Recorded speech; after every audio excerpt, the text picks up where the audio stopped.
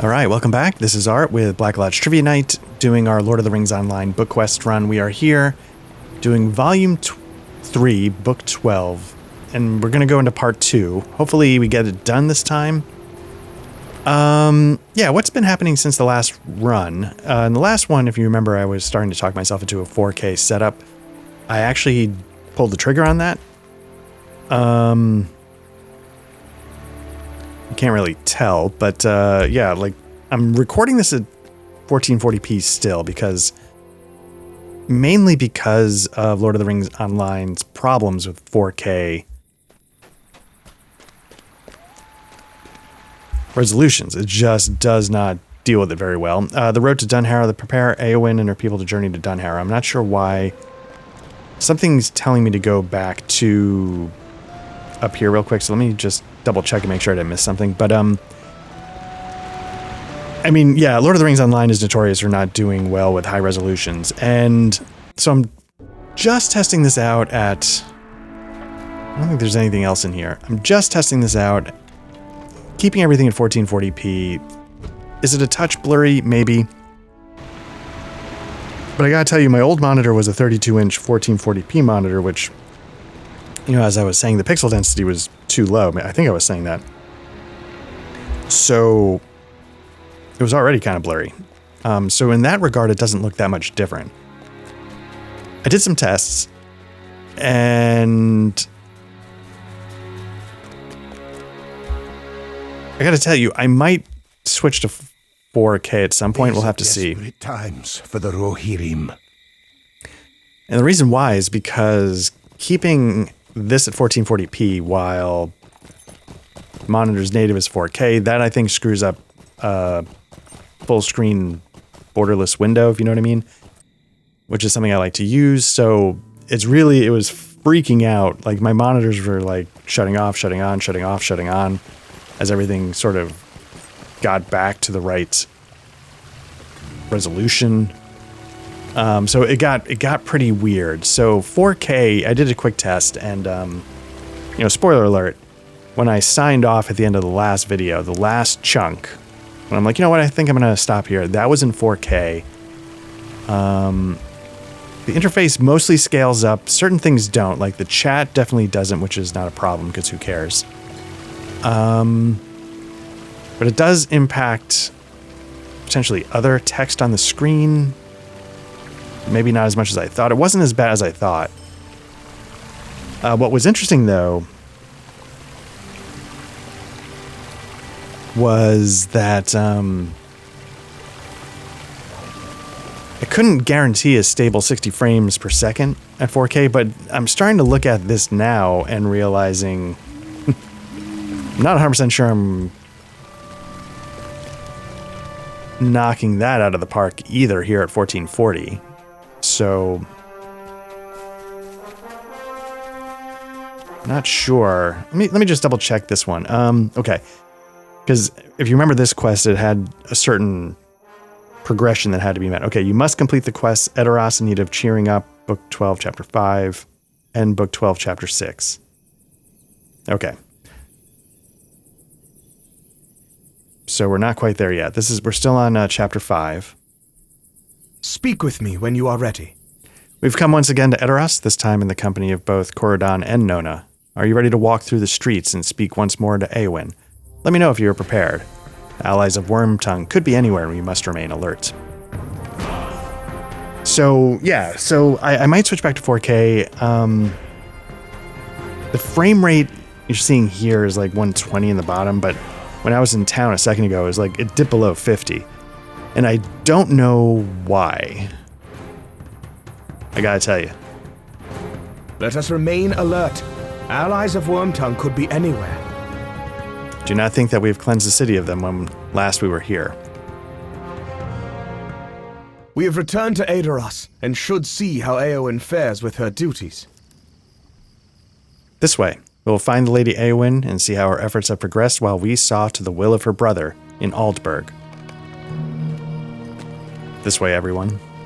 But what I will say is at least the 4K would make everything match and hopefully wouldn't freak out graphics card or whatever it is that's going black, coming back, going black, coming back. So we'll see. I can turn off. Getting some lag. Children are gathered for some reason. There he is, I told you. Oh, there she is, I told you. Greetings, children. How fares the city? Why should we tell you anything? We've done nothing to cause you insult. What would your father say to this discourtesy? How should we know? They're all gone. Because of the Dunlendings like her. Ooh, okay. I'm getting into it a little bit here. Nona's hands are clenched and her eyes are ablaze. Step aside, Black Lodge. I will not listen to these children speak ill of my people. You need to learn something, weak-legged foals. Get out of here, Dunlending witch. You know nothing of my land. We know enough. Your people want us all killed. I flipped it. How many Dunlendings have you slain, small one? What? How about you? How many Dunlendings have you killed? None, but I am not yet of age. I have slain more than 24 Dunlendings. They were allies of those who killed my brother, servants of Saruman. Have you nothing now to say?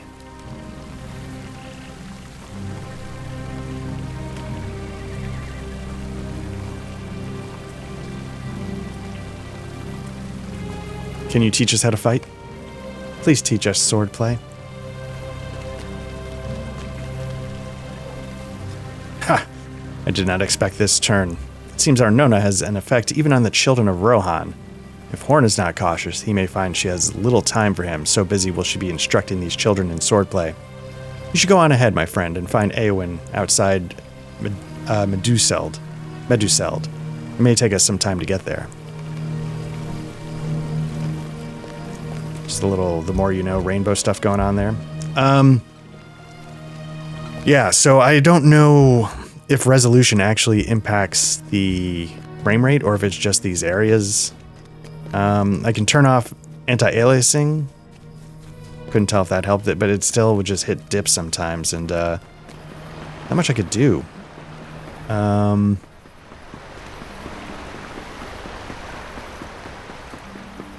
Again, my main goal is to keep it above 60. Let's see, Eowyn listens to your report of your visits to the Underharrow and Aldburg, but you can tell from her guarded expression that something troubles her. I fear we did not root out all of Grima's allies when you were in Edoras. I believe someone interferes with my efforts to empty the city. Someone cut holes in the sacks of grain we set by, and damaged the wheels of one wagon I did not think needed guarding. Caelfalad. That's not how you say that. That's going to be like Gelflad or something like that. Saw a suspicious figure flee the city to the north. Speak to her and see if she can provide you with a description of this man. If we do not know his appearance, we will not be able to prevent him from doing more damage, should he return. Find her outside her home to the northeast.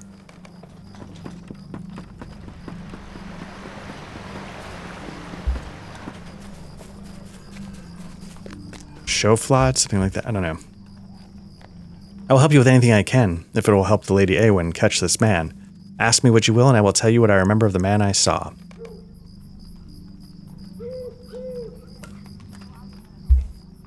So ask me what you will. Basically what we said a second ago.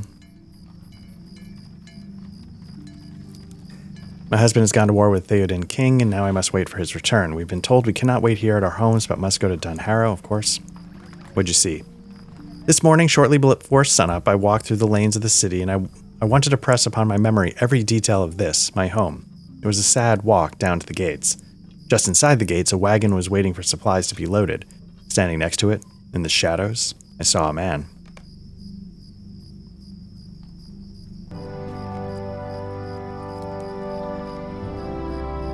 What was he wearing?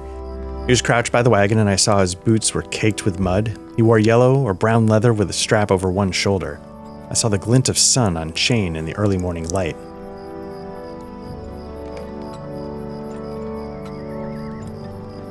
You are certain about his dress? Yes, I am fairly certain. Actually, now that I think on it, I believe he may have worn a red brooch around his neck. The setting was gold or very polished bronze, but the gem in the middle glowed red in the light of dawn.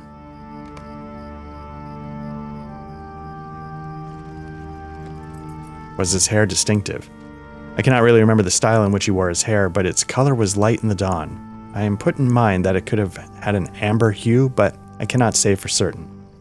His hair was rather shaggy, but he was crouched by the wagon and it might have fallen free from a binding with the effort he exerted.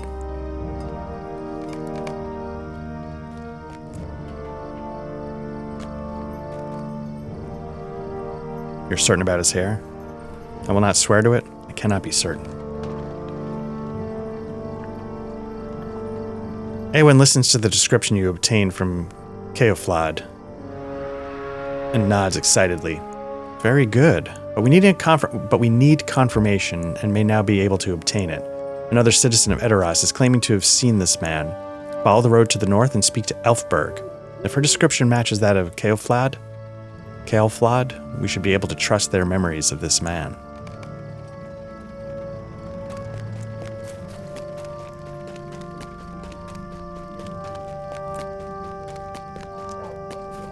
Anyway, so we'll see how it goes. I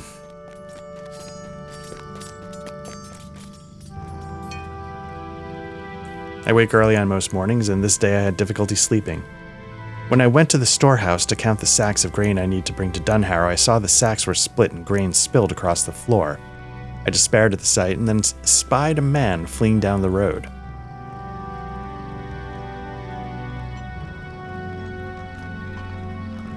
He ran with great haste. We were checking on what he was wearing, and I did not get a good look at him. I think he wore black leather over chainmail, but the mail was mostly covered. I caught only a few flashes of silver. It was very dark. These aren't matching up at all. Okay. Certain about his dress? Well, perhaps not. It was very dark. I think perhaps the leather he wore was not as dark as I thought at first. Perhaps it was more brown than black. The sun was not yet up when I saw him, and it was dark in the lane.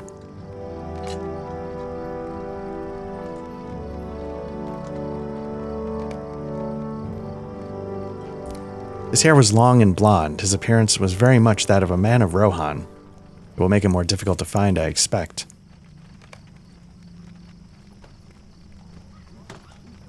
Did he have a beard? Yes, a blonde one. Did I not mention it?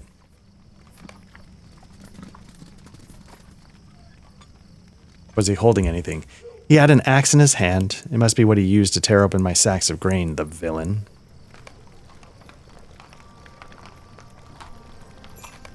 Let's see if we remember anything else.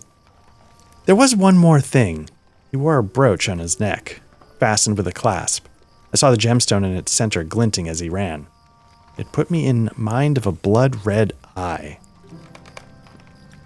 Elfberg's recollection of the man she saw is very similar to that of Ceolflad. Okay. Horn listens to your account and nods. There are many men with blonde hair and beards in Rohan, but this brooch sounds distinctive. A red gemstone in the shape of an eye is not a common adornment among my people. This is how we will find this treacherous snake and keep him from doing further hurt to Eowyn or her people.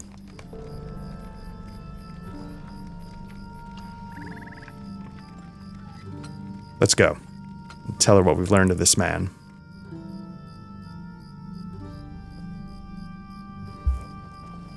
So yeah, so basically what I was going to say is that, like, if I can't keep the frame rate steady, if resolution is not the problem, then I might just go with 4K. Like, some text is going to be pretty small, and I'll have to deal with that, but if it makes it easier within the system, like, so my screens aren't going haywire, I can use, you know, full frame borderless, if you know what I mean.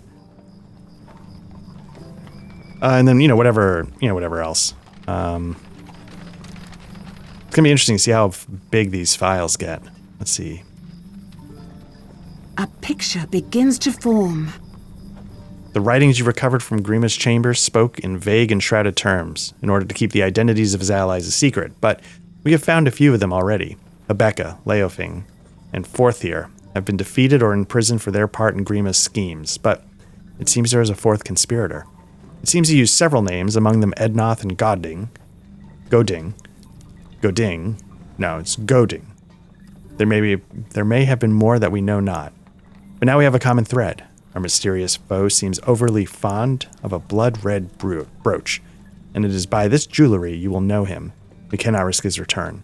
Only by tracking the secret enemy can we ensure he does not return to cause deadlier mischief. Our mysterious foe seems to have fled Edoras to the north. There are a few settlements in that direction, but my guess is that he's making his way for Stoke in the Broadacres. You and your companions travel with haste to Stoke, there to see if you can apprehend this ally of Grima Wormtongue before he can wreak further mischief. Reeve Frithhild rules from Stoke, and she has been an inspiration to me since I was very young. Her strength is second to no man, and she has earned the respect of all who dwell in her riding. Still, this is not the sort of danger for which she is best suited. She faces enemies that attack over the fields and engage in open battle, not snakes in the grass that strike from in hiding. Bring news of this secret foe to her and warn her that he may lurk within Stoke. I do not know what evil webs he might yet spin. All right, we're going to Stoke. So again, in theory, it's sending us around the horn, so to speak. They're getting us out there to see some of these areas that we haven't hit up yet. So I'm glad that I didn't get too nuts. Okay, let me just double check this one again. Okay, so we have to get through chapter 6.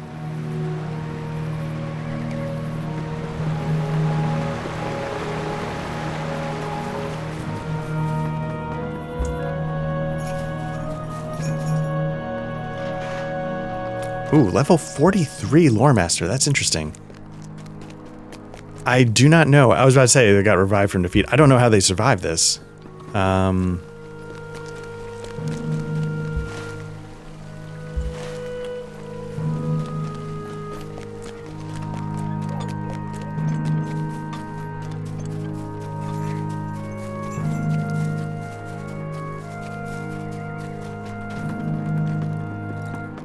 Anyway, yeah, so, I mean, but most of my tests went pretty well. I did do a test seeing if I could record in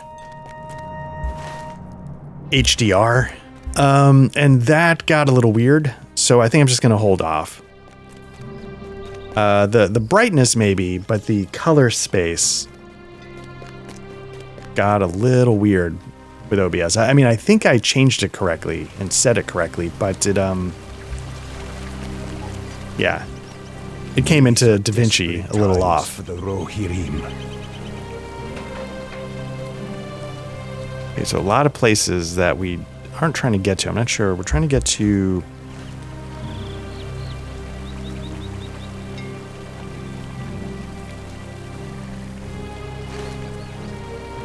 I don't know where we're trying to get to, honestly. Edoras.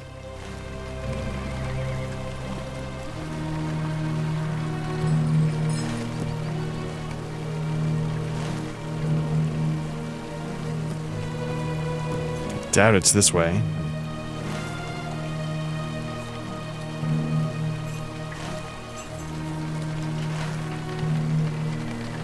Yeah, I don't know where we're trying to go.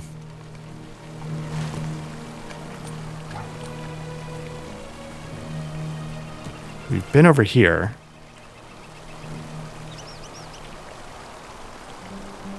Broadacres, is that it? Stoke, yeah. Okay, so we're trying to head north. So first things first, we need to get to Middlemead. So let's start by going there.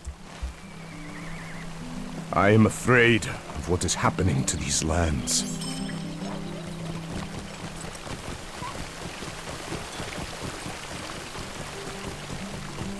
But it's been interesting. It's been interesting, seeing how things work, setting it up, getting OBS converted, redoing all the potential artwork that we might need to do the browser at 4K. So I'm kind of excited to see it all come together.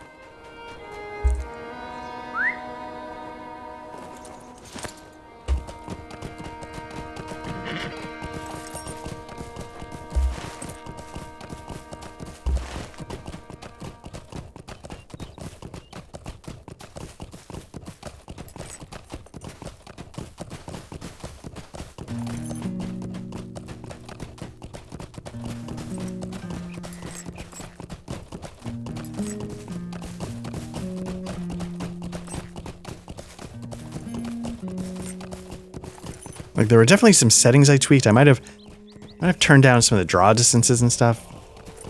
I turned the anti-aliasing back on. Maybe that was a mistake. It's really not that far when you think about it.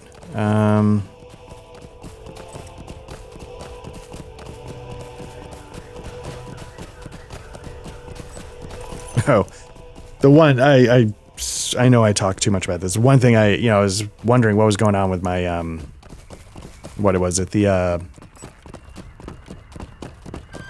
noise gate. So I think the problem was definitely user error, but I think it's not entirely crazy to have the user error. The user error was that the dial, and I said this before, I have some issues. I struggle with the user interface on the Rodecaster equipment, and part of the problem here was that when you turned the dial up, it actually lowered the amount of the noise gate you were getting. Will you aid us? So when I thought I was cranking it way up, what I was actually doing is I was making it less effective. So then when I turned it down and made it more effective, that did the trick. Okay, what are we doing? Okay, just talking since we're going in there anyway. So when you turn it up, it turns up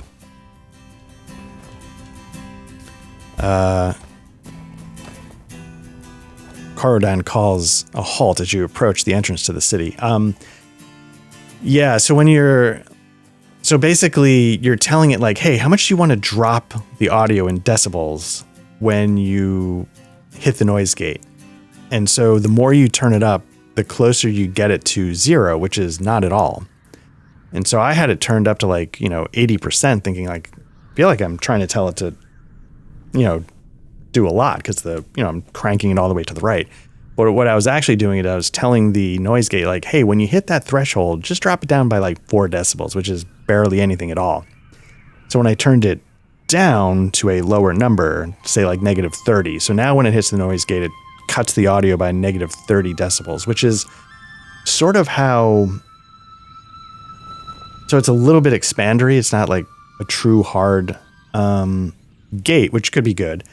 And I used to have this device where it was like a button that could mute any sort of XLR microphone, but the reality was it didn't mute it. It was just a -60 dB it pad. Seems that our fortunes turn for the worse. A glint of light caught my eye from afar, and my worries are now confirmed. Corridon holds up a small object he has found in the grass, a blood-red ruby fitted into a silver brooch shaped in the form of an eye. Our friend knew of our pursuit, and he discarded the only thing by which we would know him. Now he vanishes into the city, free to strike at his leisure. I will give you this brooch, but I confess this is not the outcome for which I hoped. Now we must deliver a warning only to the Reeve, and not the means of ending the threat.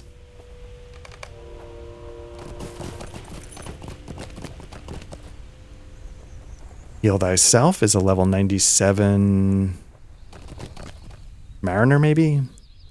I don't know if it's like a swashbuckler kind of thing. I am afraid of what is happening to these lands. You and me both, sister. Let's get these people to safety.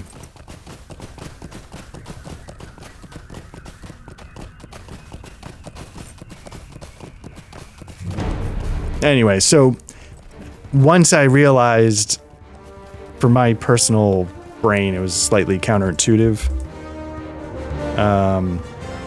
then I got it.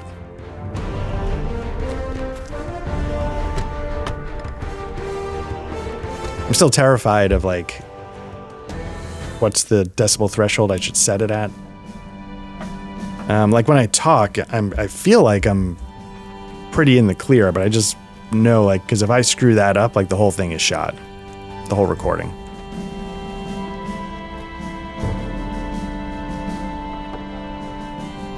There is work to be done here. Okay, you've come at an opportune time. It grieves to me that I cannot yet send aid to Theoden, King. So the town's under siege, and they need help breaking it. But what we're really here for is the book quest. Maintain the peace and do no harm to my people or their lands, and you will be welcome. It's always a pleasure to meet a new warden.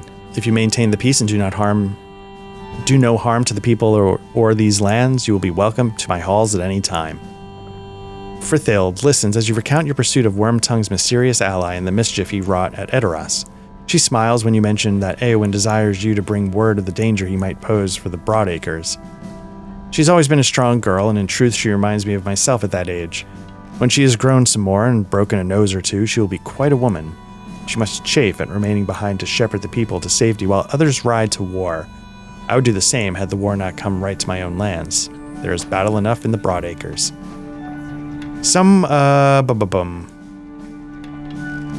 Someone may have seen your secret interloper as he came to Stoke. You should speak with Wigbald, the guard at the southern gate. If anyone saw anything, it would be Wigbald. He misses little.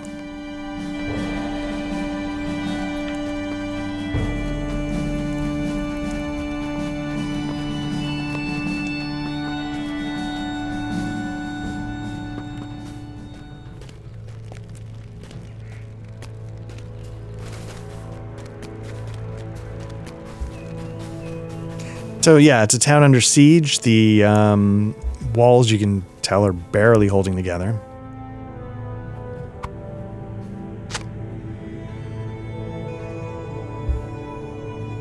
Basically what I want out of my noise gate is I want to be able to take a sip of water without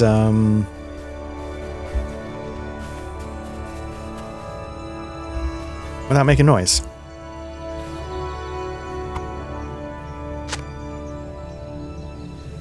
And usually when I'm around -30, that does the trick. But I worry that if I get a little soft in my speaking, like I don't think I'm at that point. I feel like I'm clearly above 20 when I speak, according to what I'm seeing on the meters. But I just never trust myself or anything, really, because I don't know what I'm doing and I make mistakes all the time.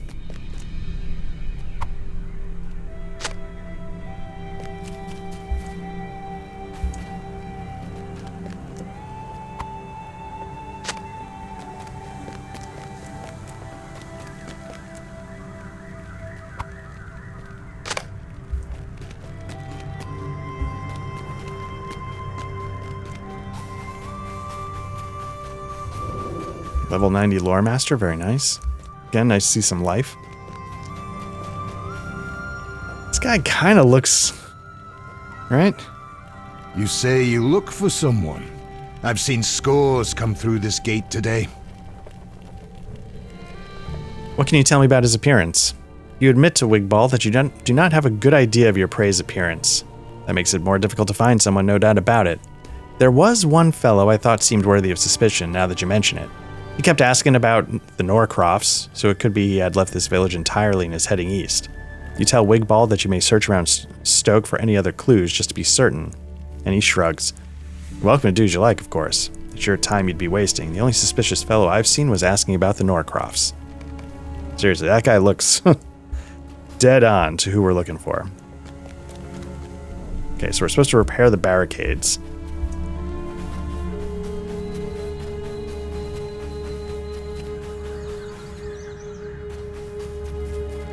I guess there's more than one. Look, there's another guy that could fit the description. Okay.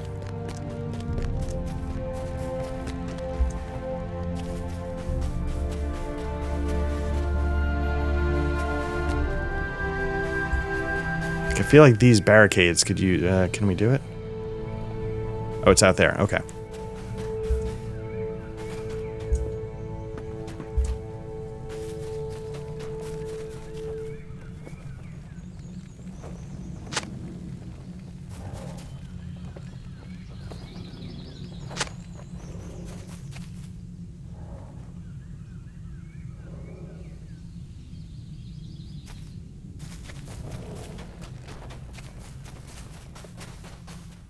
It's kind of tough, you know, like I obviously watch a lot of like Lord of the Rings Online videos and stuff on YouTube. And I mean, I don't know if I've gotten into this before, but there's always like Lord of the Rings Online worth playing today. And then like the same content creators make the same one over and over and over. And the answer is always yes. I mean, it's never like, nah, screw this game, it's done. But the one thing that a lot of them talk about is how like the lag's not that bad and everybody's working to improve it. And is that true?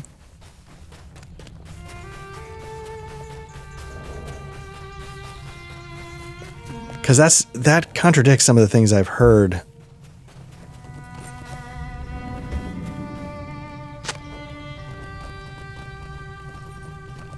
How are they working together? Knights of the Round Table.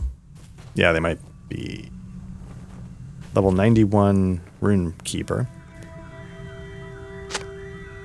So, you know, I mean, I hope they are, but, I mean, you've heard me bitch about it, and you've seen complaints in action, so Disturbed Earth. This amount of earth indicates a scuffle of some sort took place here. Oh. Nice, level 95 captain. Again, it's great to see life. Even though I solo this and I don't pay any attention.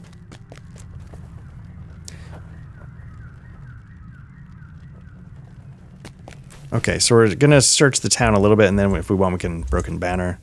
We can search the Norcrofts as well, I guess. Banner's broken, as if it had been brought down upon something with great force.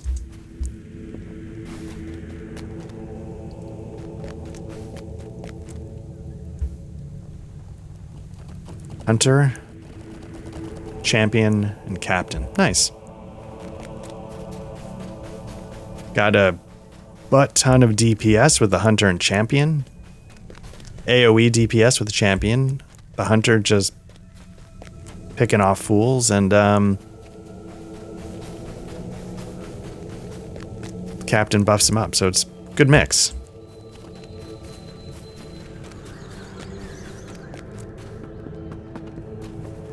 I'm going to talk to the person here about the barricades.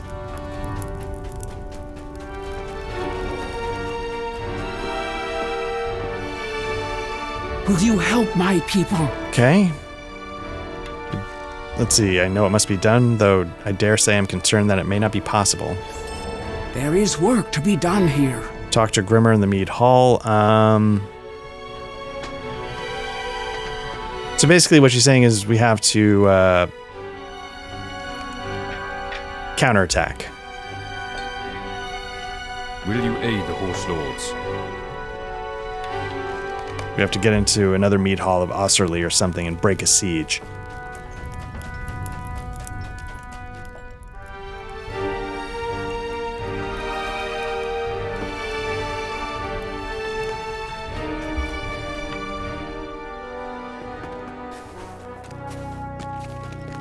Now, I don't know if there's more places here in town I should be looking for clues.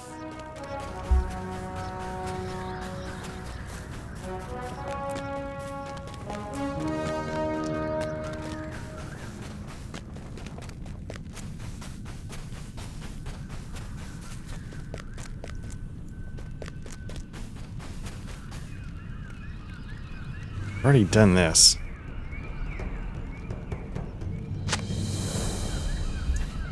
Looked at the disturbed earth.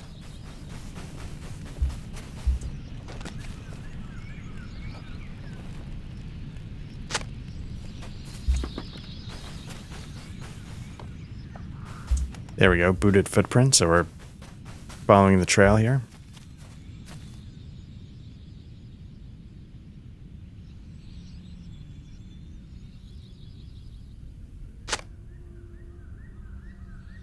Okay, base of this fence, okay.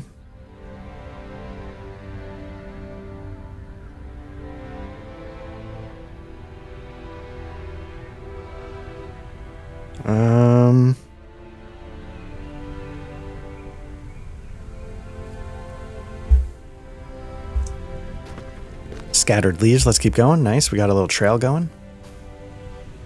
And maybe this is the road out of town that leads to the Norcrofts. Maybe both things are true, so to speak. Leaves have been scattered, but it might have only been the wind.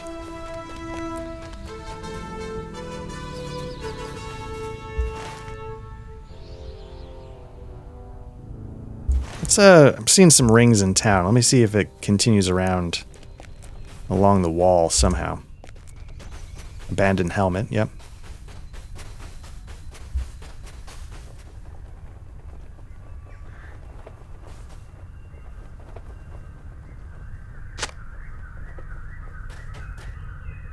Are you looking for the man who dropped that helmet? I saw him come back for it, but when he saw me, he ran. I followed him for a while, but he kept running west of town, and I think he might have been looking for the orcs. I could tell he was trouble. Did I do the right thing? If I see him again, I'll tell you or Reeve Frithhild. You better tell her who I am so she'll let me into the mead hall. My name is Adgith, and I've lived here in Stoke my whole life. My mother says I need to stay inside the walls. That's the only reason I didn't follow that man and bring him back to the king's for the king's justice. I knew he was a villain. You tell Reeve Frithhild that I'll let her know if I see him again, all right? Promise that you will? Promise? All right, let's do that. Now, I'm wondering if you can...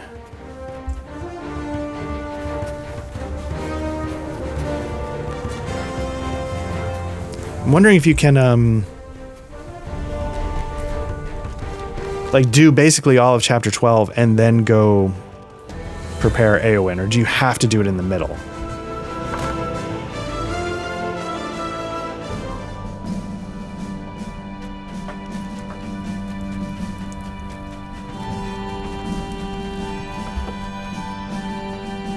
You say this child saw the man for whom you seek, and he has joined the orcs? I would like to meet Adgith and speak with her myself. My hall will be open to her as well. If this man you pursued from Edoras has joined the orcs, the danger he poses has turned from a secret one to a threat we here in Stoke know all too well. We have been endangered by the ravages of orcs and their half-orc brethren for many months now. Now let's take a look at these 3... Oh, this is a big bump. Okay. Wormtongue's Secret, that's going to give me a bump to Agility, Vitality, Fate, Physical Mastering, or Parry, Critical Defense. I'm going to go with Defense. The orcs have launched attacks on Stoke before now, but we must not remain idle.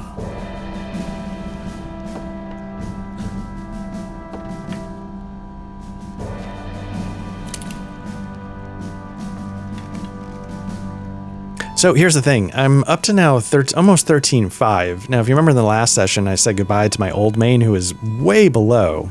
Now I know we're like level 87 instead of 86, but like it wasn't even close, and we were at roughly the same point in the story, so maybe I've been more mindful, maybe I've learned a little bit. The orcs have launched attacks on Stoke before, but we have always fended off their assaults. If this secret foe you chased here is as canny as he seems, he might be able to help the orcs attack more effectively. The camp is called Bard Doram, in their filthy tongue. Wipe the land clean of its foul inhabitants and see if you can find any sign of their plans.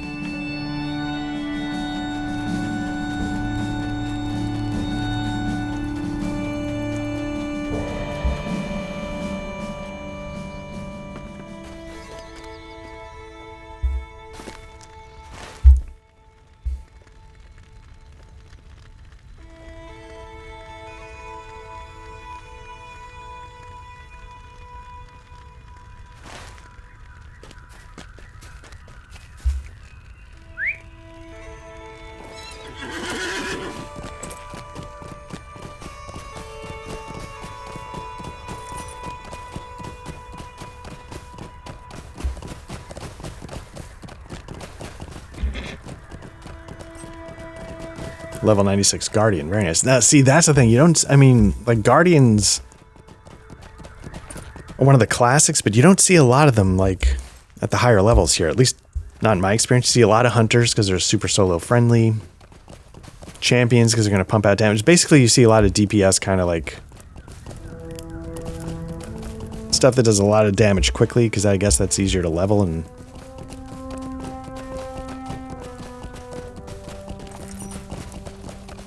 Okay, I'm seeing a lot of riders, which I don't want to...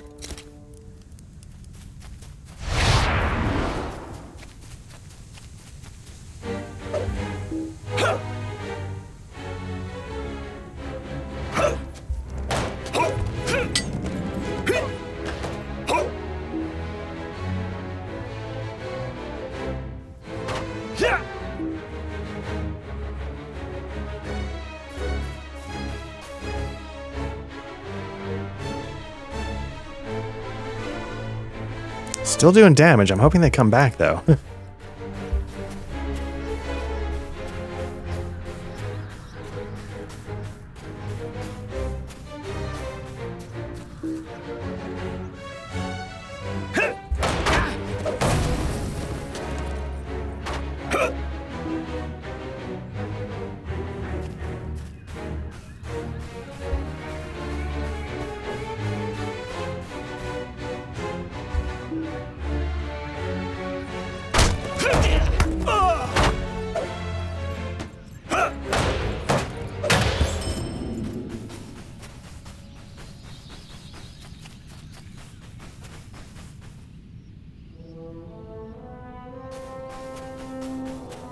Okay, so we don't want to mess with the Broadacre's Bull. It's an elite with 23,000 bits of business going on. What I'm going to do is I'm going to approach this camp to the west and hope that there will be enemies on foot.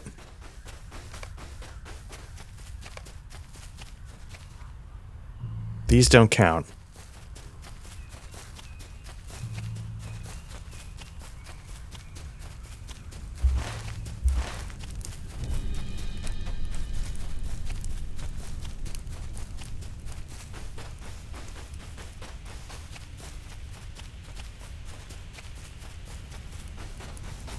Discovered Bar Duram, which is, of course, the camp that they were talking about.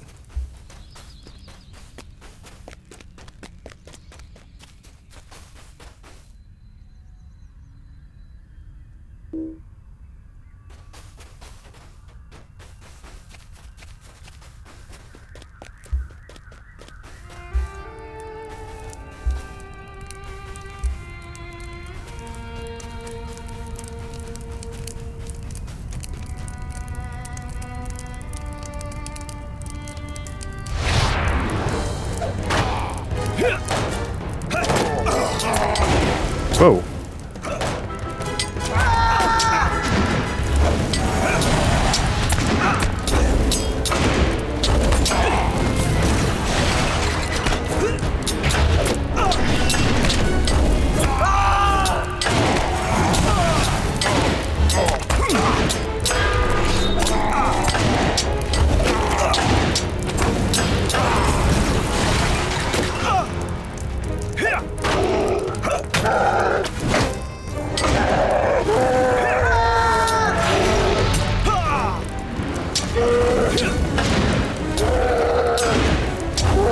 I don't know if this one's going to count.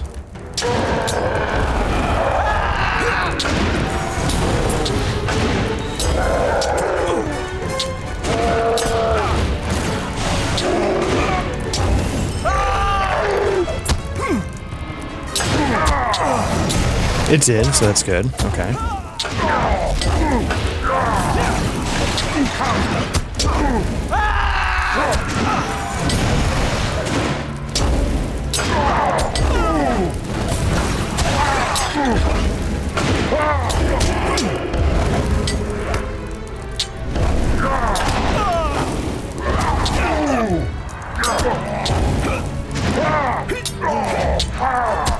Gonna let my health get dwindled down, so hopefully it pops this buff that'll heal me up.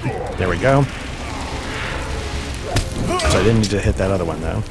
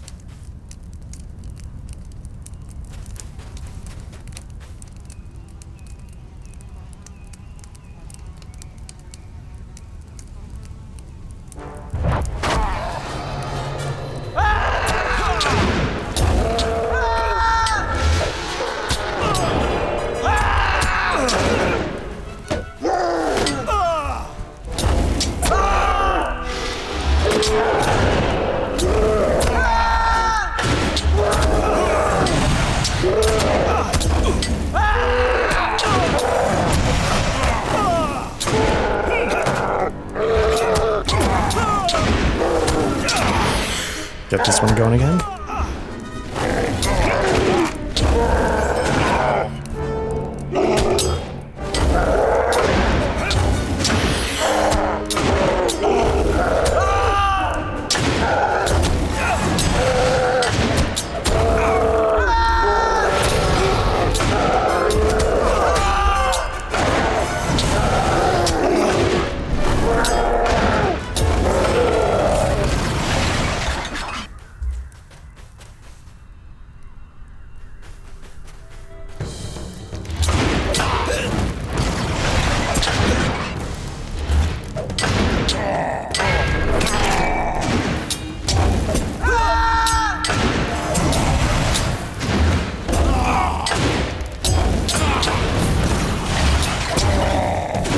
This might be part of the problem. These captains are signatures, elites.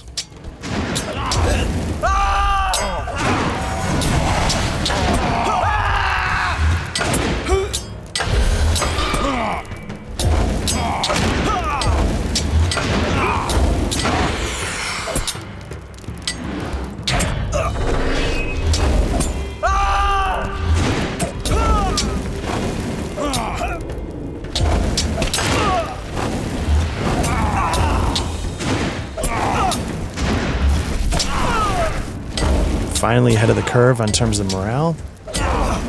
Screwed up that one. I don't know if it was lag or just me misinputting, but either way, let's try this again.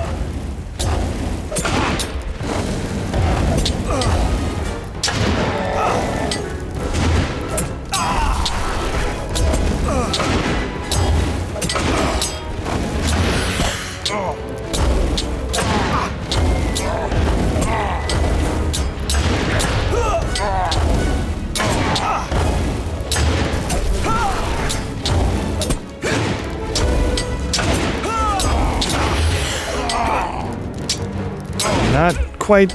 There we go. You pry a torn map from the clutches of your fallen foe.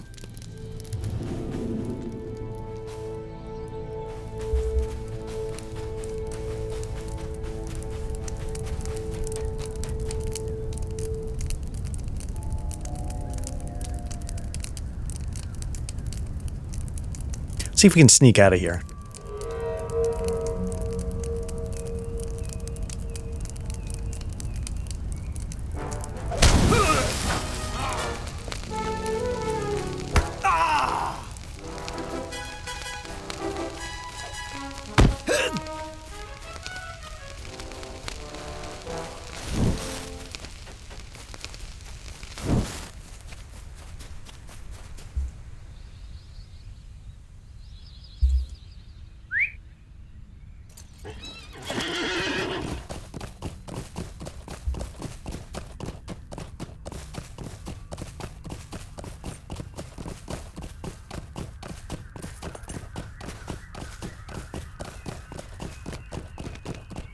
Now, the entrance to town is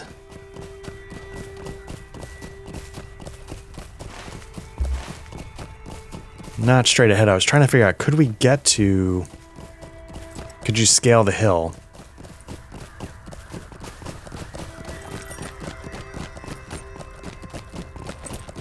Doesn't necessarily look it. Let me just see something really quickly. I know I was tweaking some...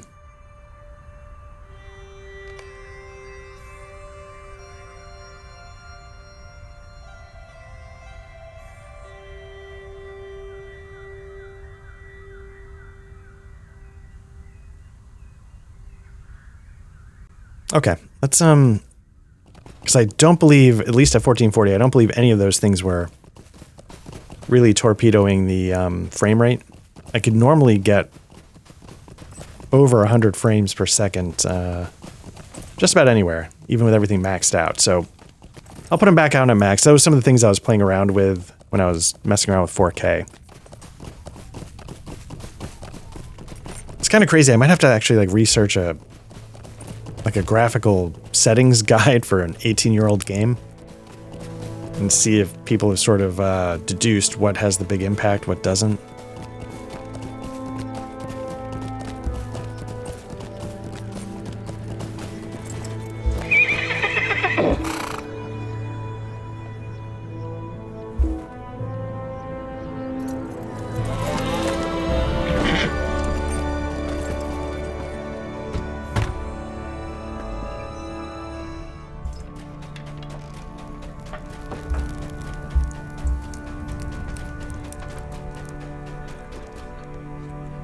You return to sorrowful news. Wigbold has been murdered. Whoa. You say you found this map of Stoke on the body of a villain from Bard Daram? I'm not surprised. See these markings? Somebody has made a note on this map, and though I cannot read the writing, I am familiar enough with my own walls to know what these annotations represent. Vulnerabilities in our defenses. Your secret foe is seeking to improve the Orcs' chances of razing Stoke.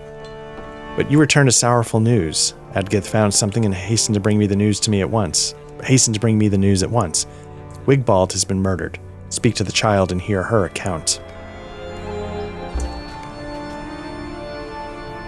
I found a dead body. It was Wigbold.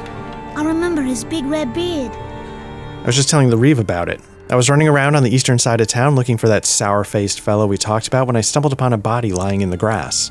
I stayed just long enough to see if I knew who it was, and I did. It was Wigbold, one of the town guards. I remember his big red beard. He was always kind to me, and now I think that man you were looking for must have killed Wigbold before he fled the city. I can point out to you where I found his body if you like. I was just telling the Reeve about it, and she says that I did the right thing to come to her at once. You tell Adgith that you will investigate the place she described, but you have your doubts. You do not remember Wigbold having a red beard. Yeah, I was going to say, he seemed like the blonde type.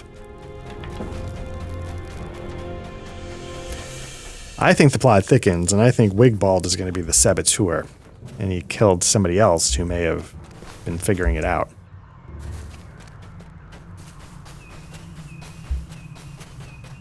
Or somebody in a disguise. I don't know.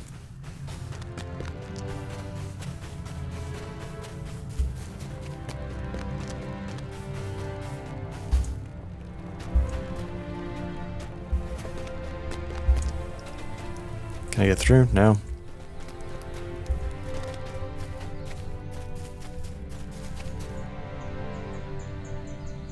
You cannot tell how long it's been since Wigbold was slain, but it seems he suffered a blow to the head from some very heavy object. Dirt and mud on his clothes indicate that he was killed somewhere else and then dragged into the heavy grass. As you stare down at the body of the slain guard, something that has bothered you since you heard the news from Adgith slowly resolves itself. This is not the same Wigbold with whom you spoke when you arrived at Stoke. There we go. There we go. That's the plot twist. All right.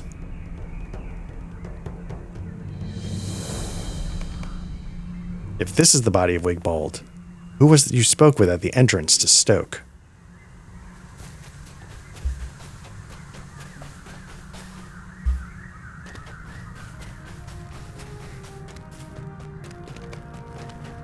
The man you spoke to is gone and left no sign. We have been deceived. The man we spoke to was not Wigbold. He was our quarry instead. I believe I can piece together the tale, but it brings me no joy to do so. Our secret foe arrived at the gates of Stoke sometime during the night, when he was challenged by Wigbold to identify himself. What name did he give? Perhaps Ednoth or Goding? Or another we do not yet know? What story did he weave for Wigbold? I cannot say, but my guess is that he played upon the guard's sympathies. From this I draw another conclusion. Our cunning foe must appear, from the outside, to be a good man of Rohan. There will be little about him to mark him as an enemy, or Wigbold would never have let him into Stoke. But let him in he did, and at some point Wigbold was overcome and slain. What does it reveal about our foe that he was so bold as to take Wigbold's place and speak falsehoods to the very people in pursuit of him? That is what worries me the most. Our foe is bold, and he is cunning, and he is unafraid. It's clear to me now why he spoke of the Norcrofts, though it was not at the time. He was trying to steer us in the wrong direction. We must give this news to the Reeve.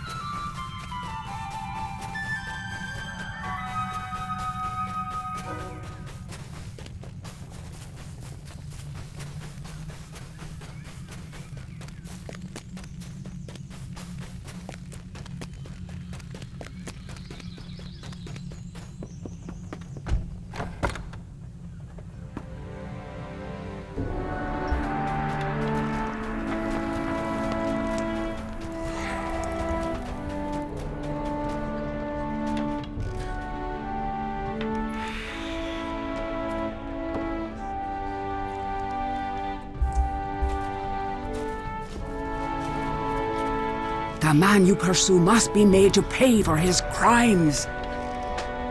This tale is believable, but it makes my sorrow no less. Instead, it fans the flames of my anger.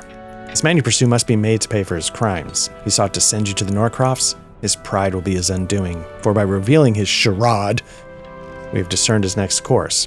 He wanted you to look eastward. Turn your eyes westward and you will find where the next lead his schemes. After teaching the orcs of Bar Duram how best to attack Stoke, this cunning snake of yours fled the Broadacres, I'm certain of it. He has gone to the Stone Deans. If this snake has entered the Stone Deans, they must be warned of the danger he poses. I have no close ties with my neighbors to the west, save the oaths we share, but I wish them no harm. If this snake has entered the Stone Deans, they must be warned of the danger he poses.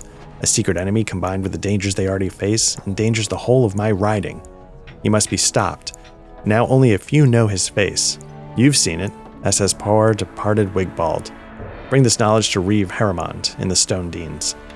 His seat is in the town of Woodhurst, located in the northern region of the Stone Deans. Harrimond is very old, and there are whispers that he has been in poor health of late. If he is indisposed, you should speak to his wife, Briant. She is of Dunlandish blood, but she is strong in her own right. Okay, chapter 8.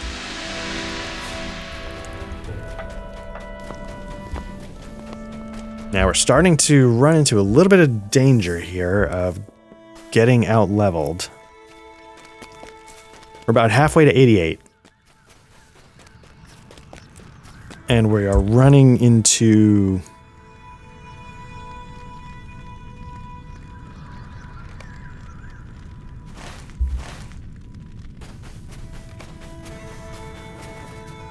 Let's see, this quest is 92, so we're right at the cusp of what we can handle here. And I don't have a ton of quests lined up ready to go to get us over that hump. So we're gonna...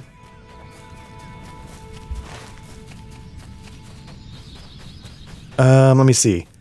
Travel to the Fold Farm. Gain entrance to the Mead Hall of Osserley. Let's see about doing that. I don't know. The farm, I don't think the farm we're looking for is here. I think that's somewhere else.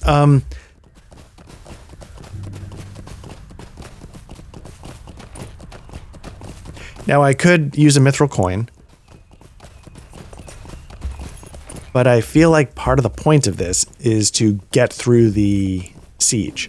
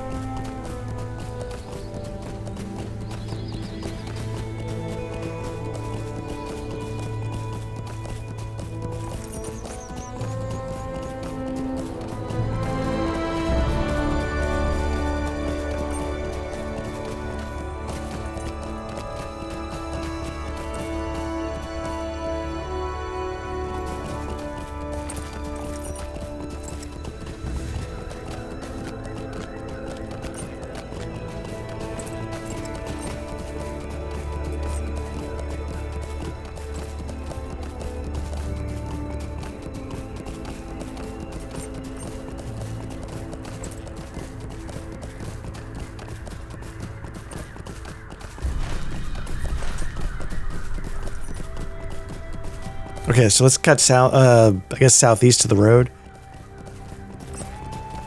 We discovered Osterley. I just want to take a look and see what we're dealing with. I didn't want to just bypass the whole approach just in case there was something interesting to see.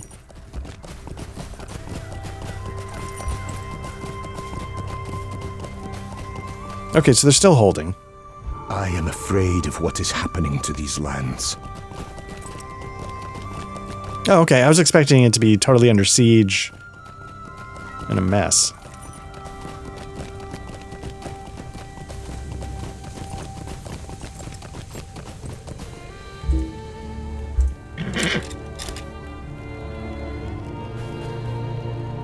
Our mission is dire. Okay, bring the signet of Osterley to Ordlach. Gained entrance, okay.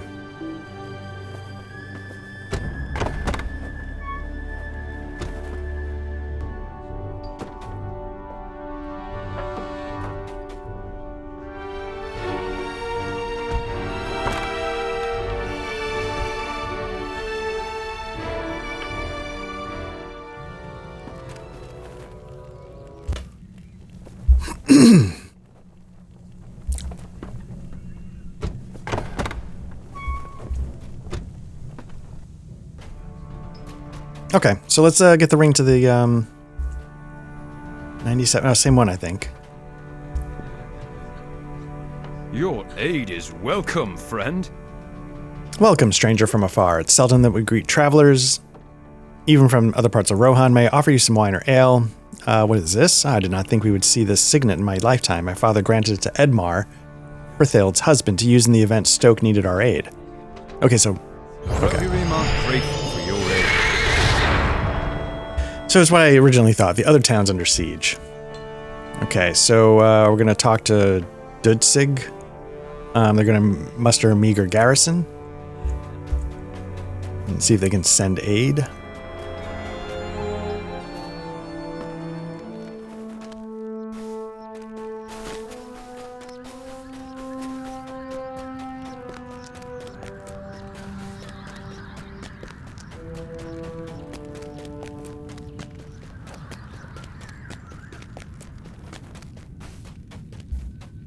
What business have you with the Rotary? Okay, Stoke is under siege. Then indeed I have a task for you. Collect stolen goods.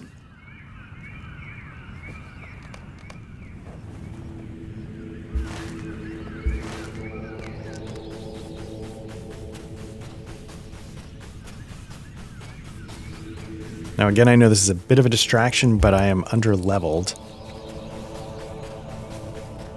So I might need the help.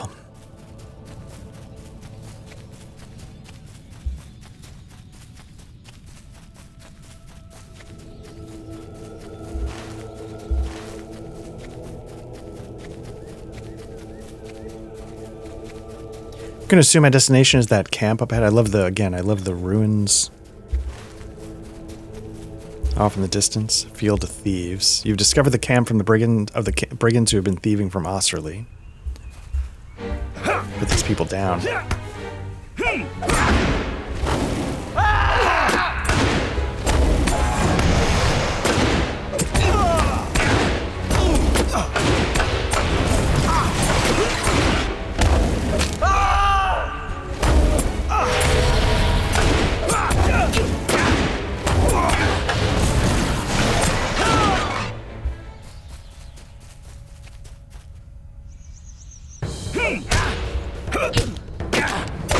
Okay, found a note.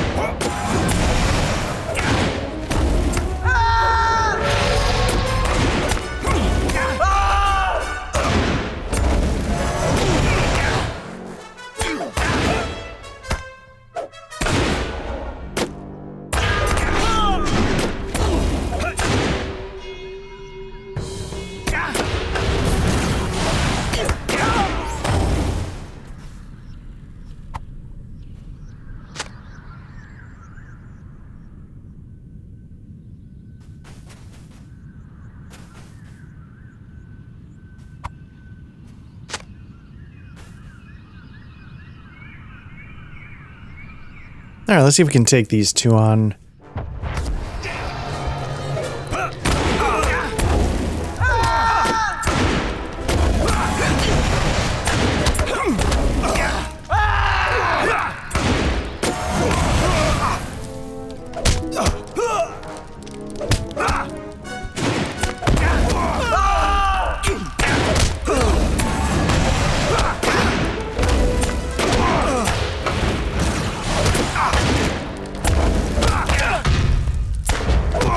Okay, I'm gonna let myself get hit a bit, so I pop whatever that never surrender one is. There we go.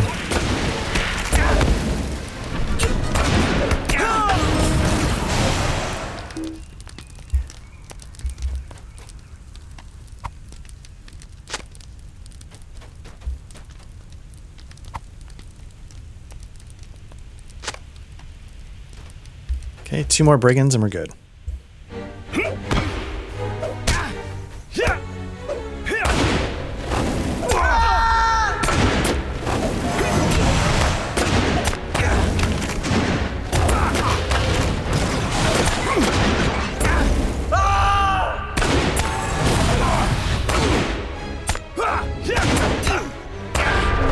Lag jamming that up a little bit, but it's not brutal.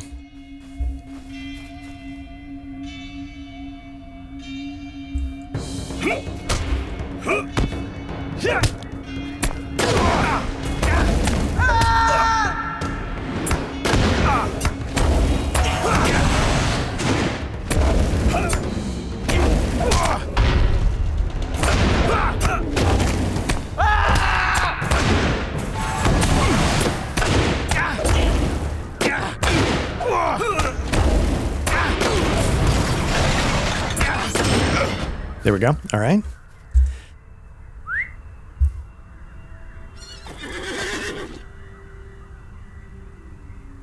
And let's head back.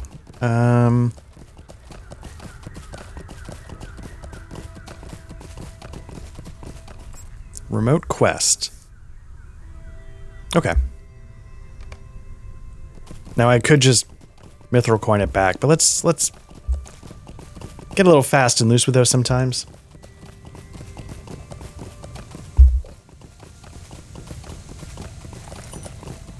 Should probably settle down a little bit.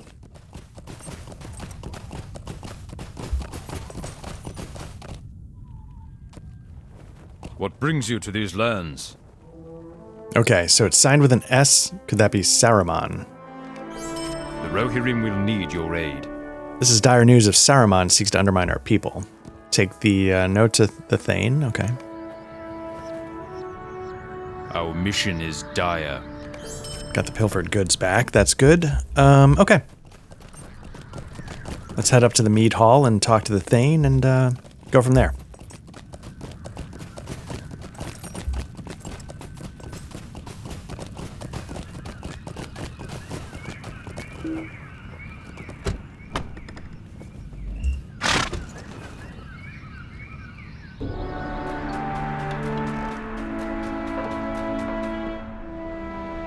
Greetings, friend of the Rohirrim. Okay, so another traitor among us. Common theme. Maybe it's the same traitor. Greetings.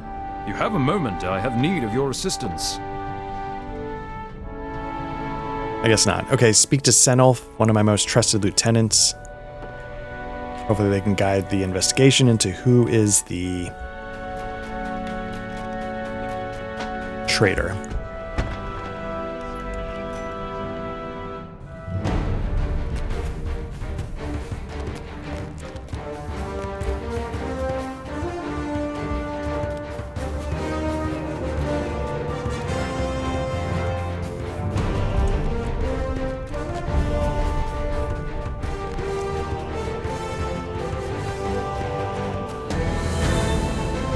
Will you aid the Horse Lords? Ugh. Okay, so defeat mounted half-orc archers near Osserly. Trying to find more information to see if Saruman's involved.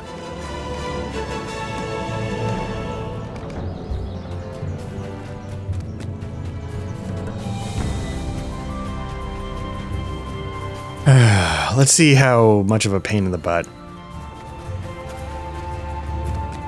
this turns into again. Like, I don't want to deal with mounted enemies. If they don't really go too far, like if they just stand there and let me hurl javelins at them, that's fine. But I am not looking to not looking to do this.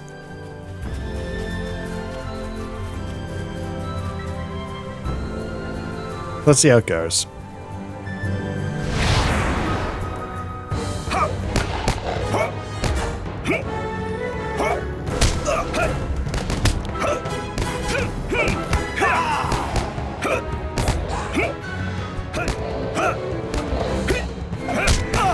There we go. I mean, this isn't too bad.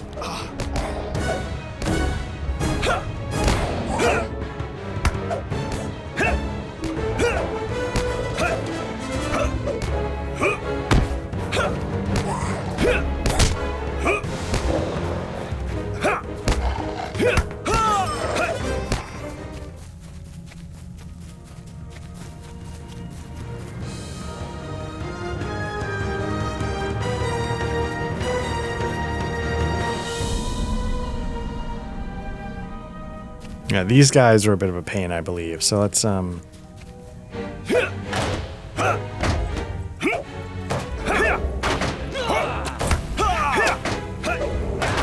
it makes sense that they wouldn't be. Like, as archers, they can't just go tearing off a million miles away.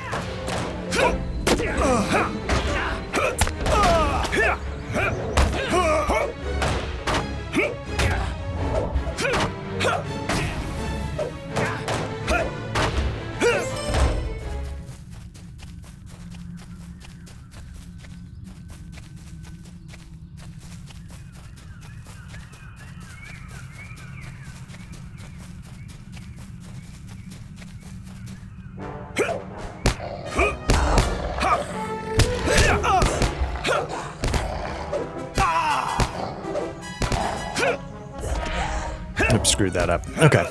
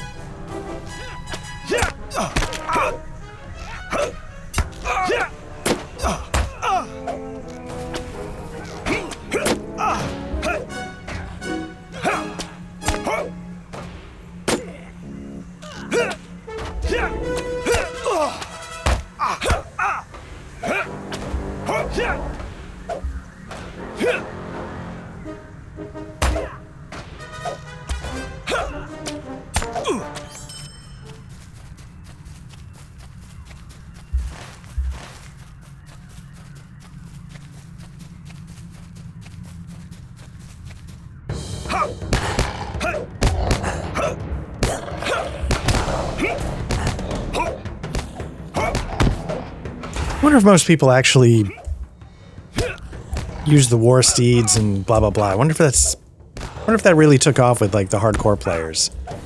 I'm just a filthy casual that doesn't want to do it.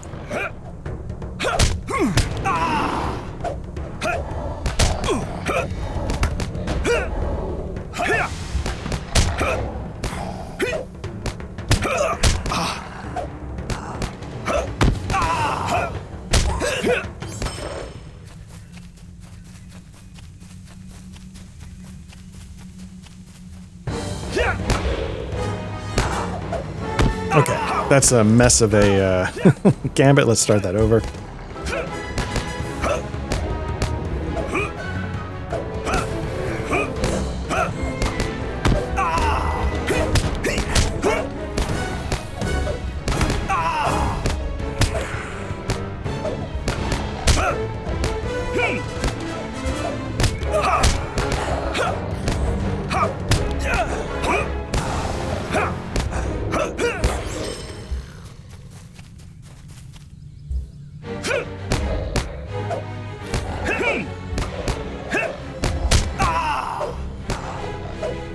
I like getting that 5 gambit bleed off right off the bat, because I feel like if the enemy runs away, at least, I overdid it there, at least I know it's going to be doing maximum damage over time, so to speak. Now, I didn't get that second bleed off.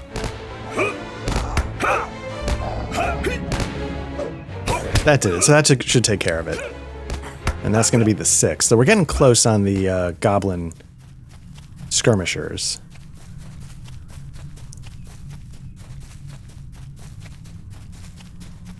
I was going to say, I haven't seen the archers recently, but let's take care of this skirmisher real quick.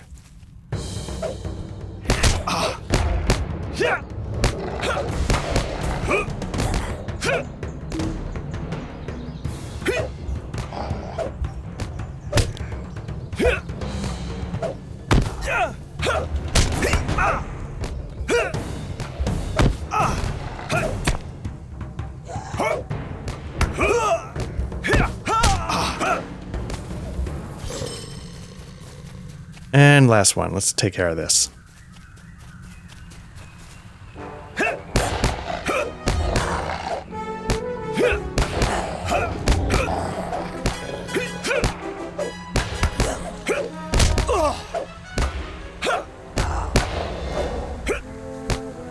You know, I don't pay attention to the chat because I'm soloing this, but I wonder if, like, you know, I'm on Glamdring. I wonder if there's like a known community, like oh yeah, that's a name I recognize in the chat all the time. There must be, right?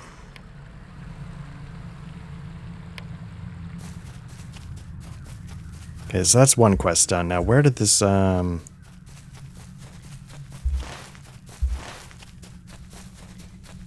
archer go?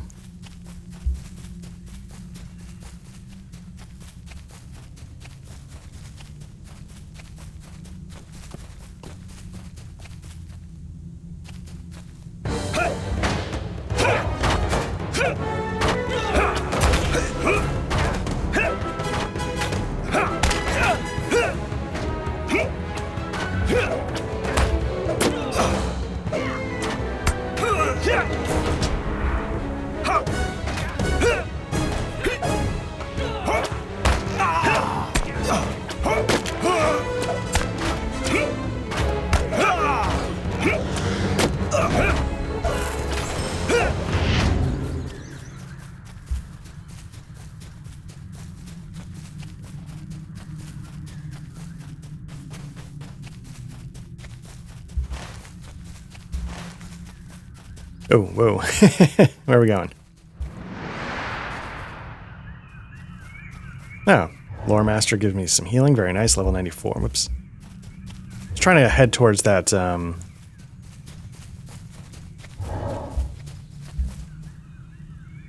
rubble.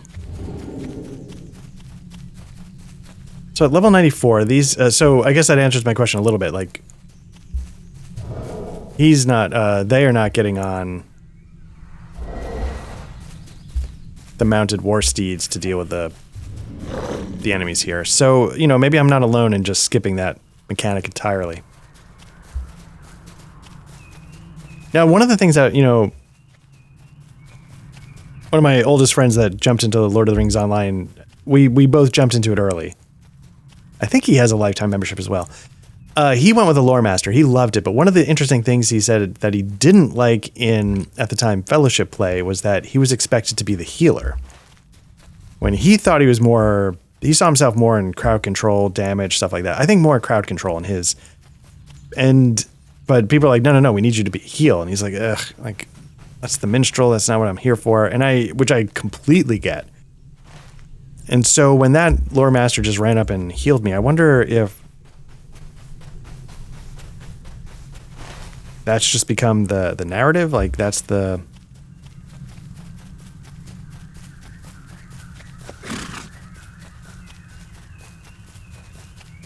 I mean, obviously, if people are doing that in Fellowships, that's the expectations. Like, clearly, some narrative formed around that. Discovered Torsbury. Did I need to do anything here? But, okay, this town's gone. This is brutal.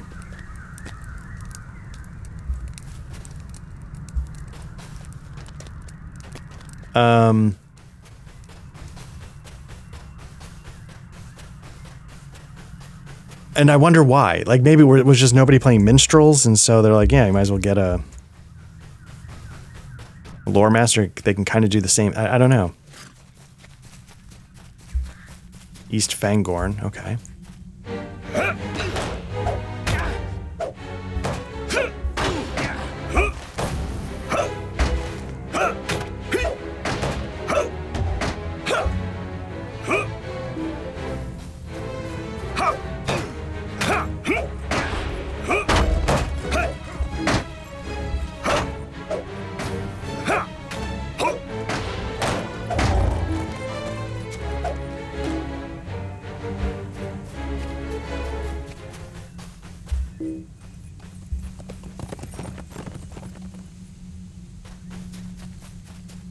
Whoa, okay.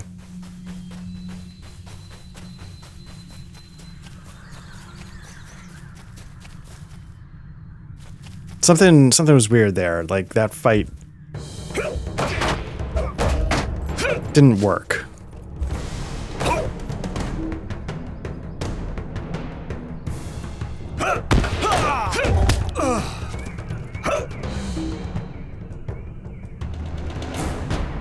Oh, because they're riders instead of archers. That's the problem. Okay.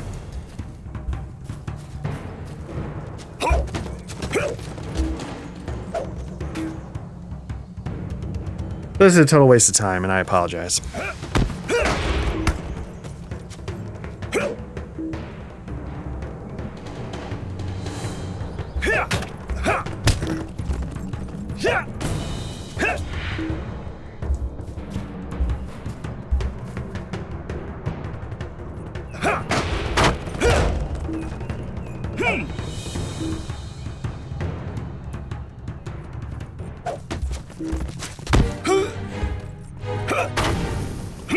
Ah, screw that. Okay, they healed completely. I don't understand that, but no thank you.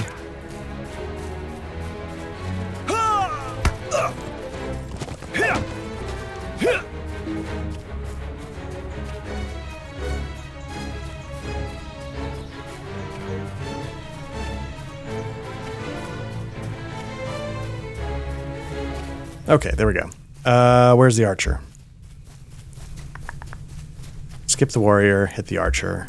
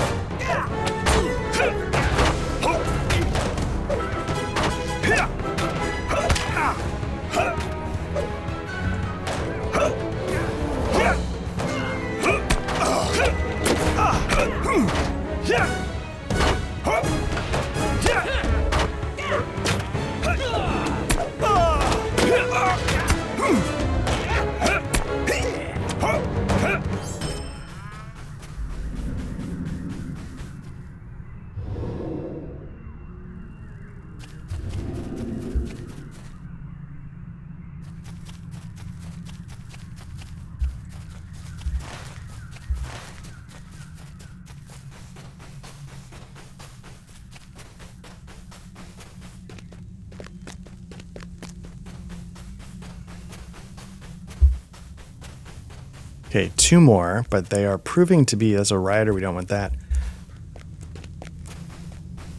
We're going to be a little few and far between.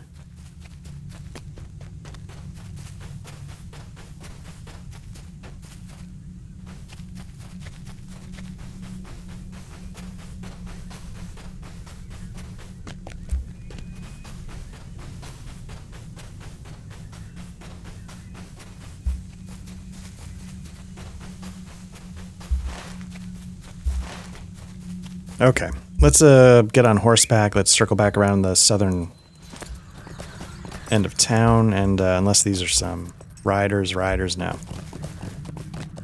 Get back into the right zone.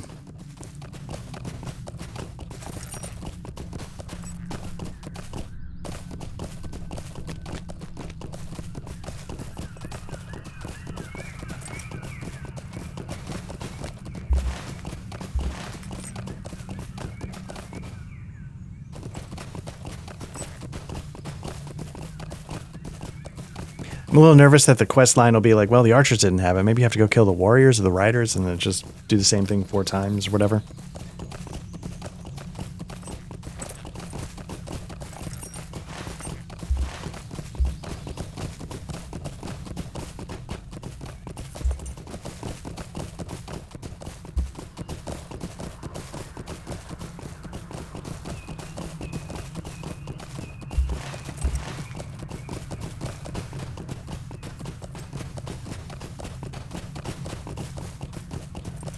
Okay, there we go.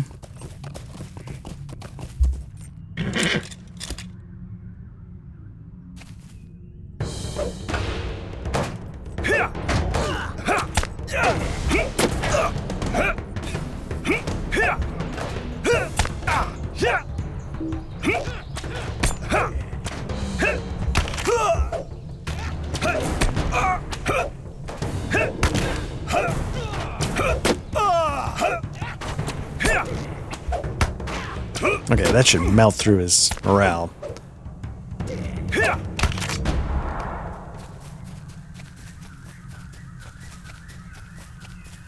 Alright, looking for one more.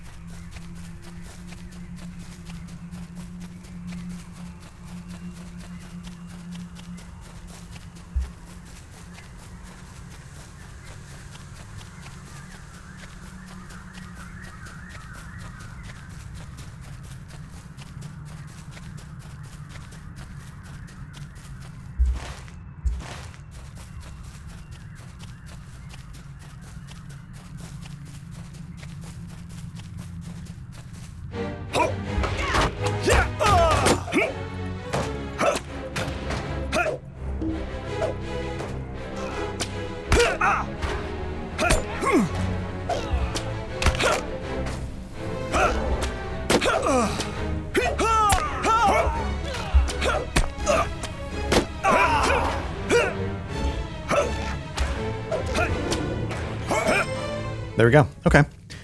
Yeah, let's make our way... Ooh, that's a hike. Let's make our way back.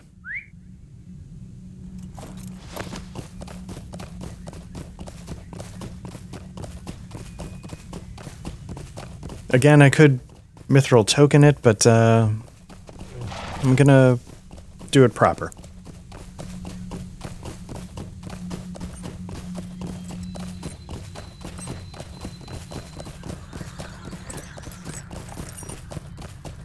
Kind of curious where the Fold Farm is. Like, where is that I'm... Is that outside of Edoras? Was it outside of one of the other towns? Like the town where all the buildings were in disrepair? Was it part of that quest line?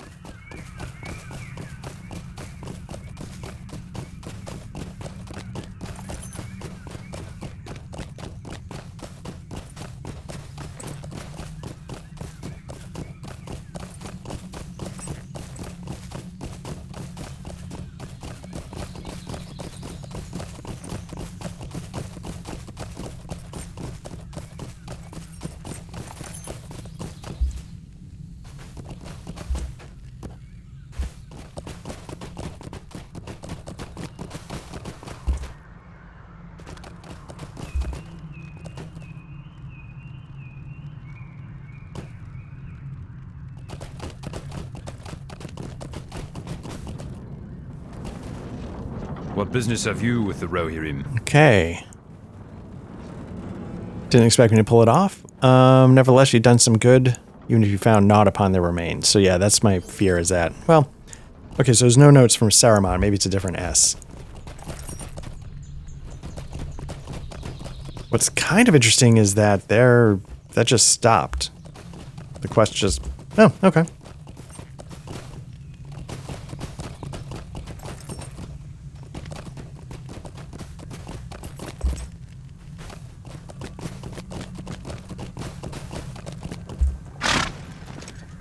Let's just double check and make sure there's nothing here before we move on, I guess.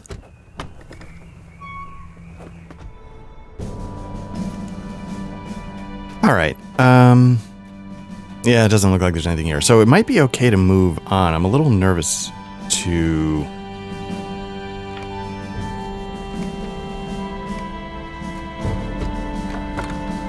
I'm a little nervous to just go because I'm nervous that it's not there yet. So I just want to tip my hand a little bit. I had to pause for a minute, and I used going into that building as an edit point, and I've had to switch to 4K. I was trying to do it at 1440p. I know I said that. It was just proving to be too crazy trying to get everything to work. So you're sort of getting this in its full glory. This is, you're going to see a slightly different UI. You're going to see where the problems lie when you switch to Lord of the Rings Online in 4K. I'm not gonna hide it anymore. Like I sort of did a test with a brief part of an earlier video, but this time I think I'm making the switch. So where we're actually trying to go is Book 12, Chapter 8. Travel to the entrance of Woodhurst in the Stone Deans. I've used the settings in the options to blow up the Stone Deans is over here. To blow up the interface a bit, but it's not going to help everything. So you'll see sort of how that works. If you look at the chat, you can see that's microscopic. I turned off, I was worried a little bit about the frame rate, so I turned off anti-aliasing because it doesn't have like the NVIDIA DLSS kind of stuff. It's like the old school. I don't know how much that actually impacts performance, but I figure at 4K it's not as necessary to implement. I'm sure things like shadows, draw distance. Shadows, I imagine, at one point in time, shadows were a huge resource hit, like especially the stencil shadows. I don't know if that's still the case with modern hardware, but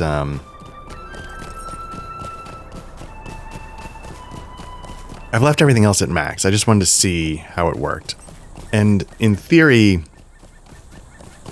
at the moment, I'm getting roughly the same kind of frame rates,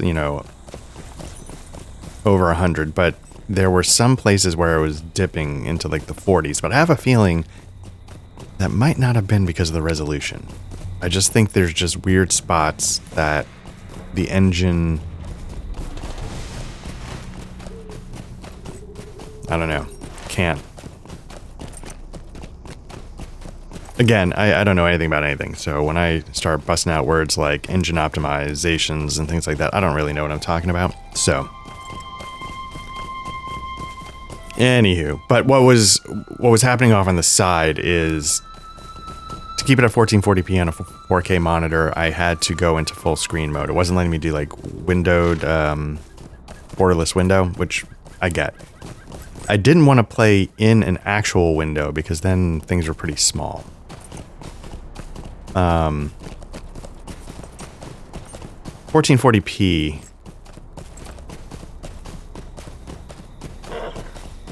2160p. It's one of those things where like, even though like 1440p to 2160p, which is 4K, is not a huge difference in numbers. It's not like they're 35,000 apart. It's more than it feels more than the number would betray. So playing in a window made things actually smaller than, what I might have to deal with a sort of full screen 4K with the interface problem. So that's why I decided to go with 4K. Now I can do like a borderless window. And so anyway, what I was trying to get at is like, the thing that was happening here was I started OBS. The monitors did all their freak out when I was trying to switch resolutions. And all of a sudden things on my secondary and tertiary screens were not showing up in the right place. And I actually could not see the full OBS UI. So there wouldn't be a way to tell like, hey, is this recording correctly? Am I getting levels? Like it's just stuff that I can't not see. So I'm up there. Non-Krunir. What's that? Oh, that's Isengard.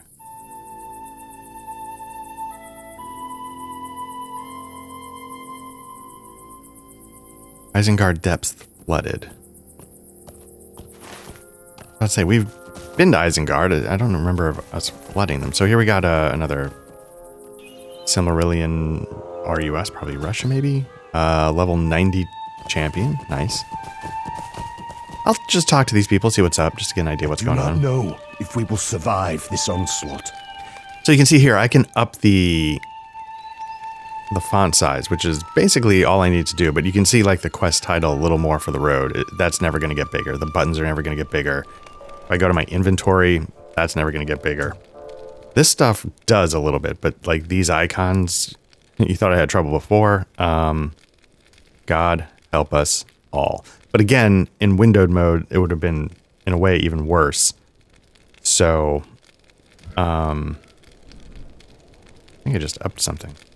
Anyway, so we're gonna make do. Like I said, I would love for... These are desperate times for the Rohirrim. Lord of the Rings Online to get the love that it deserves, get the...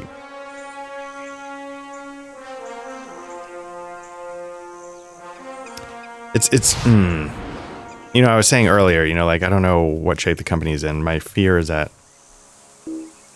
they have enough people to keep the basics going, but maybe not a ton more. Like, the basics and the sort of fairly regular expansions, because those bring in revenue, and they probably need that right away. Keep the lights on, so I respect that and I understand that, but I wish there was I wish it was easy for them to just be like, yeah, you know what, this game needs an under the hood this, because I feel like you do that, I don't want to say once. I don't know why I didn't get credit for defeating that bear.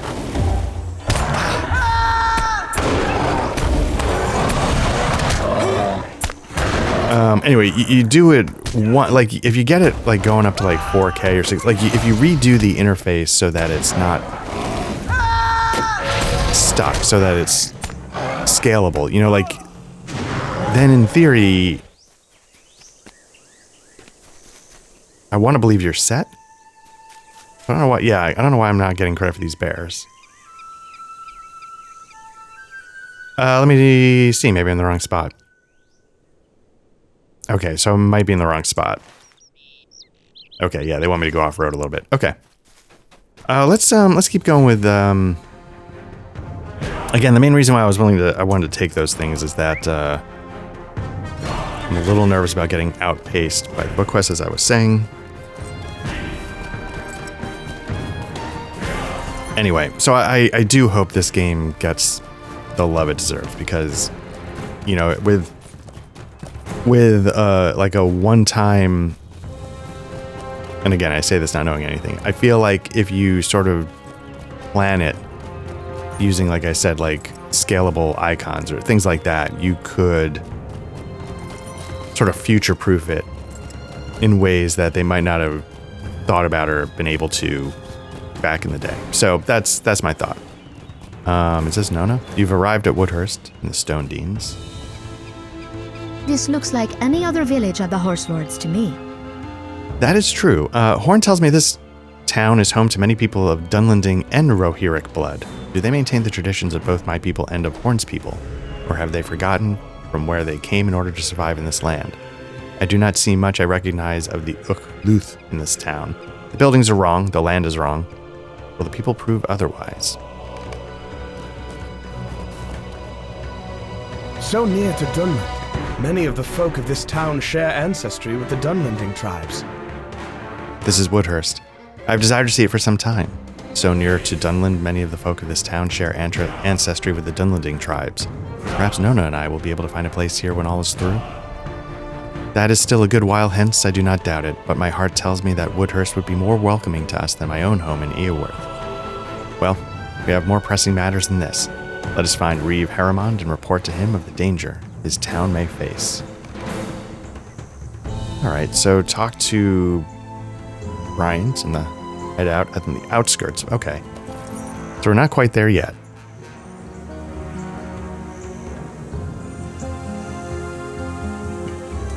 Okay.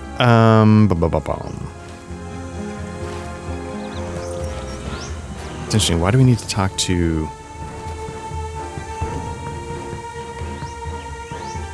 So like this, can you make this bigger?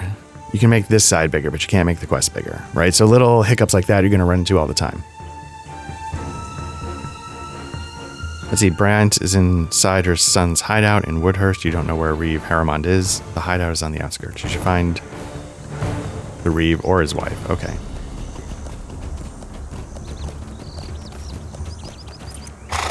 Now, and as much as like, so again, some of this stuff's never going to get bigger. Discover Woodhurst. Okay.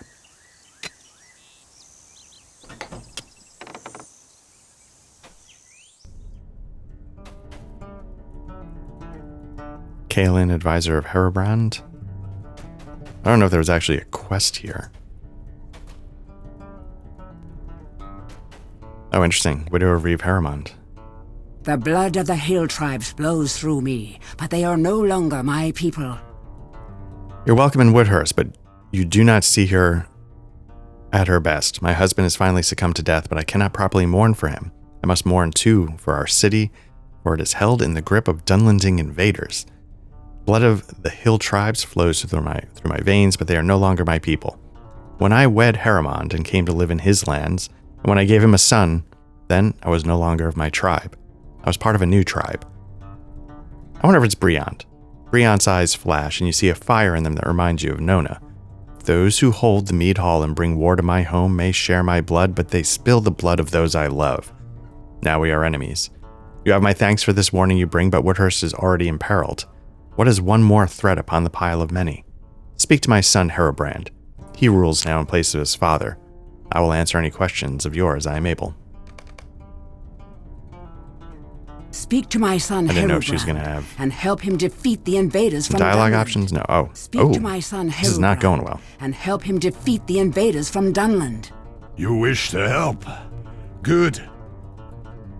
There are not enough folk willing to help with the problems of others in these trying times. My son Herefara is doing all he can, as am I, but we cannot be everywhere. There will always be somewhere we are not. You may not know much of these invaders, but I do. They are called Dragluth, and they worship worms and lizards of all sorts, but their loyalty has been bought by Saruman and they go where he commands. Defeat these Dunlending invaders wherever you find them throughout the Stone Deans.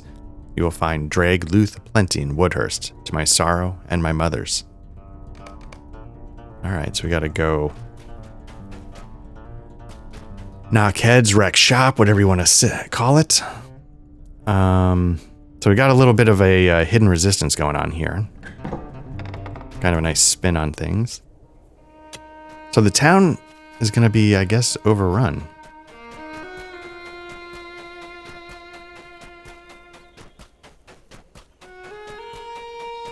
Now, do they? It's stupid.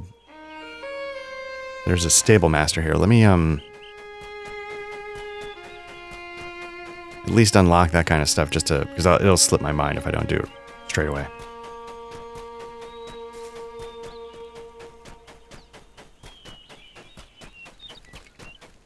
I do not know if we will survive this onslaught. Okay.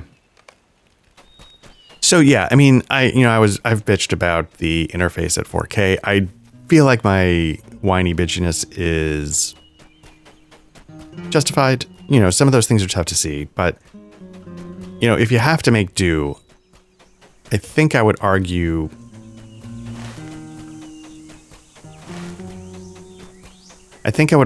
that give it a shot. Like, this game is free. If you were curious about it, but the 4K part of it held you off, give it a shot, because you might be surprised. It might be more workable than you realize. Got a little environmental storytelling going on here. I don't know if that guy's drunk and this is trying to sober him up. I don't think you have to stand in the fountain to do it, but okay. Maybe you have young elvish eyes, but give it a shot, because 90% of the time is going to be fine.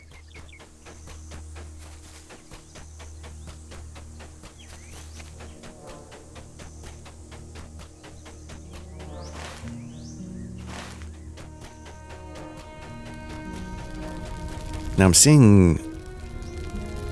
Okay, I don't have a quest to get in there. Okay. I was going to say, I see a ring to get in there, but I don't...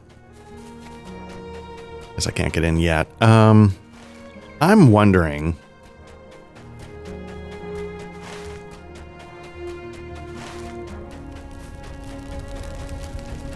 if they tried to bolt on the kinds of mechanics that involve, like, faction allegiance. You know, a lot of games go pretty heavy into... you know, which side are you teaming up with? Like, it's like a minecart? That's interesting. Oh, very interesting. That's kind of cool.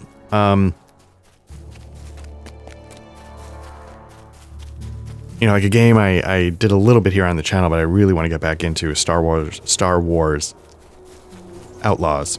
You know, that plays pretty heavy with faction quests. With Eisenhower. Man, that's impressive.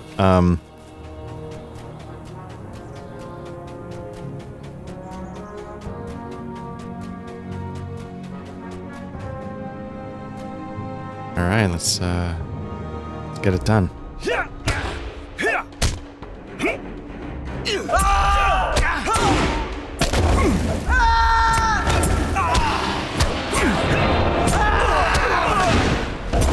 Now the quest is red, but the enemies are orange, so I'm hoping that proves to mean I won't struggle too much.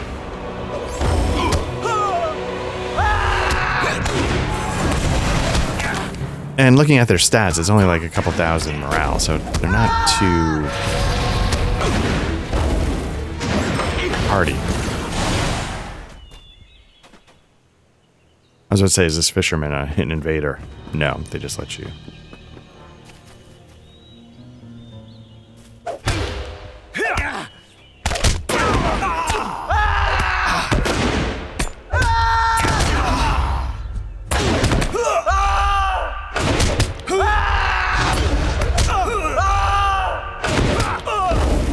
Pop restored shield worked, get some healing going. I didn't realize, I was sitting here talking about, oh, it's not a big deal, but then all of a sudden my morale was down to 2 grand.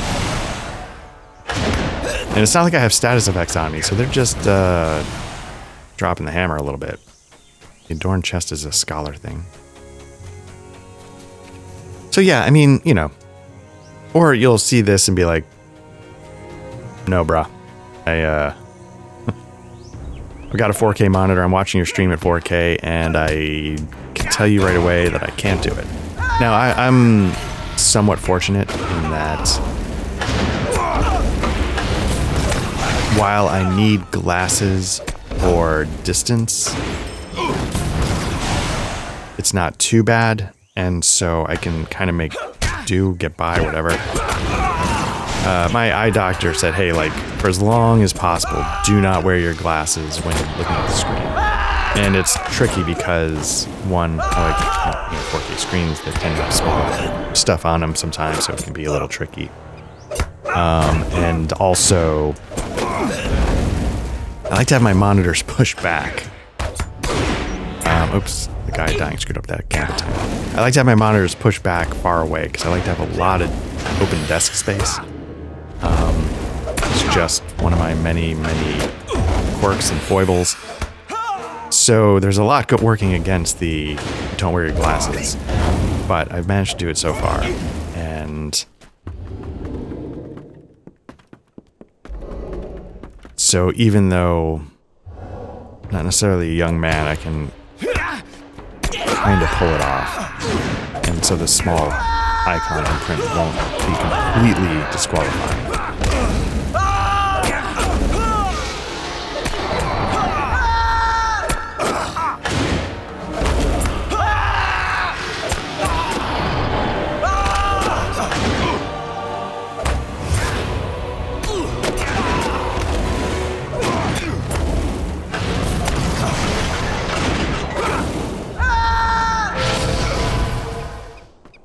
My hearing is the stuff I'm a little more concerned about. I mean, it's pretty typical, like,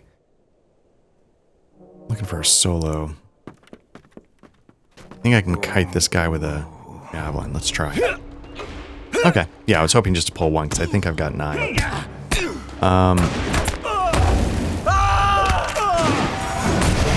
But that's normal stuff. You know, I was even, like, I was talking to my doctor. Yeah, you know, sometimes I have trouble picking out conversations from the background. I was like, yeah. I'm like, rock on. All right.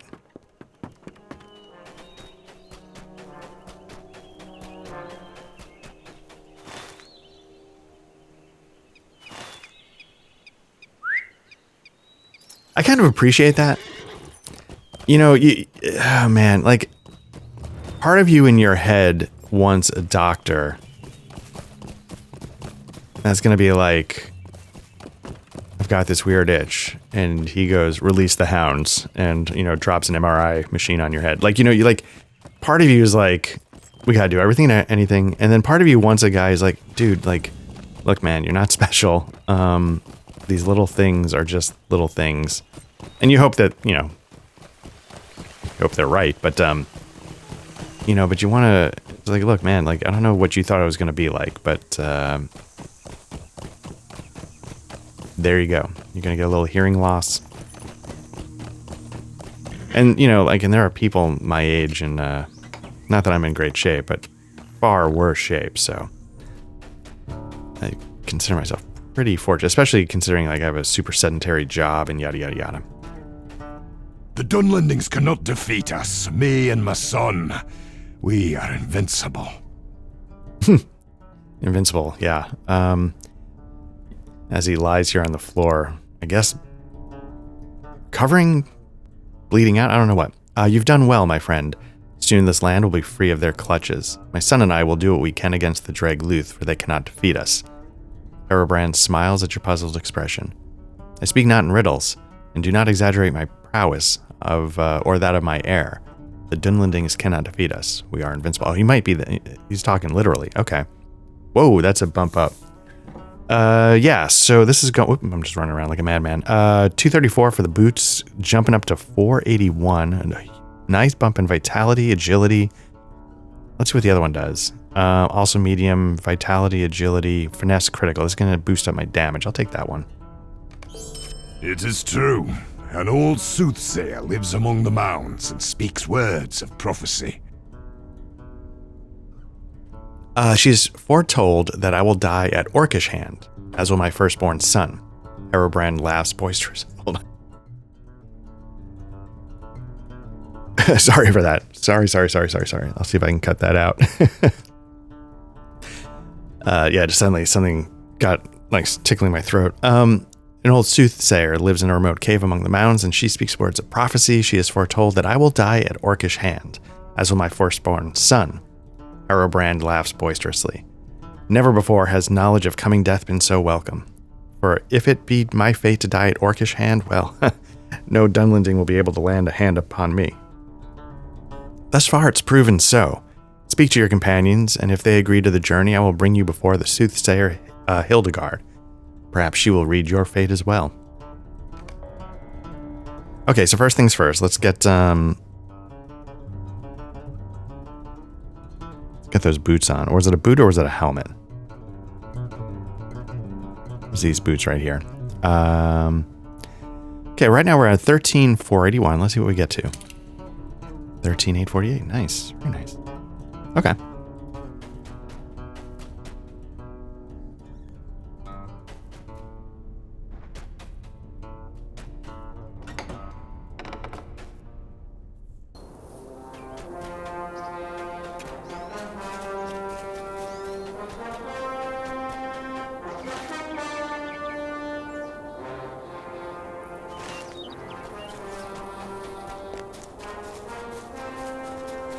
Yeah, let's see what Horn has to say about all this. Talk to Horn at the entrance. Herobrand is a fool to believe the words of this soothsayer. Soothsayer. Such mystics never speak plain, but deal in riddles to confuse the weak-minded. Herobrand is a fool to believe the words of this Hildegard.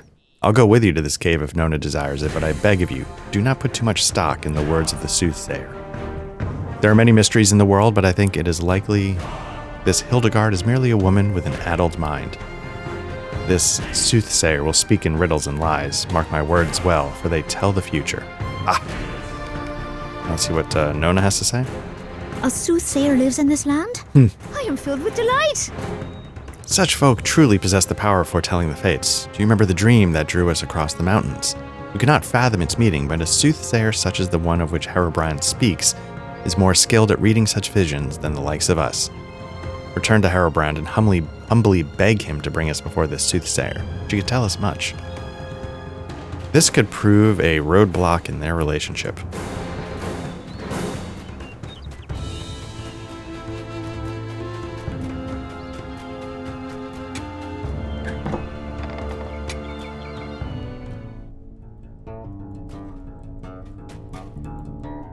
know, it's interesting.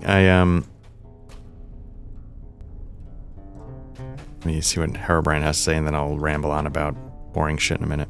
Let us see what Hildegard has to say of your own future. All right. Are you prepared to depart? Very good. Let us see what Hildegard has to say of your own future. May it be so rosy as my own, which frees my hand in battle against the Dunlending invaders. Rubbish and nonsense. Herobrand may believe the words of this soothsayer, but I will not fall for her trickery. We've arrived. Hildegard is sight of many things still to come, and the source of her power is unknown to me. Many of my kinsmen call it witchcraft, sorcery, such as that practiced by the elves. But I say Hildegard was a woman of Rohan and remains so. Speak to her with courtesy. Mind your feet. She's accustomed to the dark, as we are not. Remember, friends, be courteous.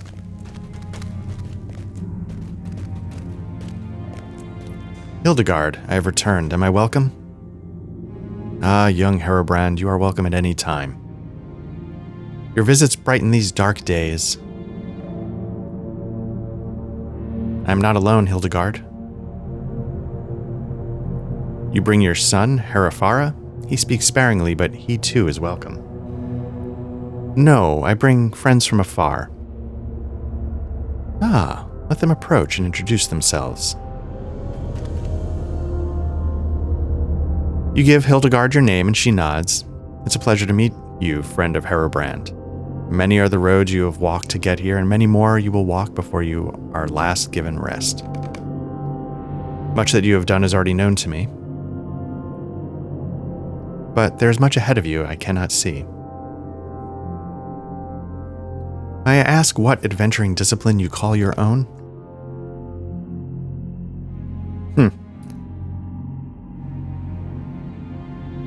I am a ward. Oh, you know what? This is, how quote-unquote mind readers work, so let's give it to her. Hildegard looks at you silently, the corner of her mouth turned upwards with amusement. Your prowess speaks for itself, humble warden. I know you hold the line against evil and defend good folk in all lands. I know, too, that you will be called upon to do so in the dark days ahead. This is not far-seeing. Any could say such a thing. Yeah, Horn's like, I'm not impressed. What's your name, doubting one? Should you not already know my name? Your discourtesy shames you, Horn. I did not bring you before Hildegard so you might insult the woman. Worry not, Herobrand, I am not offended by disbelief. Black Lodge, do you believe in my gift? Huh.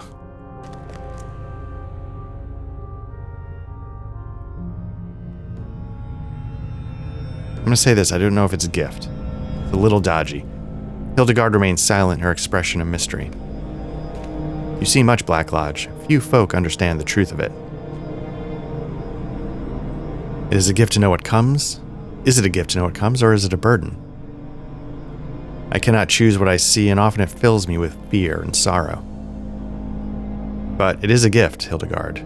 With this sight, I could set many things right. I think that's Herobrand talking. Come here, girl. What is it, Hildegard? You kindle, child. She burns with the heat of battle. Be silent, foolish man. I have battles to fight. They will not wait. It will be some time yet. That is the way of it.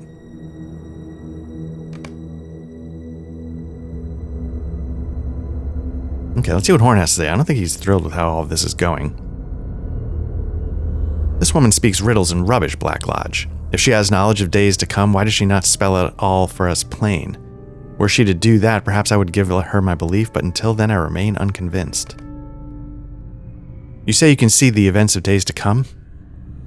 Tell me what awaits me and prove your claim is true. I cannot say. I thought as much. There is no straight path through this life. Have you heard the tale of Weirgunda, doubting one? Of course, all children of Rohan have heard it. I've sung the tale myself a dozen times at the least. Do you believe it?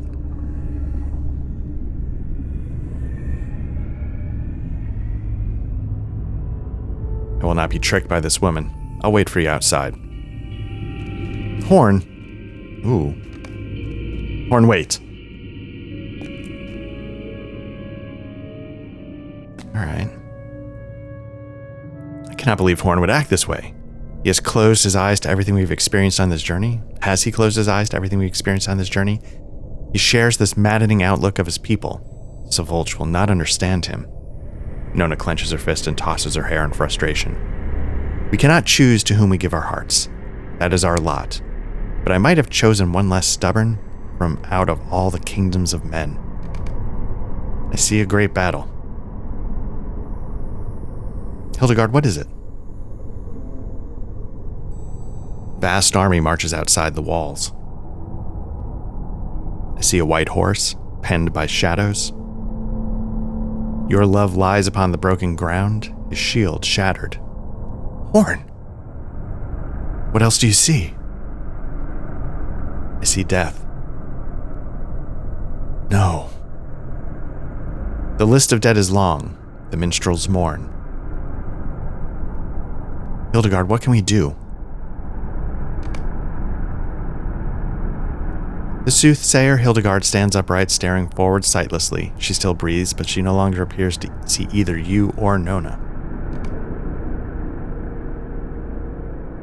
What can we do? If Hildegard speaks the truth, it means Horn will fall in battle. A good death for any warrior, but he is not just any warrior. He is mine, and it is not glory he seeks. I know this to be true. I will keep Horn from meeting this end. Others have fought their fates. Why not Nona, daughter of Savulch, sister of Wadu? You'll help me in this. You will say none of this to Horn, do you understand? The classic setup, right? Like once you know what's to come, you feel like you're armed or emboldened to resist it. We must do something. I need time to think.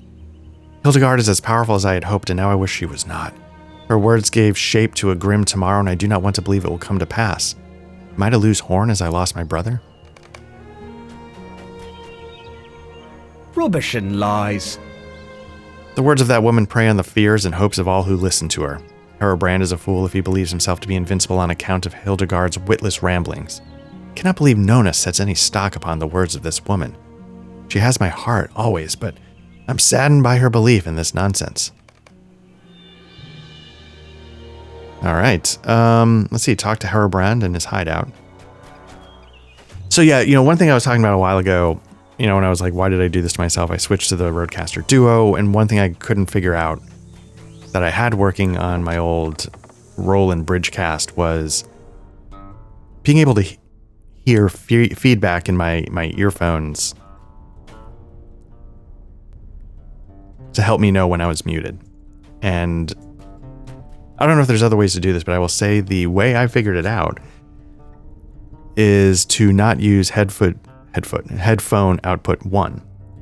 And I think the reason why, I think headphone output 1 is special on the Roadcasters in that they're the only ones that allow the, man, I don't know what the buttons do. There's a green ear button. It's sort of like to help you listen back to what's going in. But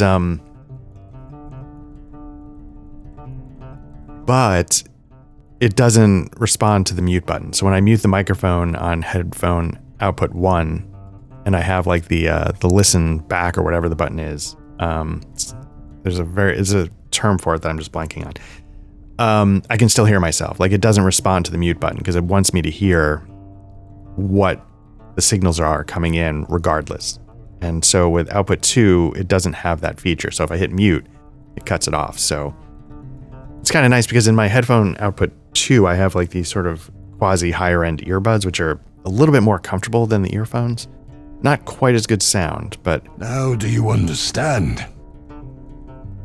a little more comfortable for long term. They feel like Apple iPod earbuds, and but they're wired, and they have a little bit better sound. Not a little bit. I think they sound pretty good overall. But yeah, so that actually might work out in a way. Now do you understand, my friend? Hildegard has unusual powers, and she speaks of the future with a convincing tongue. I have no doubt that I will cast Dunlending invaders from Woodhurst, for none of them can hope to slay me or my son. If my death be at Orcish hand, then no man can hope to harm me. I feel like there's going to be a loophole that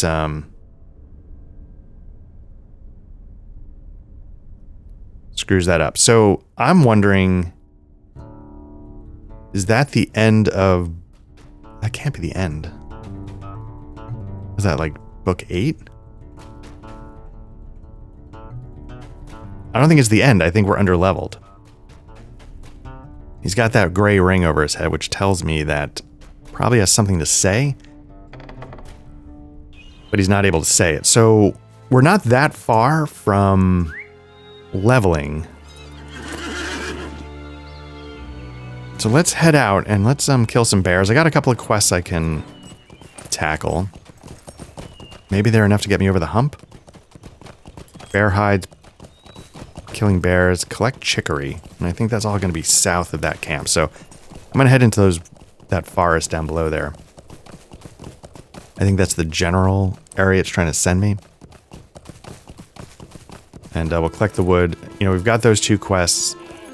I can now trigger the road to Dunharrow. I was intending to... In the area yet? No.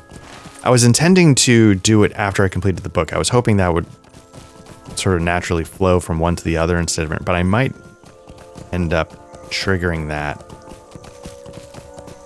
I've discovered the Roaring Hills. I just don't... I get paranoid about breaking... Strange Barra, this is a small fellowship, so I'm going to decline because I...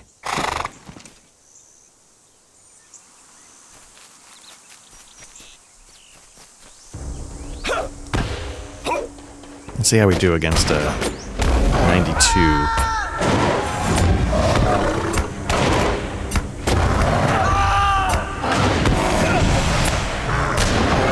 Gotta be a little on your game. A lot of my stuff isn't gonna... Proc's the right phrase. Their status effects are probably gonna hit me pretty hard. I gotta pay a little bit of attention.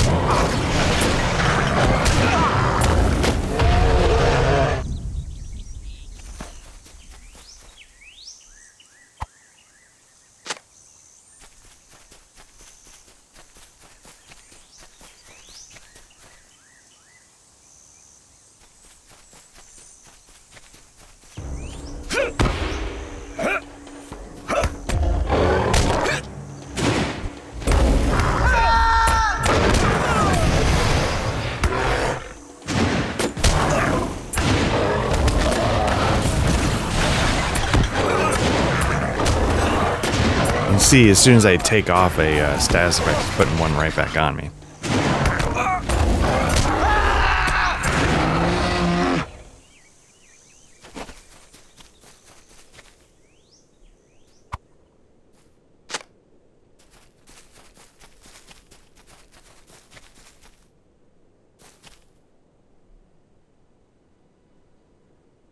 Yeah, so that was the fellowship quest, was to defeat that bear. I can't pull that off.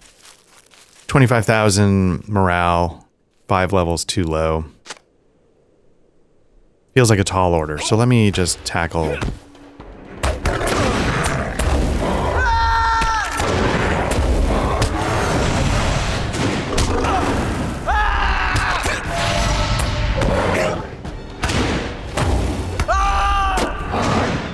Yeah, none of my bleeds are taking. That one went off. That's good, okay. And I think that was the 5 gambit bleed, so hopefully that's... Because if one's going to go off, that's the one you want to go off, so...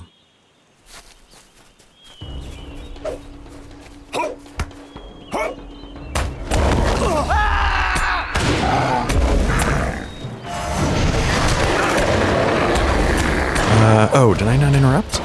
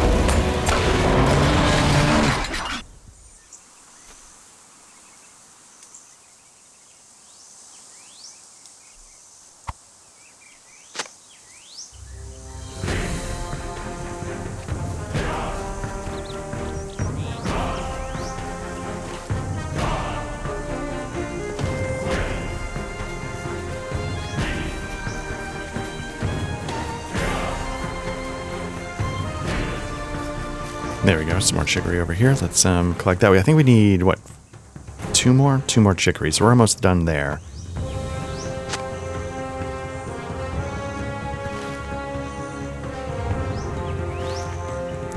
So I was watching some video, and I'm never going to remember where, but it says that one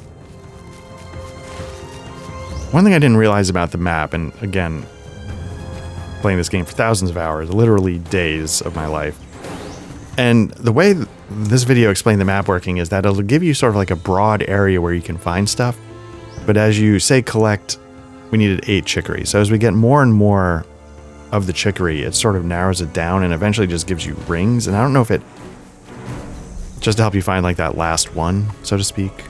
And I mean, I sort of was trained to like head toward the ring. I just don't think I realized it was sort of helping you narrow down the search as you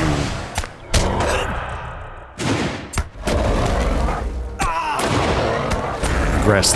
And again, this is just some video on YouTube, so I don't know if it's actually how the mechanic works, but interesting if true.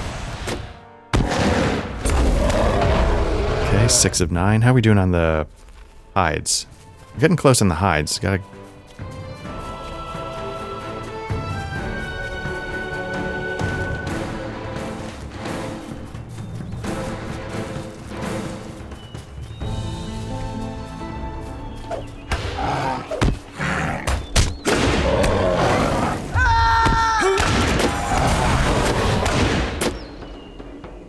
Did it not interrupt? Am I not able to interrupt yet? Okay.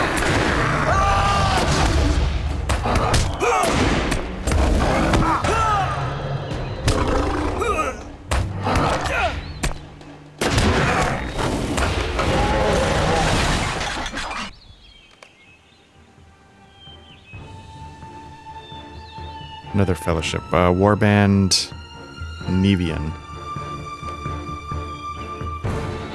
Now, usually when that shows up, they're in the area. I'm trying to see if I can get a lock on that. Okay, so we've got the hide, so let's just take care of a couple more bears and we're good.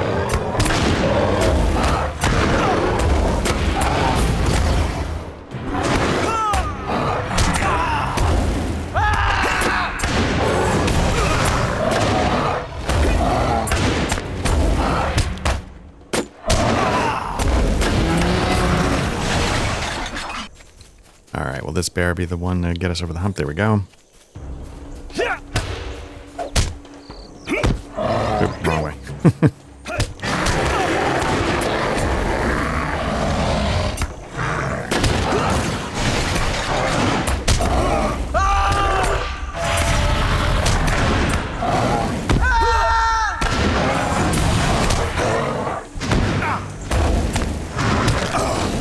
Looks like I'm doing pretty well staying on top of the incoming status effects, so that's good. Now,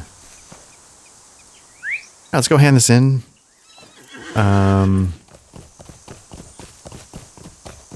See what this gets us. Do I have, like, you know, often I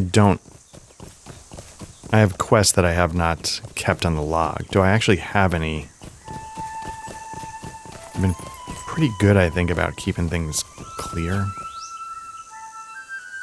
So maybe when I go hand some of these level appropriate white colored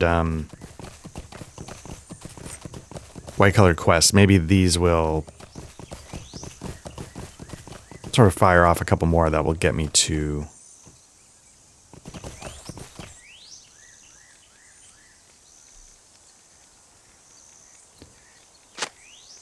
okay, and then place the chicory in the crate.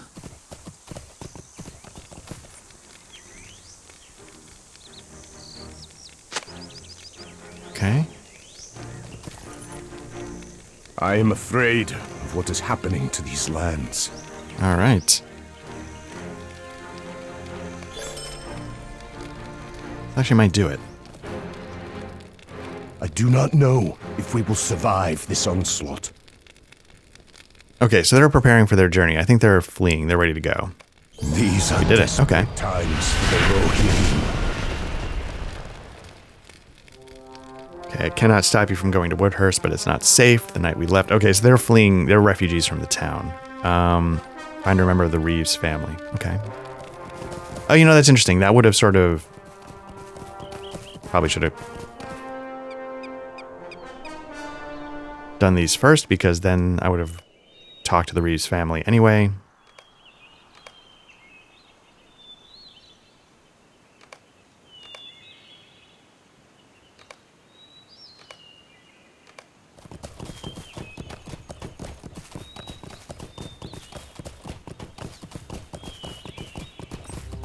Overall, so far, so good with the 4K. Like, maybe it's just this region and the type, like, there's no weather effects going on. Whatever is going on here is not crippling the engine, so...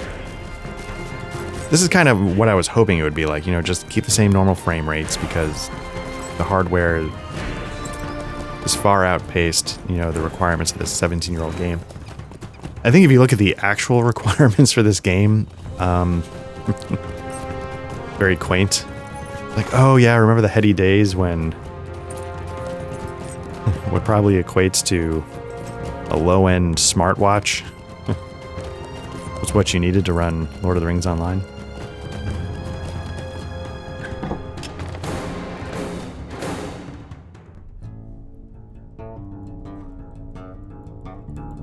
Okay, so we're finding a member of the Reeves family.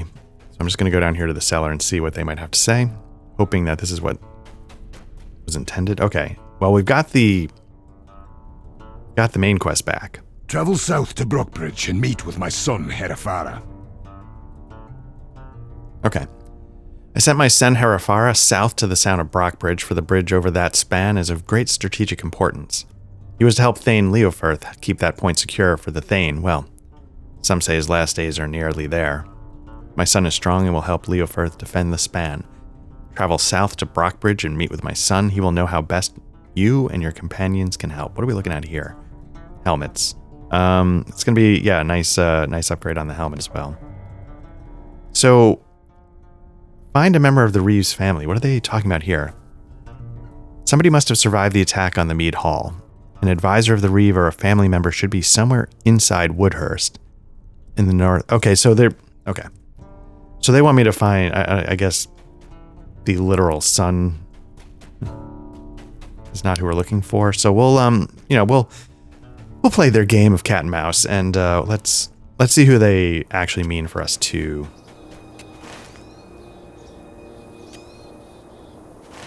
reach out to.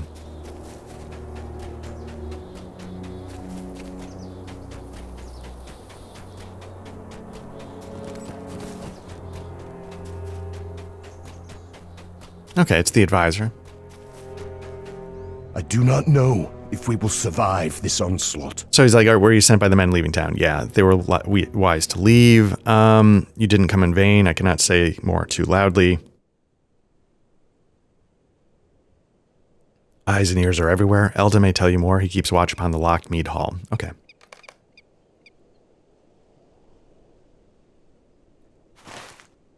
So I'm still a little nervous about a great many things, but in game terms, I'm looking at the book quests still being read.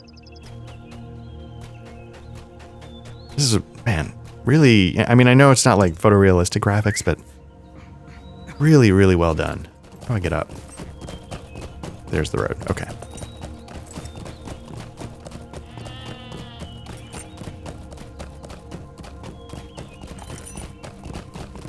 Because like they were saying, like this town really does feel different than the other Rohan encampments, villages, towns that we've been to. And so nice little touches in the design to help bring the world to life. Okay, there's Elda. These are desperate times for the Rohirrim. So it looks like, you know, plays the part of like, oh, why are you here? But then it's like, oh, Arnwy sent you. Okay, there's nothing to see here, so keep to your own. Arabrand's not here, and I'm not certain why Arnwy said I could help you. Go back to him or leap in the river and... Okay. Now, I can't tell if they're just playing the part because they're standing right next to a guard, or Did Arnwe? No, it couldn't have misjudged. I mean, they're obviously in some level of cahoots, I imagine. But yeah, since the book quest is still read, my fear is that at any point I will complete one and then grind to a full stop. I am afraid of what is happening to these lands. Okay, so usually he's gentler, but now he's flustered. Perhaps you'll have greater fortune speaking to Kalen. He can be found in the eastern farmhouse on the eastern side. Okay.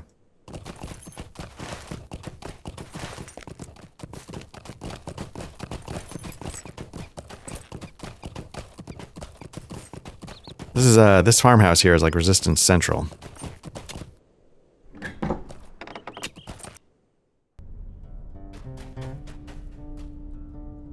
These are desperate times for the Rohirrim. Okay, so he apologizes for Elda, who's been acting strangely. Much has changed lately. You seem a friend of the Mark, and so I shall speak with you. We have much to discuss. I do not know if we will survive this onslaught.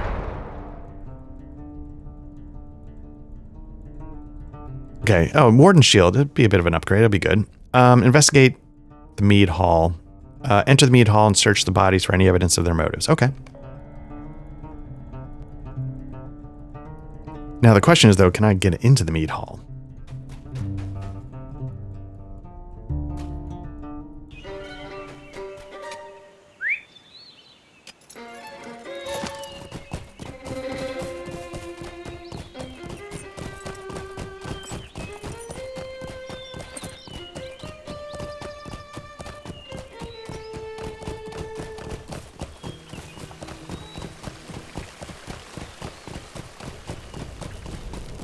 So the next thing I need to figure out, when I was talking about now I can, use when I can hear myself in my earbuds, tell when I'm muted, is how to turn down that without lowering the, because here, let me do a test real quick. So I'm going to talk, and now I'm going to bring it back up. So when I use the fader to lower the volume in my earbuds, it also lowers the level. So if I can separate those two things, that will help. I am afraid of what is happening to these lands. Because right now, then I have the game audio turned way down. I thought I made it clear you should not be here. Oh, Kalen wants me to let you in. It's outrageous. How is he undermining everything we worked for?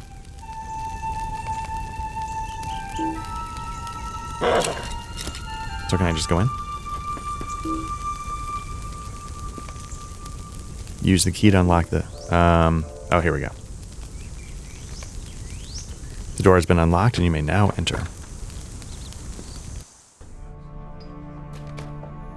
There are signs of a struggle, but it is eerily quiet and unlikely anyone survived. You find nothing of interest on this person.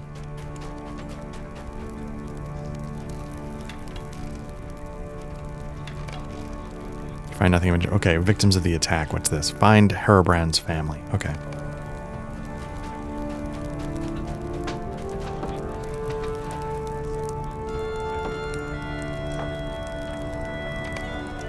Nothing of interest. You found where Sinathrith.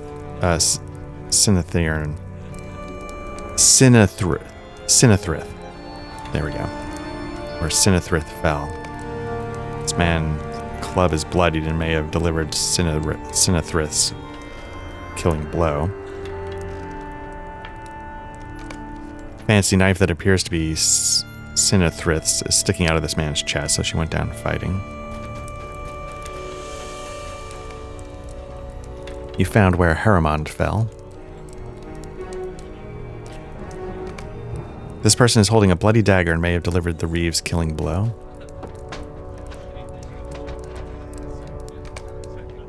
You find nothing of interest on this person. Now there's one more body somewhere that we need to peek at.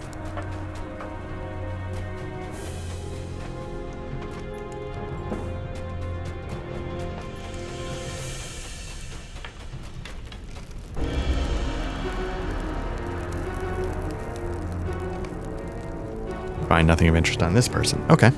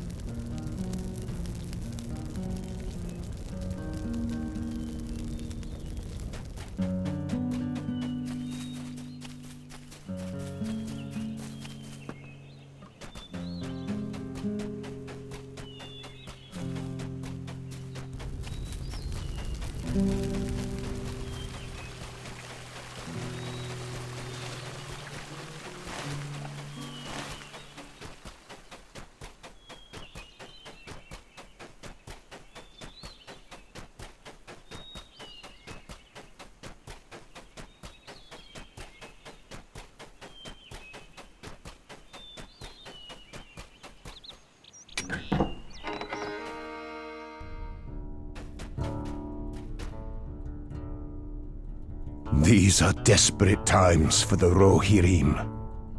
All right. Terrible news. They'll be put to rest with respect due to a Reeves family. The townsfolk must not know that the mead hall was attacked or that Herobrand has remained hidden for his safety.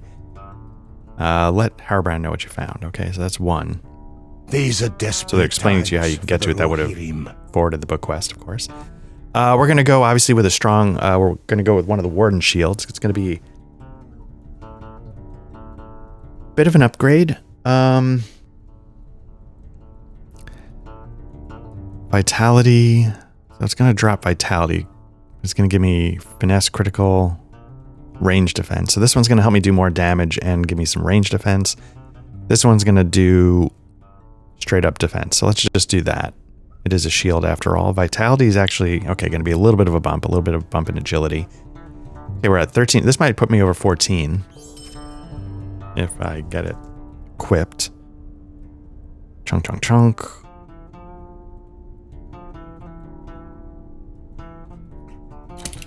There we go. 14,017 for the morale. I mean, again, not the, whatever.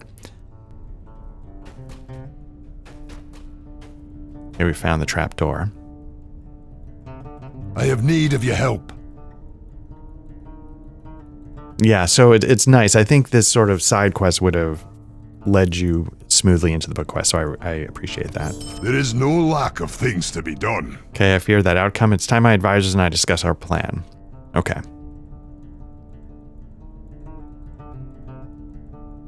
They must figure out who's behind the attack.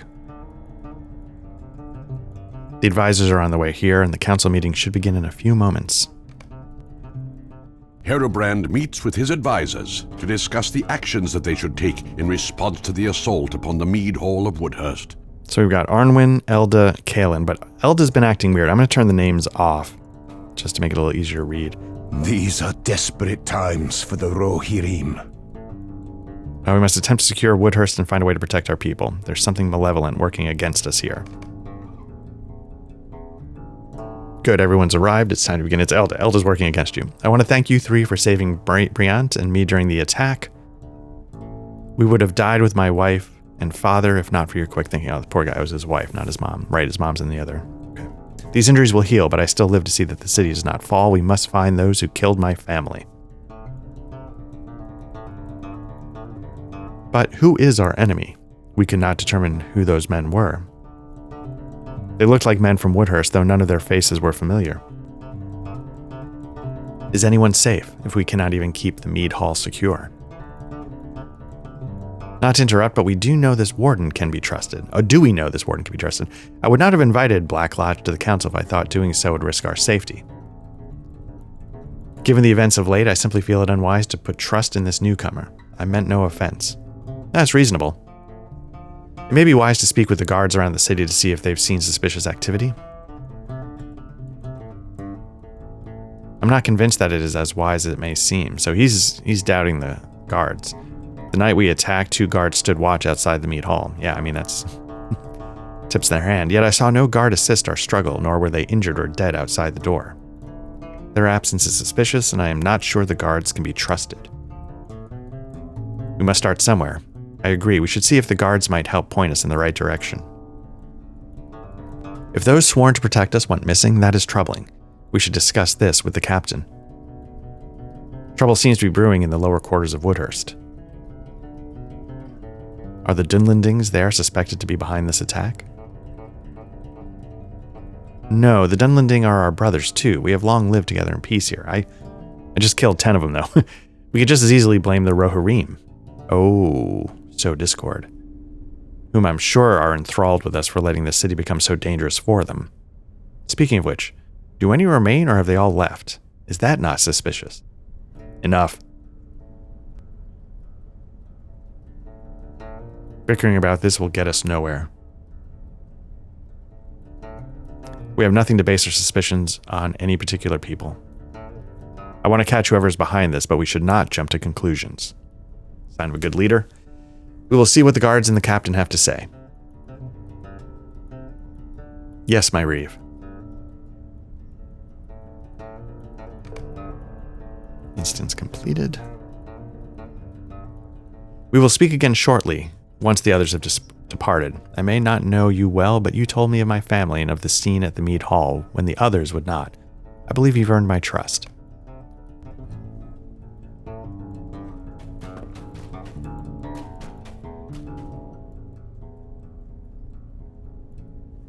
There is no lack of things to be done.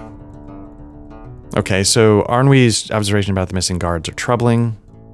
Had they been there to help, my family might still live. Nevertheless, I believe speaking with the guards who remain at their posts will yield our best chance to discover. So he's willing to give the guards a little bit more leeway.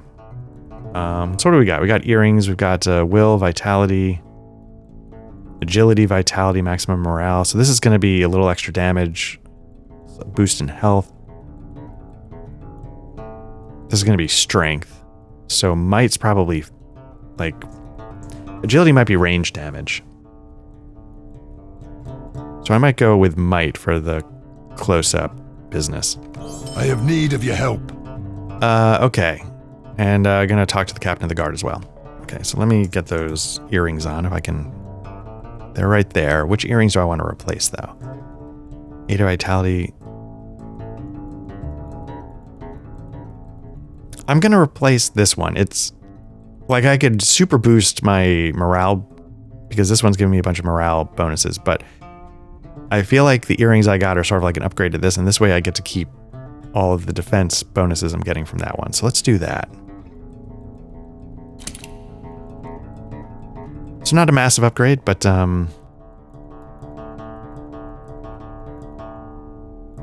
every little bit helps, right? Or honestly, every little bit probably doesn't actually make all that much of a difference, but... Oh, another... Level 94 burglar. Again, I genuinely really enjoy playing my burglar, and they're not a class I see a ton of around, so I'm tickled when I see one running around and doing its thing.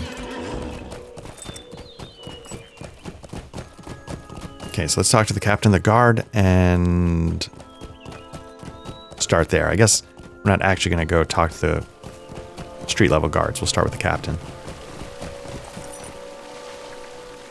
I am afraid of what is happening to these lands. Okay, so the 2 guards that were supposed to be guarding have vanished, so that's definitely suspicious. So let's talk to the remaining guards here in town. I do not know if we will survive this onslaught. Okay, so there's like talk of, maybe we shouldn't be part of Rohan anymore. Like, maybe we should break off and become our own thing. These are desperate times for the Rohirrim.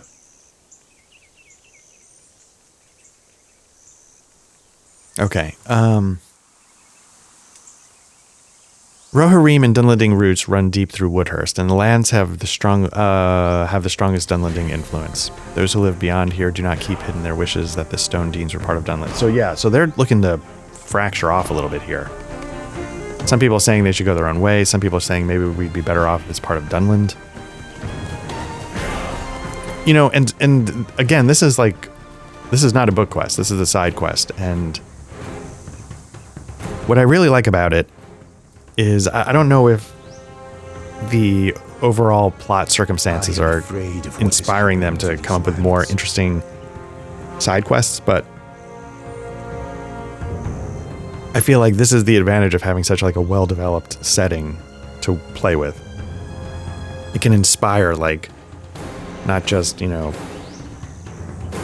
can you get food for my cat? Okay,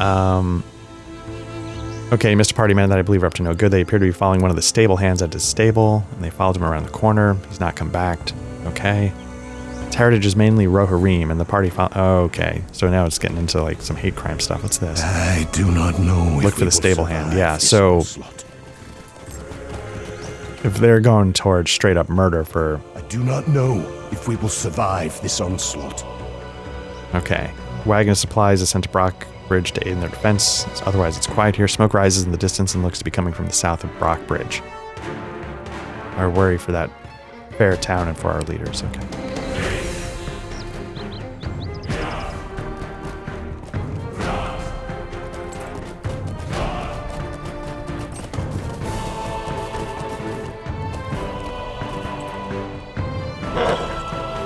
Yeah, you can't do that, dude.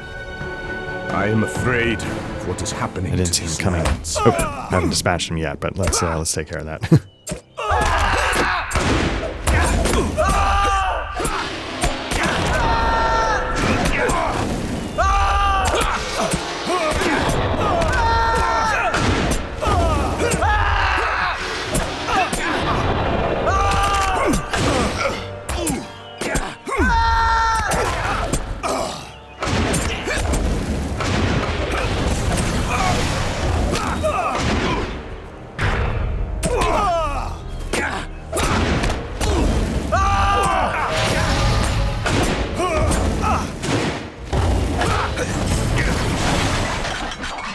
Okay, so yeah, he got jumped. I'm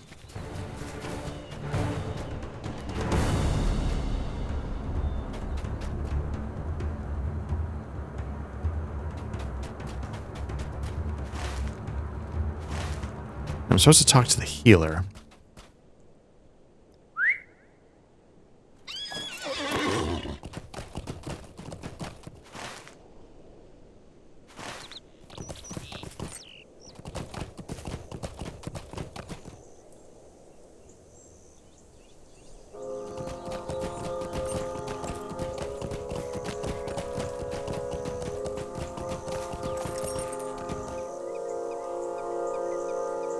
These are Okay, if you're looking for the two guarded the Mead Hall, I was good friends with them, but not after what they did. I never wished to speak ill of friends, but they swore off their duty they were pledged to protect. Usually they can be found at the inn nearby. Let's These are enter the tavern in times for the Woodhurst. Rohirrim. Okay, so the two former guards did abandon their post. It's hard to know why, but we might be able to figure that out. Yeah, so I mean, like this kind of side quest, like this town is a tinderbox of divided allegiances. There's insurrection afoot, conspiracies, etc.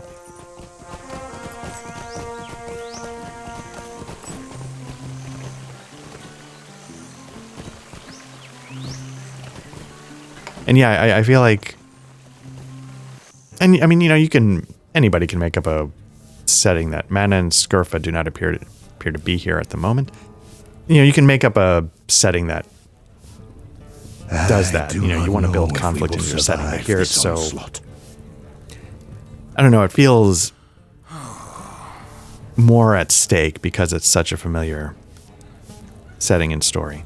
Okay, I know the two you're looking for, but I've not seen them come by. Okay, there's another inn in town.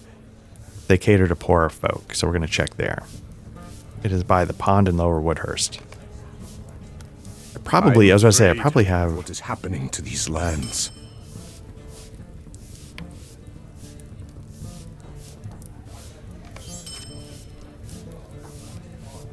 Yeah, I think I can get rid of most of this stuff. Again, these essences, I don't know what to do with them.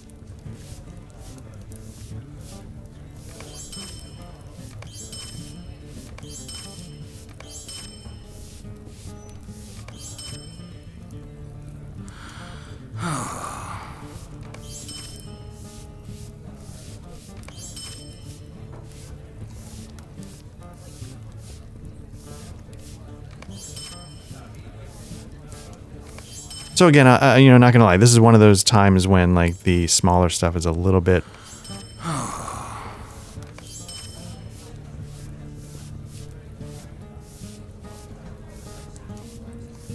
of a mess, but that's okay. Vitality. That was a high. The reason why I was looking at that is that's a really high boost to finesse rating. But I feel like I must have swapped that out at some point.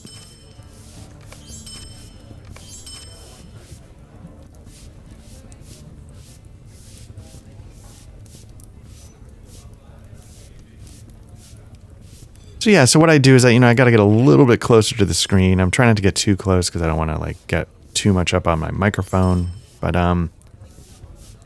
yeah, I can definitely make do. It's a little.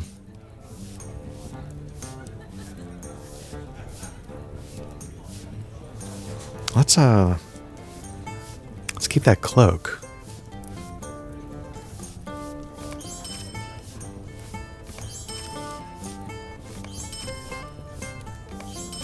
Yeah, let's get that cloak going. This it? 672. It's a little bit of a boost. Big boost to parry. So yeah, why not? And then we can sell that cloak. Desperate times for the Rohirrim.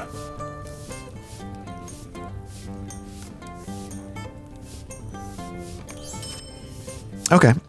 Yeah, again, not that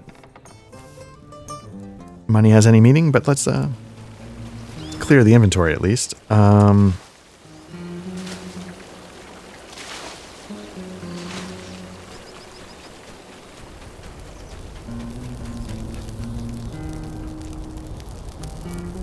was about to say, I haven't talked to... There's a guard up at the top of the hill. Let me talk to that guard. I'm assuming that's one of the guards I need to speak to. But, if I run right off the road. Yeah, I've got 3 left. These are desperate times for the Rohirrim. Okay, so he used to be down by the mine, and the guards down there talked about how they don't trust the Rohirrim. So, I mean, yeah, it's all sort of reinforcing the narrative we've kind of put together. There's the lower part of town where I just murdered 10 people. We're gonna go saddle up to their tavern.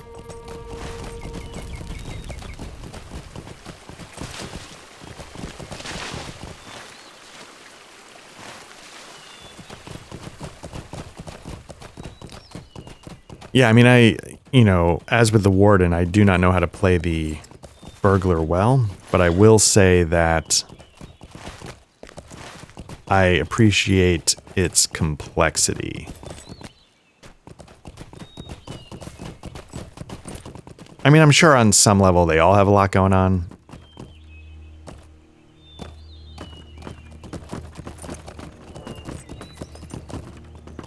It doesn't seem true with some of them, but like I will say, the Guardian, I've only played the Guardian up to like level 20, something like that.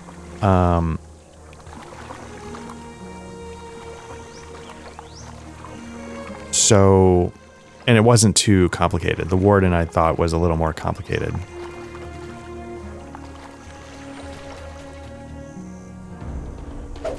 Yeah, but the Thief, I definitely found to be a little more advanced. And maybe like the Runekeeper, because you're sort of balancing like your offensive and defensive spectrum of spell casting or something. I don't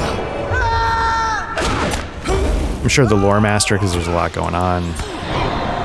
The Hunter is probably complicated in a sense because while you're just pumping damage, you got to be careful not to get killed.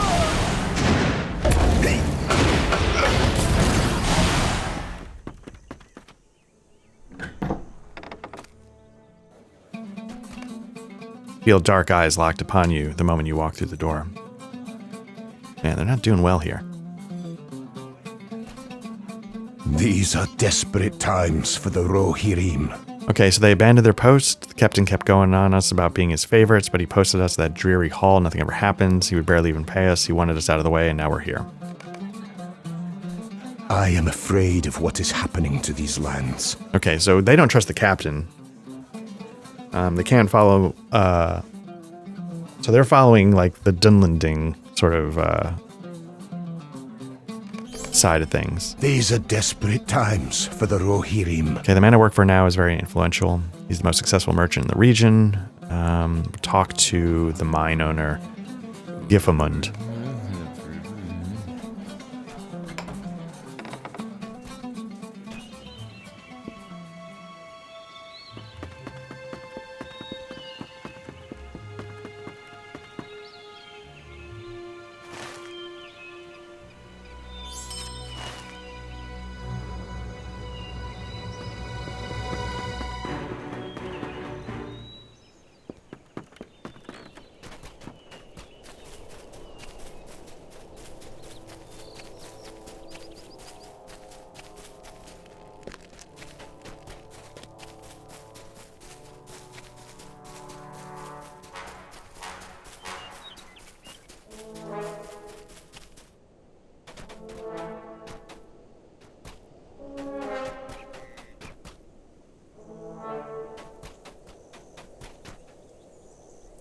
I do not know if we will survive this onslaught. Okay, so Dunlending troublemakers are jamming up the mine a little bit.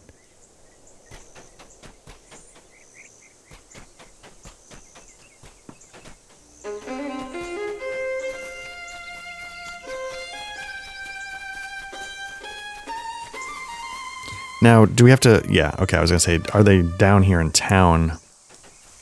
Or do we have to go by the mine? The mine is a little further in the distance, I think. But apparently they just want us to take care of these groups of troublemakers, which we've already dealt with once before.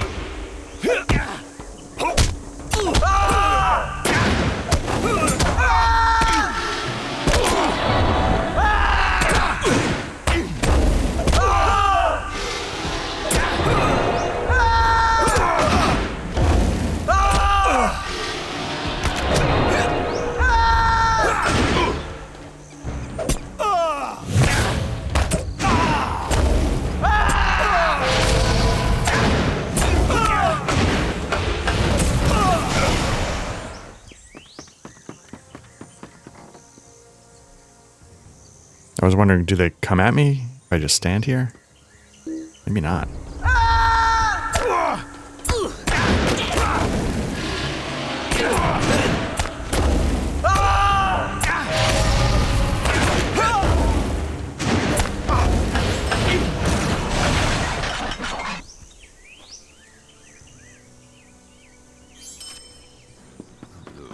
I always feel a little unsettled by attacking the things that don't attack me because I'm not an amoral nightmare. But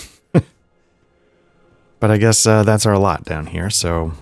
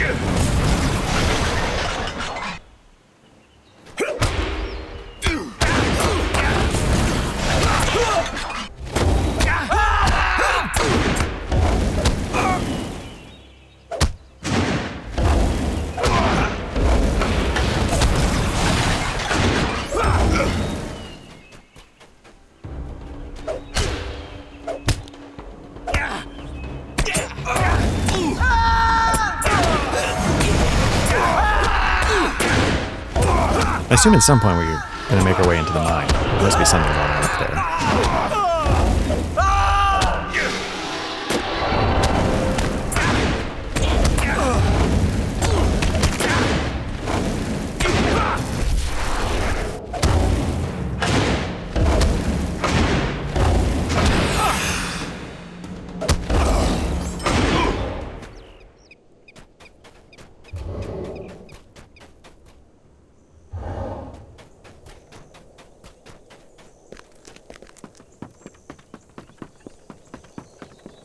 You know what? Let's, I know it's lazy, but let me just do this.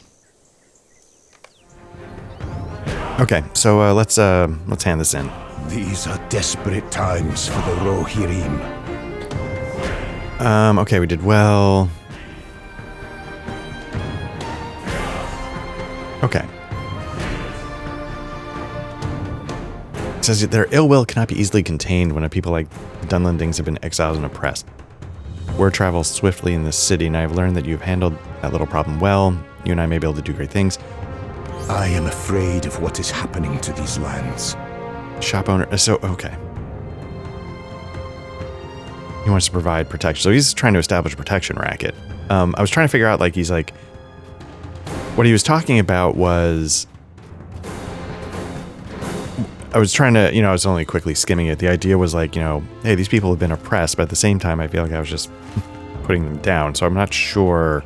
I really love this world design here, but I'm not sure what, I was trying to put the two together, and in my quick skim, I wasn't quite getting it.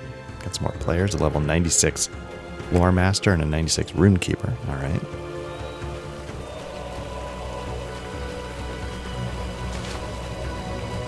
Now, none of this has a ton to do with the actual book quest, but of course that's a red, I don't know, offer protection. I am afraid of what is happening to these lands. So it's not, okay, the innkeeper is suspicious of the price, but he accepts the offer. I was going to say it's a protection racket, but it is true that the guards are not living up to the task, right? Some of them, completely walked on their duty to protect the Earl, the leader of the town. It's sort of an interesting thing, it's... When I studied, probably going to misremember this entirely, and luckily I'm saying this on the internet, but I remember, like, I thought part of what I was reading when... What business when I was learning economics in college. Okay. Angrily refuses. Good for you in some way. What business have you with the Rohirrim? Strongly refuses. Okay. I am afraid of what is happening to these lands. Okay, so this is where we had to talk to the healer. It wasn't showing up on the map, I don't think. Okay, we got the pack of supplies we need, and let's see what she says about the protection. I'm afraid of what is happening to these lands. Reluctantly accepts. So we got an FU, no thanks. A reluctant, okay, and then one more, maybe reluctant, okay, but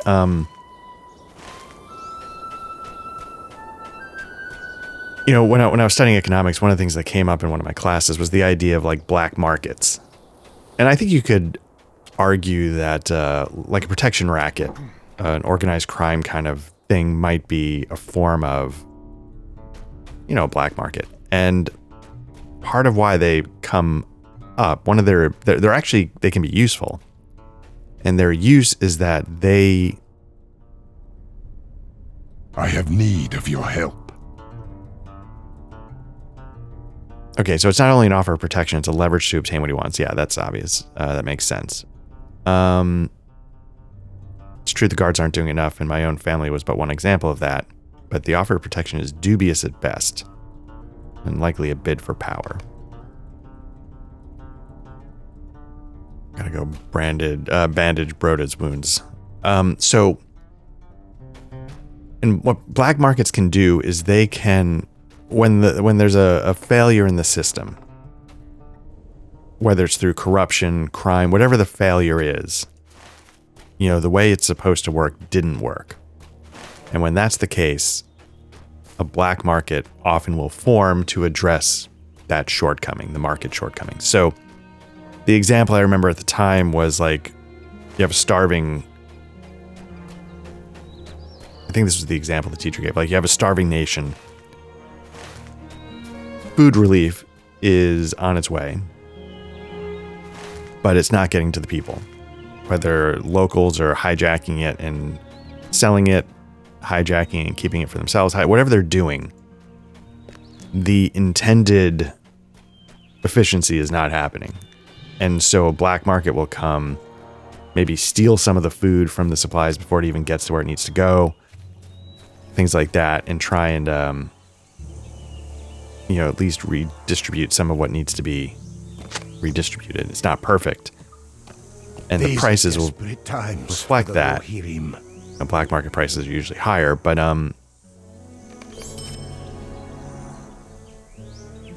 yeah, I thought it was and in here, like, this guy sees a need.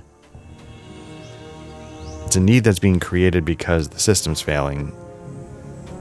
His solution to fulfill the need is a bit of a systemic failure in and of itself, right? He's doing it for greedy purposes, alternative motives, etc. But, sometimes it's better to have a bad solution than no solution at all. And all of this is to get to the point that I like the complexity that's going on here in the story. I do not know if we will survive this onslaught. Like he says, they have a right to be suspicious. I have my motives as to you. I simply offered what I have as a courtesy, but they're right. It's not free. I would not be the man I am today if I gave anything for free. Let's see what he's going to try and achieve his goal.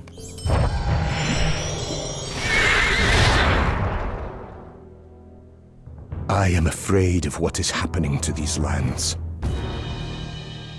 Okay, so this guy, Eldo, wasn't a fan, but he sees us helping out Gifamund, and he's like, yeah, maybe you're all right. Please deliver a letter.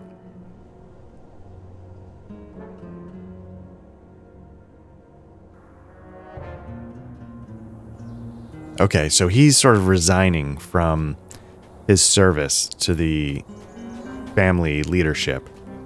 He's going to work for the strong arm there. And, but he wants them to know, like, hey, I'm not going to spill the beans.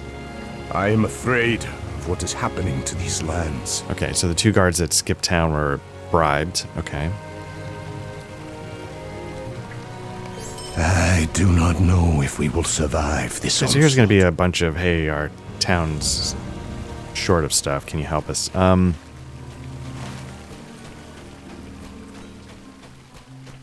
And it's one of those things where, like, that's the kind of moment where I'm like, okay, I think I'm going to stop this little chain now because I don't want to go collect 15 of those, 12 of those, and 9 of those. But at the same time, as I always say, I'm never quite sure what I'm going to be missing out if I don't do that.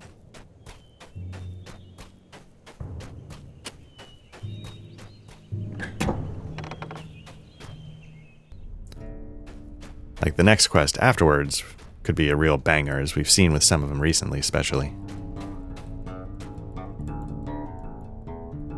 There is no lack of things to be done. Oh, okay. It's like, okay, resignation accepted, but comes back, there's going to be problems. I'm concerned that he could unravel everything we have done, but I must trust that he told you the truth and he'll keep my secret. Okay. He's concerned, though, that he's working for the strong arm.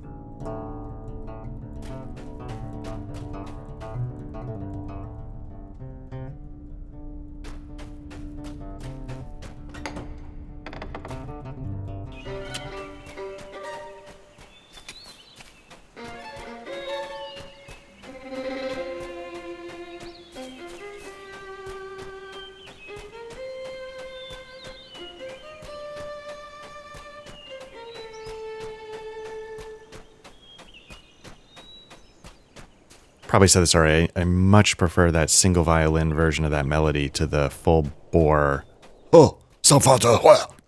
version of it. Where am I going? This way? Okay. I was messing around a little bit. I had a little bit of time to kill. I couldn't quite record. So I was like, what am I going to do while I wait for the recording opening to arrive? And this is the version that I prefer less.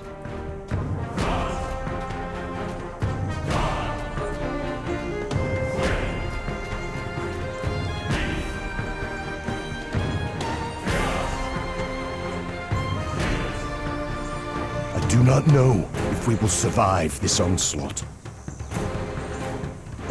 Oh, interesting. Okay, so you accept my offer, then I welcome you. Okay, so I guess we're sort of like... I've had my eye upon the seat of power here in Woodhurst for some time. I think you can help me acquire it. So he is making a power grab. I mean, that makes sense. Talk to the mine overseer. So the reason why I prefer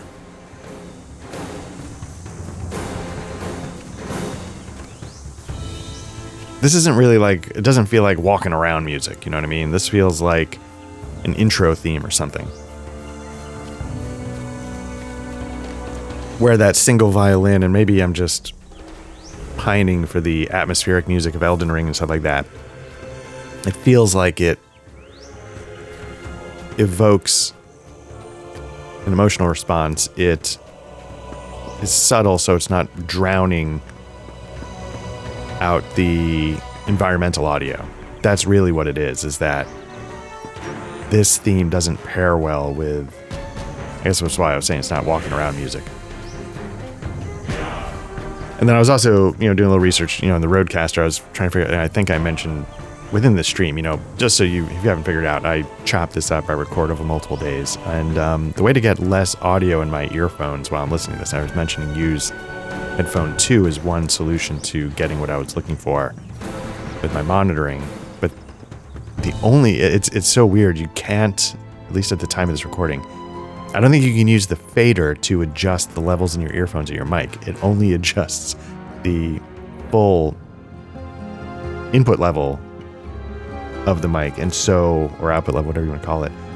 And I'm wondering if, like, in a live recording session, that makes sense. Like if you're doing a 4-person podcast and you're trying to adjust levels on the fly, somebody's getting a little loud. I think I could get that. I can tell you as a streamer, for the Rohirrim. the Roland approach, which lets you just not touch the mic input, you set it and forget it, which is kind of what I feel like you'd be doing on a podcast anyway. You don't want to, I don't think, adjust your levels on the fly so much. Okay. Collect ore.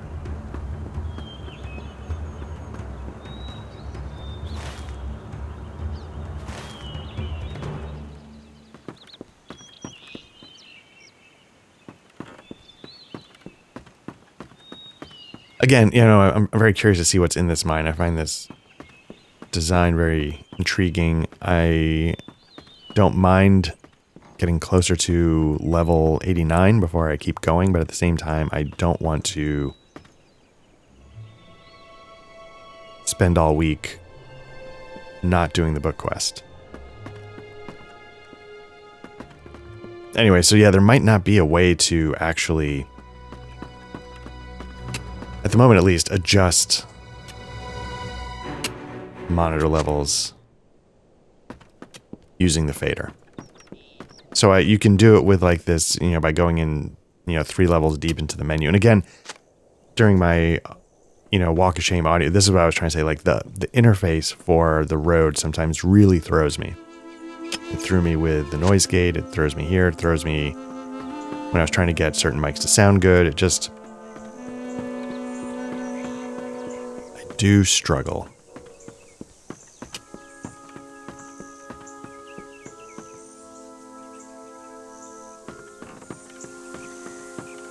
And again, it might make more sense to people who are more hardcore audio professionals.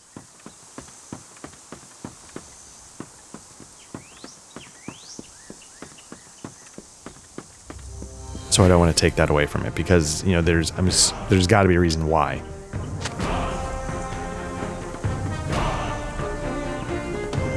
And it's probably better to accommodate,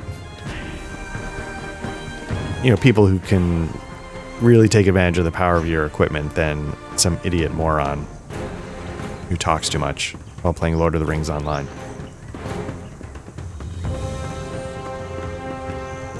I am afraid of what is happening to these lands.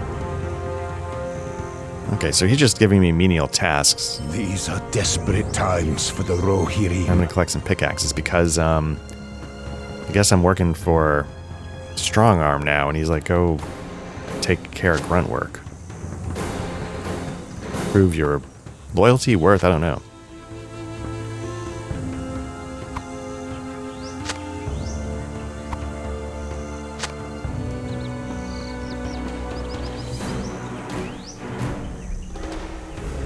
Okay, so where are we delivering the pickaxes? Again, as you can see, some of the 4K stuff going on. I can make this bigger. Workers in need of new pay. Okay, so I got to go find people.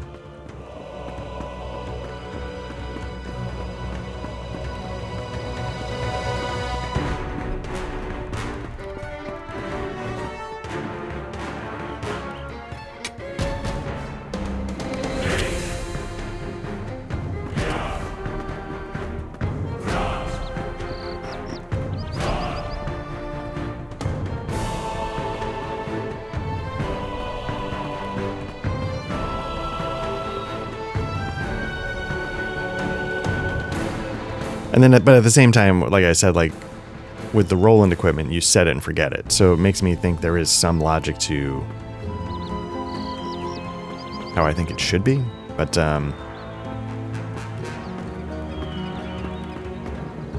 my experience has taught me that when I think something's logical,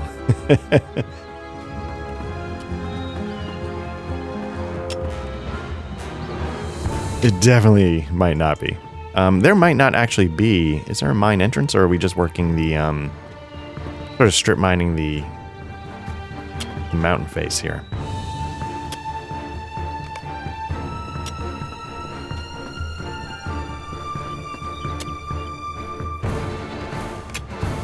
There we go. I mean, regardless, you know, I still think it's a cool design.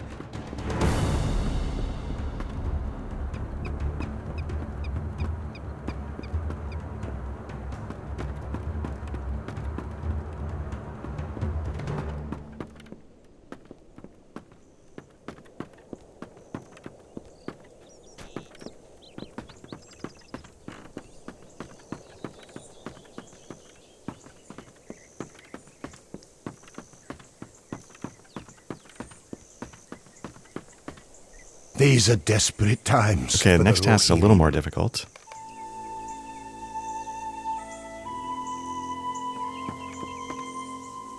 Collect the ore. Didn't I already... Okay, the ore's been gathered at the bottom of Wid Eisenor.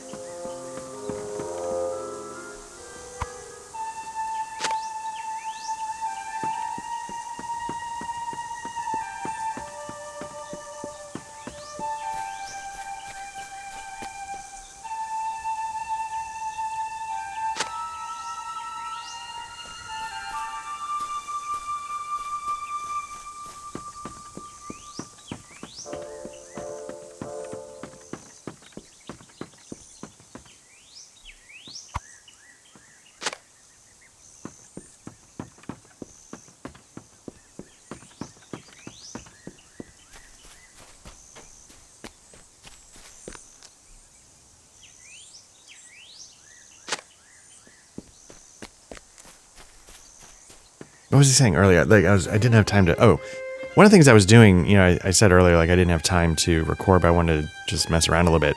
I have a level 2 like hunter, and I've said like hunters, I've never really had a ton of luck with because they're so fragile that I tended to die a lot, and I found it frustrating. But I did roll up like a level, you know, a new elvish hunter because it's. I've done a lot with the human Archit intro story. The other ones I'm less familiar with. I do not know if we will survive this. Then we got to repair the tracks to get the carts moving again. A couple things. I forgot how much I like the Elvish intro story. I like the Elvish Dwarvish intro areas, which they sort of overlap. Thorin's Gate. Really nicely done area. Great music. Interesting story that, you know, having played the main, you know, book quest a couple of times, they're like, oh, Skorgrim is like, you know, introducing things from a different angle. And, kind of, I was like, oh, this could be really interesting. I don't know if I've ever really done the Elvish story. I am afraid of what is happening. Okay, that's all they have for me to do. I don't know if I've ever done the Elvish starting quest to where it intersects with the books. I want to say I've done the Dwarvish one, and I don't know how different they are, but I think they are different. I think at some point they overlap Thorn's Gate and but then I think they branch off and then they connect to the book quest. Because there's like a Celadran. I don't know where the Elvish place is, but I know it starts with a C, but I know I'm also butchering it. But anyway, it just made me think, if there ever comes a day where I've level capped this, or if I just have downtime and I don't want to record and I just want to play, for its own sake, which seems like a ridiculous thing to do in this age of streaming, but content, baby. It might be fun to revisit that. And then it made me wonder. These are desperate times for the Rohirrim. Okay, so I've proven my loyalty.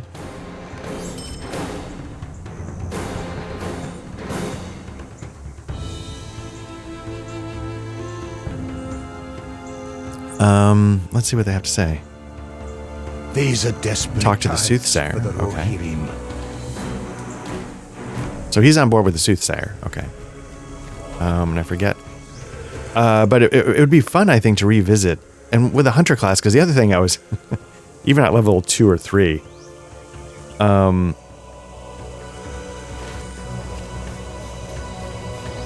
tend to play. It's been a long time since I played my champion, and I don't recall. And that's supposed to be like a DPS machine. I don't recall either way. But it was interesting to,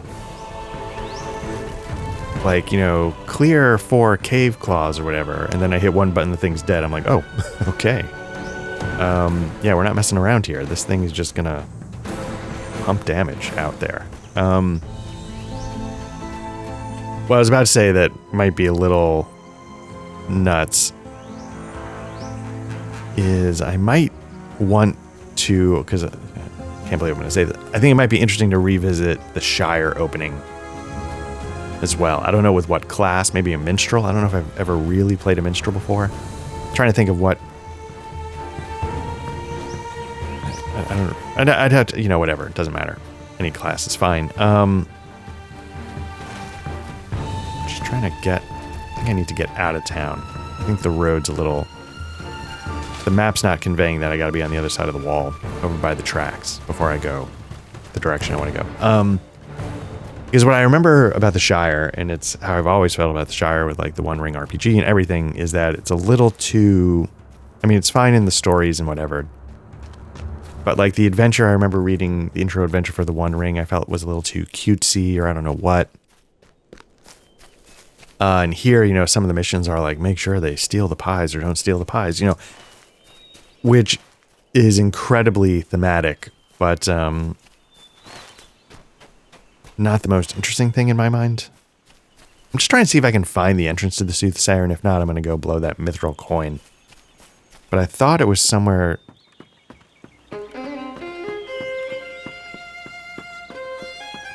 In the mountain, but I just don't recall.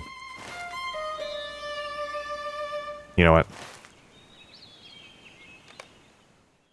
But it might be interesting just to get a better because now I've sort of been really paying attention to the story a few times. These are desperate times for the Rohirrim. Okay, you come with a payment from the other man. Darkness grows below. As hate rules the minds of most, the champions of Woodhurst squabble while the true enemy remains unopposed. The city will fall before it will be saved, yeah. Yeah, it's sort of a metaphor for a lot of things, maybe in the real world. Like, oh, we're squabbling, we need to solve some global issues, and we're not paying attention to them while we do this. So yeah, her warning, and I don't think it takes a soothsayer to point that out, but her warning is like taking her eye off the ball, and it's gonna hurt us. So where are we? Oh, so we're above the Mead Hall. And what's the path back into town? Because that's what I was not making the connection to.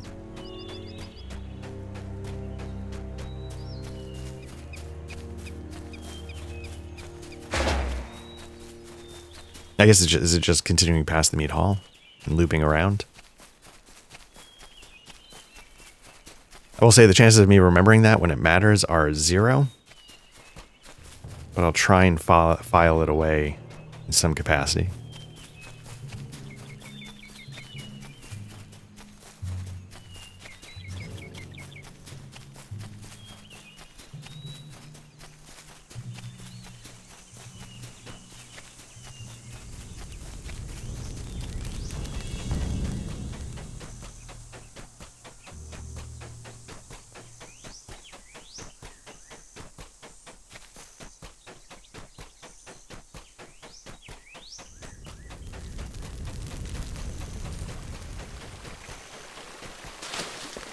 You know, just to date this video a little bit or part of this video as I record it in chunks. I was watching, you know, I enjoy like Lord of the Rings Online a lot. And so I lightly follow other Lord of the Rings online content. And of course, you know, Aubrey the Weird One is one who does a lot, or has in the past at least. And just put up a video that I think she said she moved to New Zealand. Which, I mean, I don't care where anybody lives. I will say, like, the idea of New Zealand has always fascinated me. One, you know, obviously as a Lord of the Rings fan, it has to take some kind of prominence because, you know, the movies are filmed there. There's no lack of things to be done. Hildegard speaks in riddles, but I found her words to be surprisingly truthful. Her telling was grim and does not bode well. Return to Gifamund and say, look, give him the info, we paid for it. Okay, so we're sort of like double agent here. I guess that's why we're working with Gifamund. Yeah, and obviously, like, it was like the perfect Middle Earth. But the other thing about New Zealand, and you know, once Middle Earth sort of put it more prominently in my mind, you know, we live on a globe, so what I'm about to say is on some level preposterous, but New Zealand feels like it's one of those places on the edge of the world. I do not know if we will survive this onslaught. Okay, Hildegard's gifted insight is hard to understand, but it seems so clear to her. That she said there's more than one champion of Woodhurst is interesting, because I must be one of them. But who's the other? The enemy unopposed must be Guard Captain Thurfirth. These are desperate times for the Rohirrim. Okay, we're going to confront the Guard Captain. Eldon and I prepared a letter that lists the terms of his removal. Please deliver this letter to him. If he does not leave quietly, then he must be removed by force. Let's hope that doesn't come to that. And maybe people in New Zealand feel that way about, like, Nova Scotia, right? I'm sure it's because we're on opposite sides of the world. But just the fact that it's not just that it's the opposite sides of the world. It's that it's the opposite side of the world. And if you look at a map, you go from Australia to New Zealand, and then there's nothing. Just Pacific Ocean and the South Pole. And both things seem so crazy. I am afraid of what is happening to these lands. You know, in the Northern Hemisphere, it feels a lot more congested, right? With the land masses. So, you know, yeah, just the idea of, like, there's just nothing. Tasmania always struck me, like, you keep going and there's nothing. Okay, he's like, this must be some kind of joke. He claims that I drove the Rohirrim out of the city. I will admit I do not favor them. Okay, he's going to face this challenge. Okay, now let's bring the letter to Herobrand. Keep him in the loop and what's going on. So yeah, so watching that video, I was like, oh, that's very cool. But then it just, you know, rekindled all of these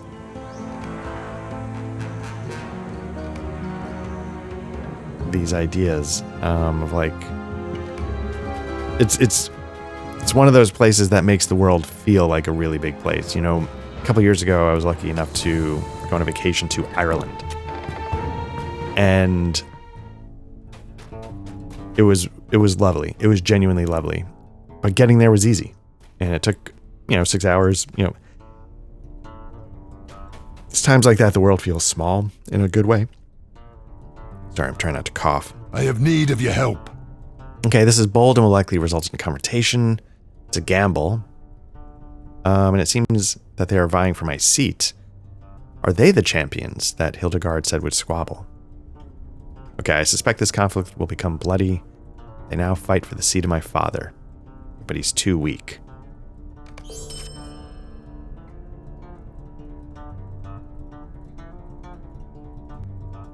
You will find my son Herefara at Brockbridge. So I don't know. Is this the end of this quest line? Should I go talk to the guard again? I didn't see a new quest come from that. But I have delivered what I've got to deliver. And now they can, you know, they can work it out amongst themselves, I guess.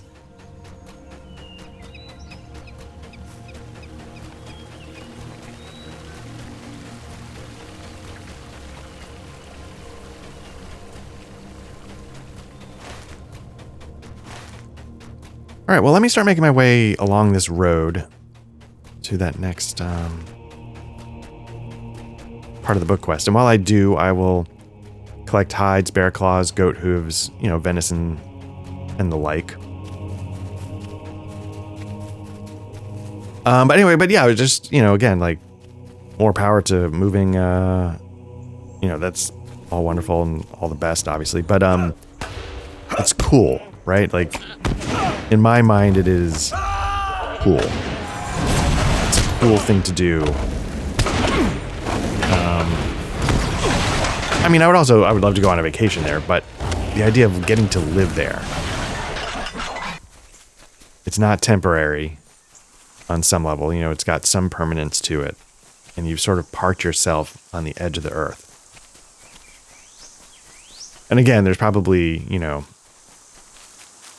if a New Zealander or, you know, someone from Australia, they're like, what are you talking about, man? You sound ridiculous.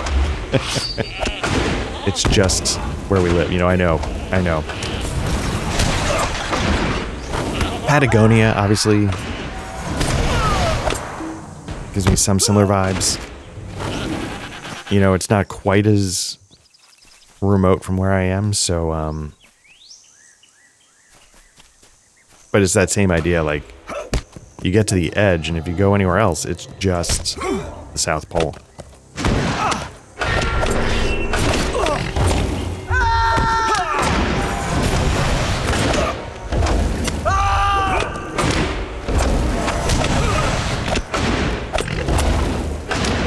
Venison is going to be, yeah, okay. Let's see if it gives us venison here. I think I only need like one more goat.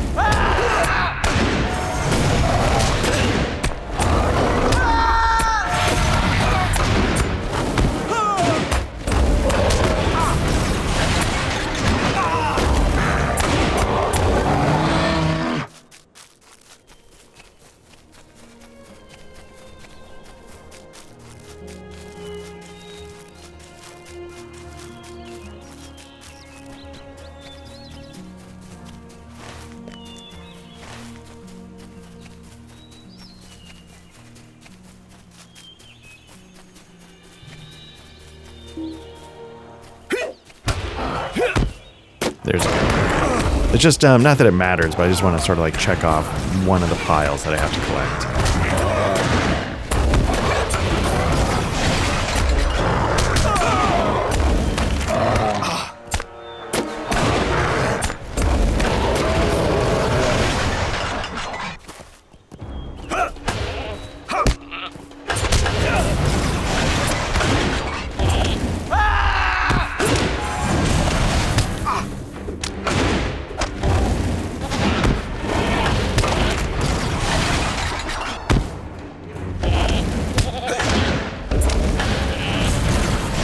Okay.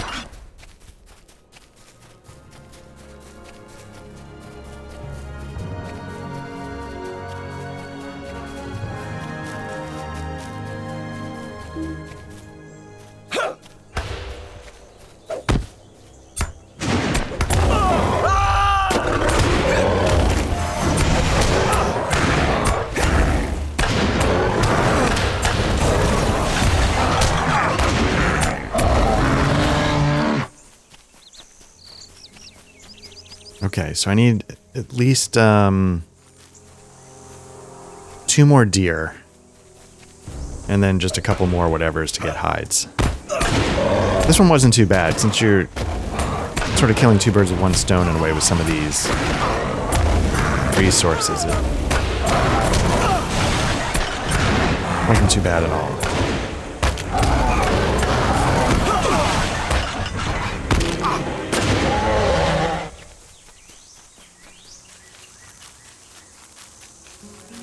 All right, so let's, again, this is going to be book 12.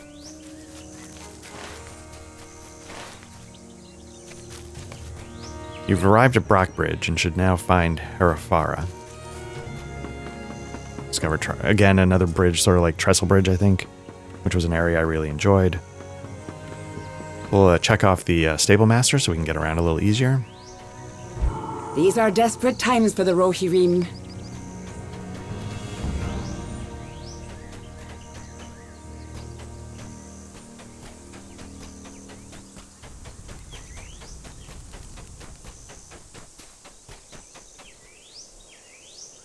A Dunlending raiding party has crossed the mountains. My father sent you to me. I'm pleased he did so, but I must confess that your abilities might be more needed elsewhere. My men report that something terrible has happened at the ford of the Eisen, and no one seems to be able to give a clear account. Men are scattered all over the Westfold, and rumors of battle abound. Stay not at Brockbridge. Someone must learn what has befallen in the Westfold. Some say that the king himself is embroiled in the fighting and may have ridden to Helm's Deep. A raiding party of Dunlendings has crossed the mountains, and they strike from cover of darkness. Their delight in killing the innocent is unrivaled. Their mark is a winged talon, and the fear of them has spread like fire in the brush. I hope to stand against them, but I have been unable yet to find them. They strike and then disappear as if they wield some skill born of magic. Before you leave, go to the Mead Hall and speak with the Thane. Leofirth is very weak, and the strain of rule has taken a heavy toll on his strength. It is the courteous thing to do. My father, Herobrand, believes I rule in Brockbridge, and perhaps it seems so in action, but I would not presume to tread upon the authority of the Thane. Alright, so he's willing to,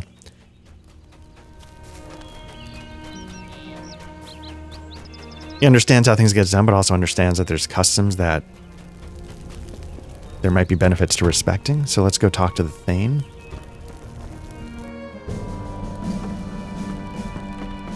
Oh, they're boarded up. They're ready. There's a last stand going on here. You come from Adoras. What news? Leofirth is very weak and cannot speak above a whisper.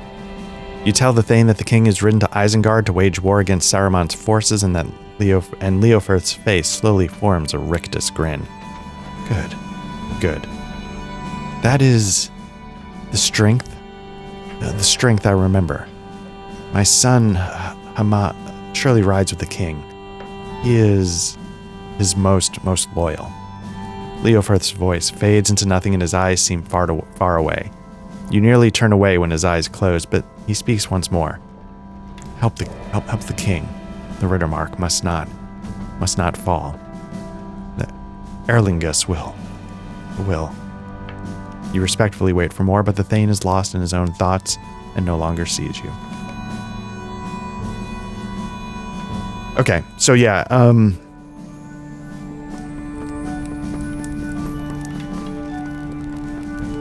he's not in good shape, and the town needs more active leadership. So we're going to talk to Nona and Horn. Let's see what they say. I know the mark of the winged talon. That is the sign of the Falcon clan. They became enemies of my people when they accepted the coin of Saruman. They are enemies of yours as well, and of Horn's people. Herefara says he has not been able to track their raiding party. That's because he's the son of a horse lord, and does not know the ways of the wild. He is at home on the open fields, but the people of the Falcon are familiar with the high crag and the paths of the mountains. Lou Brennan can lead his people wherever he will, and Herefara will never find them. But I will. I can move silently and swiftly, and I can find the tracks no horse lord would recognize. We must part again, Black Lodge, for a time. I'll see you again when the Falcon clan raiders have been defeated, but cannot allow them to roam free unopposed. I must do this while I'm still able. No others can. You going with her, Horn? You spoke of the Falcon Clan to me not long after we first met. Okay. I cannot deny their crimes nor their evil, but I wish there was some other who could find them. Nona believes none other could track them, but surely their leader will make some error or some mistake that will lead to his downfall. No, you speak wisdom. If even one innocent life can be spared, it would be a folly not to act. Nona believes she can find the Falcon Clan raiding party, and I think she's right. But I'll not leave her again. This is a journey we will make together. I hope you understand. I will see you again in time, but I cannot abandon Nona to this battle. Hey, you know what? I get it. I respect that. I think it's the right call. If you want to get it done, you need backup. And they should be together. Horn wishes to go with Nona on her search for the Falcon Clan. Okay. He believed he could set his love aside while they were apart, but it seems to my eyes that proved incorrect. Rather than send his heart away with her, he would rather walk beside her on her own journey until its conclusion. Of all the strange things that have been done for love, this is perhaps the least peculiar, a desire not to be apart. He charged me with one task in his absence. He wanted me to look after you. As we continue southward into the Westfold in search of the king, I am to ensure you do not endanger yourself unnecessarily. I told him I'd do my best. Our farewells have been said. When you are prepared to go, let us make for Helm's Deep in the Westfold. Horn says that this is where the king would ride if his march to war ran afoul of danger unexpected. Okay, travel to Helm's Dyke, the entrance of Deep in the Westfold. Okay, all right. 1. Hell yeah. Godspeed, Horn and Nona. 2. I might do the road to Dunharrow. I feel like we're getting to that point where it is time. 3. Before we get to all this epic mofo and stuff, I need to kill 2 deer. So let's do that. Need 2, and then we need 2 more hides. So I need to kill at least 2 more of something else. So let's grab this bear.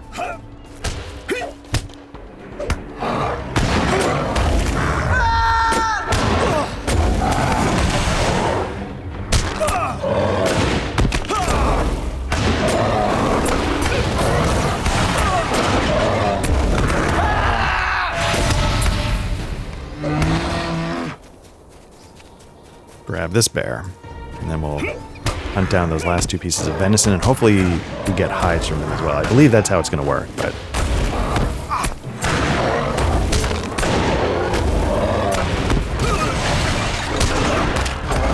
Anyway, yeah, going back to what I was saying about the hunter, it was crazy just how quickly they blast through targets. So I get why people who are good at the game would do that kind of soloing. I don't want to do a warband. This is solo, though.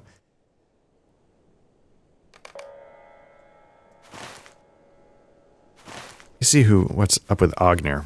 The other ones are fellowship. Solo I can handle. Hopefully. Maybe not.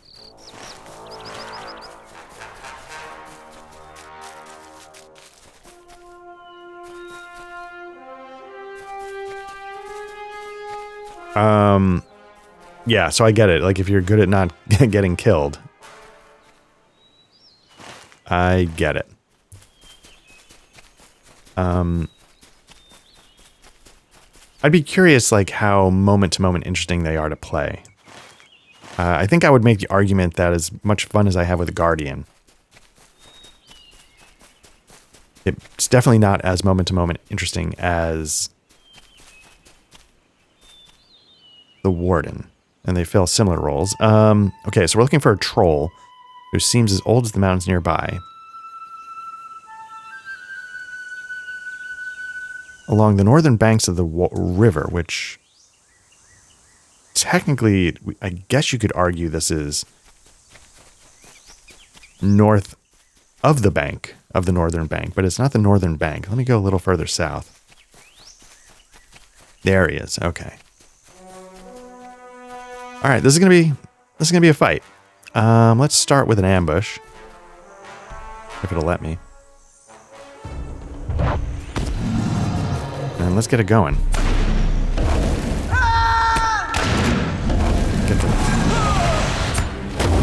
Start getting some defense going.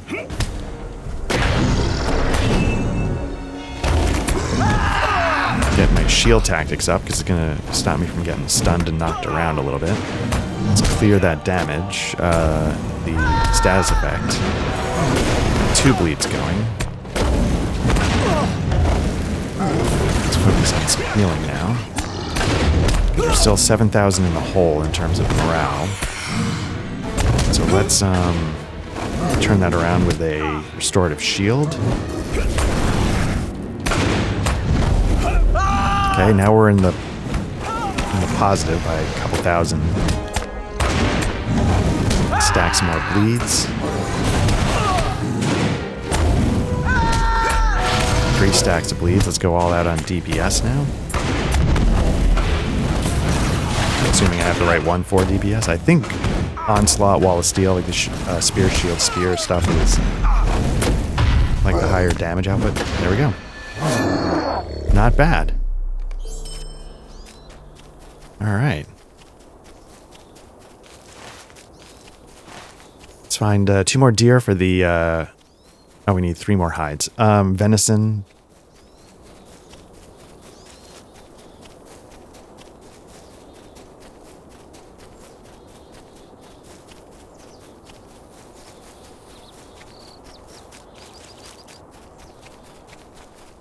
Let's take this one.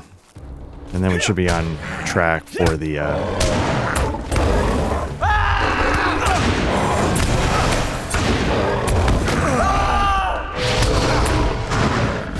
resources we need.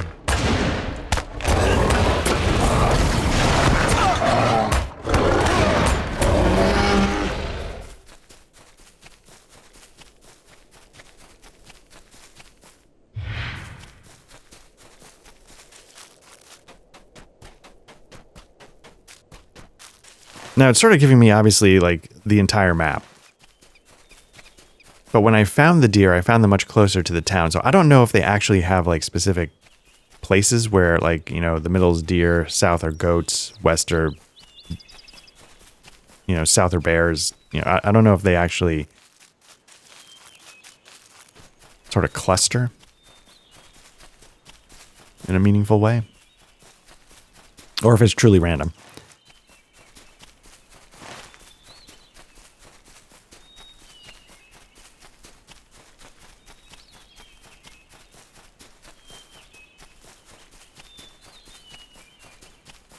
Goats and bears. I'm not getting deer.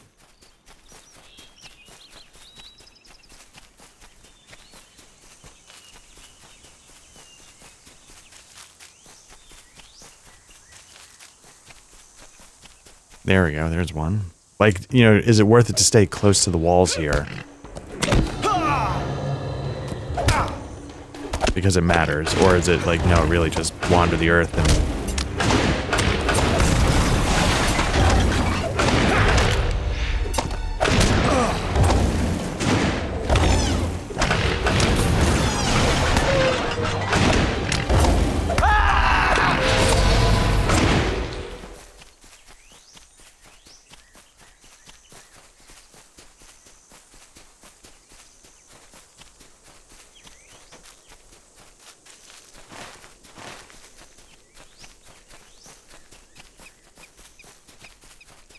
I mean, I guess in one way it makes sense to stay close to the wall because that creature will respawn at some point. There's that, but what's that over there? Is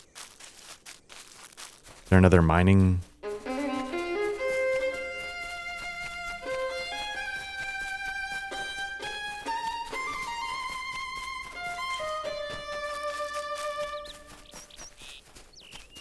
There you go again, that single violin take on the theme. Love it. Could have done with some more of it. Some walking around music.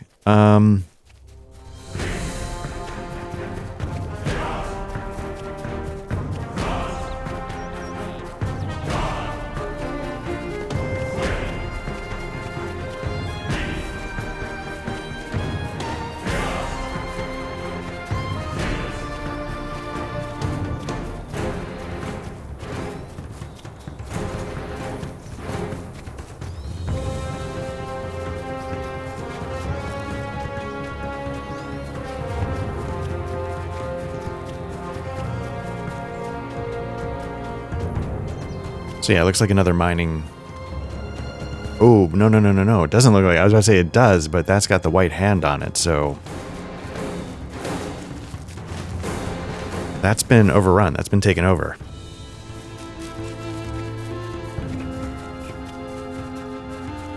There we go. Another deer, finally.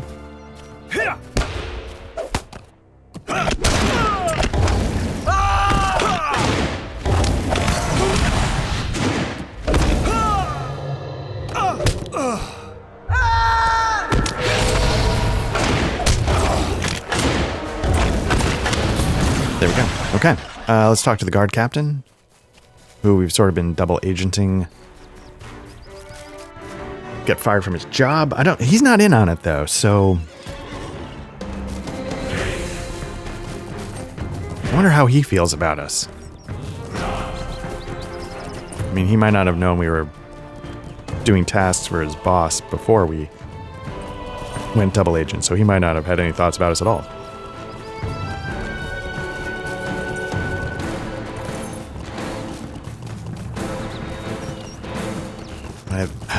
Man, I love moments like this, like the ruins off in the distance. Like, oh man, this game.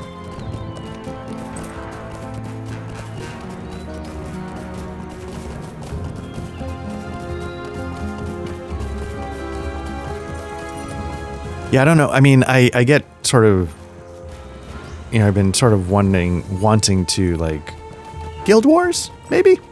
I'm getting some of those thoughts every now and then. Even with the rudimentary graphics and stuff, I'm always like, oh, looking off into the distance and the vistas, even on like a 18-year-old game. But this one in particular really resonates, really connects. I feel like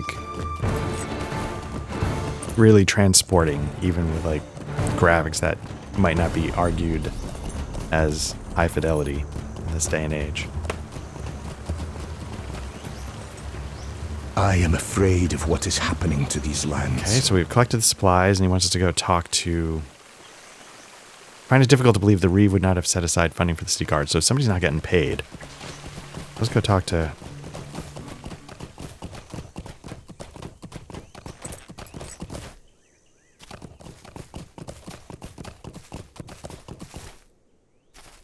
I remember, I'm going all over the place here with my thoughts. I remember some of the stuff with the Shire and the starting, I thought had to do with like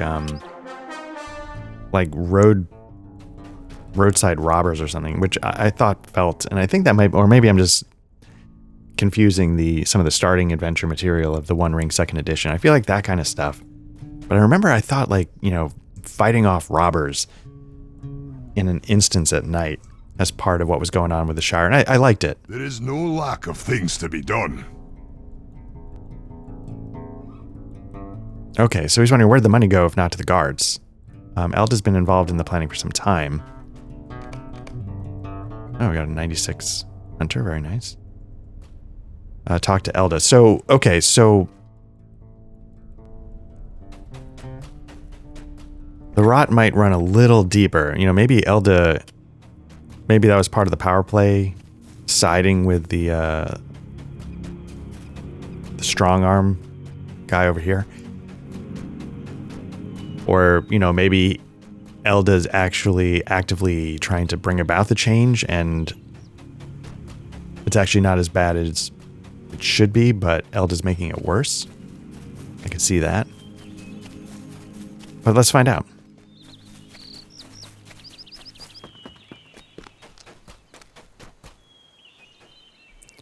These are desperate times for the Rohirrim. All right, so who said, I was instructed to fund the city's protection. I diverted funding to those who could actually protect us. Okay, so he's not saying I stole it. He's just saying I reallocated the resources to actually complete the task. Herobrand wanted me to do it one way. That way was not working. The guards are shambles. So I did spend the money the way I was supposed to. I just did not spend it on the people Herobrand expected me to, because I needed to get it done. Let's see what Herobrand says about that. Again, it's nice to see activity. Even though I solo. I have need of your help. Okay, so he either kept that money as a thief or he gave it to someone, as he said, and is a traitor. So things are slightly out of order. Like, we know who he gave it to, almost certainly. So let's, but that's okay.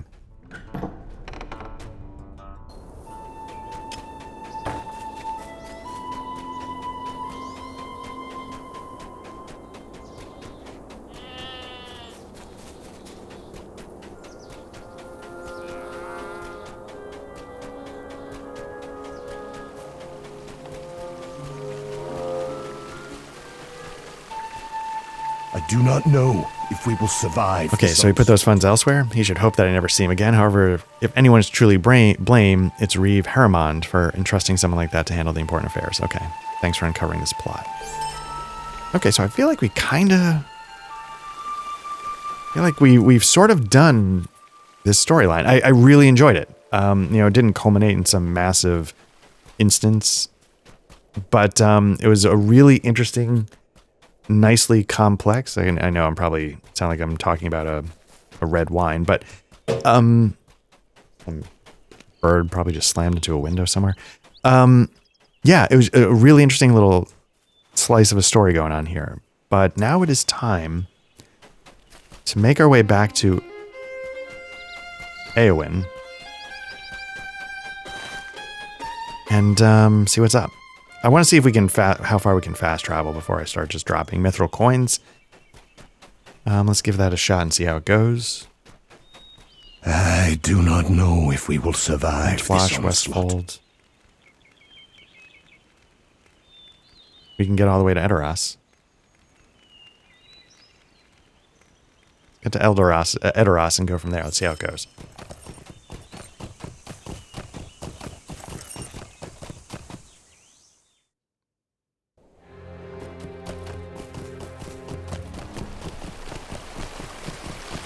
Now, this is not where Eowyn actually is, but let's see where Eowyn actually is. Or maybe she is. Maybe Meduseld, is that the name of the hall? Going the wrong way. Let's mount up.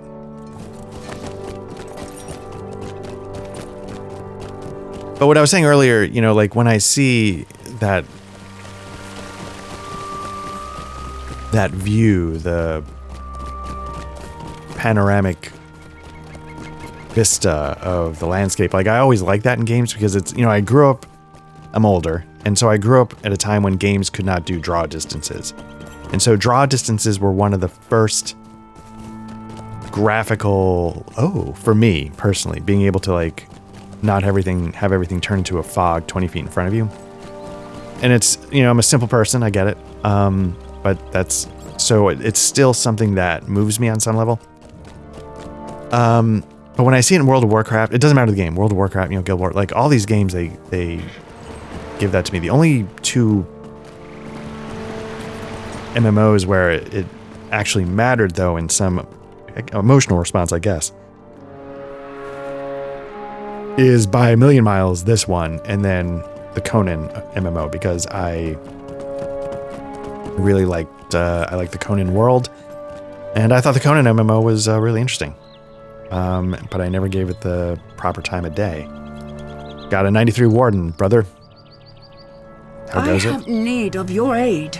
All right, you've done well. While there can never be an ideal time for such a journey, I believe our best opportunity has arrived. The journey shall be long, but I trust in your efforts in the Harrowdale, and I know my people will remain safe and sheltered from the White Hand.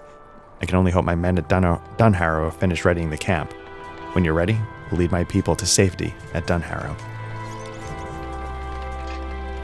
Beothane, Godspeed. I am off. Upon the plains of the Firienfeld at Dunharrow, the people of Kingstead have at last found shelter. Yet at the edge of the Dimholt, a sudden wave of dread flows over Eowyn and her people.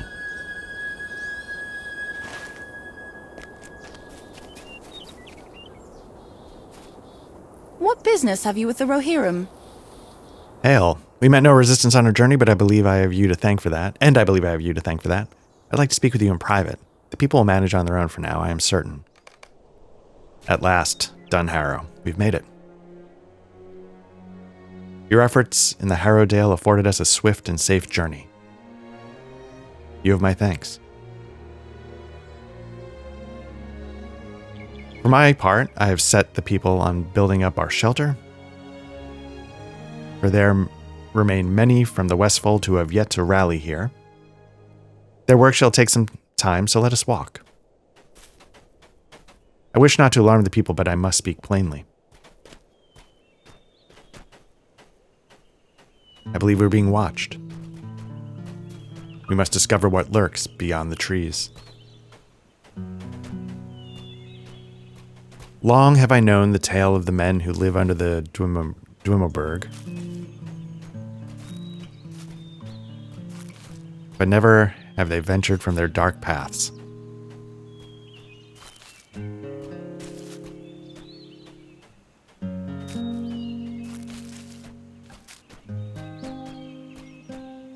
Still, I fear something watches us nearby.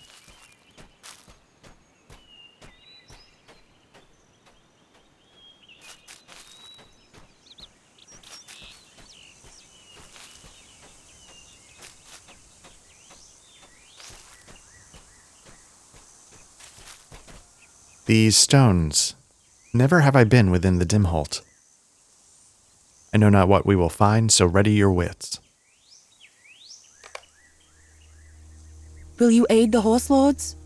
Are you ready to venture to the Dimholt, Black Lodge? I am. Let us continue.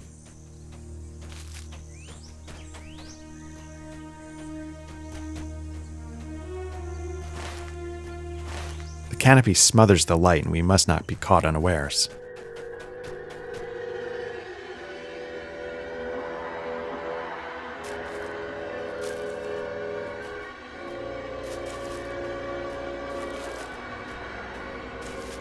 Naught but the creaking of branches.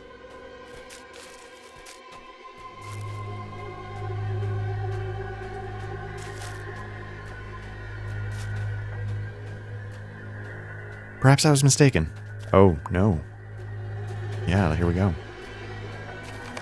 Wait, what is that? A pale figure stands in the distance. We've been ambushed.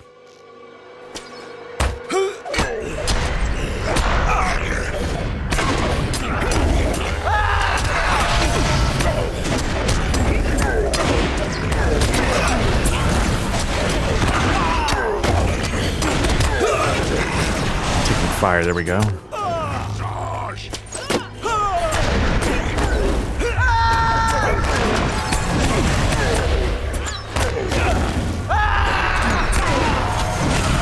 a lot of status effects on me, gotta get those cleared.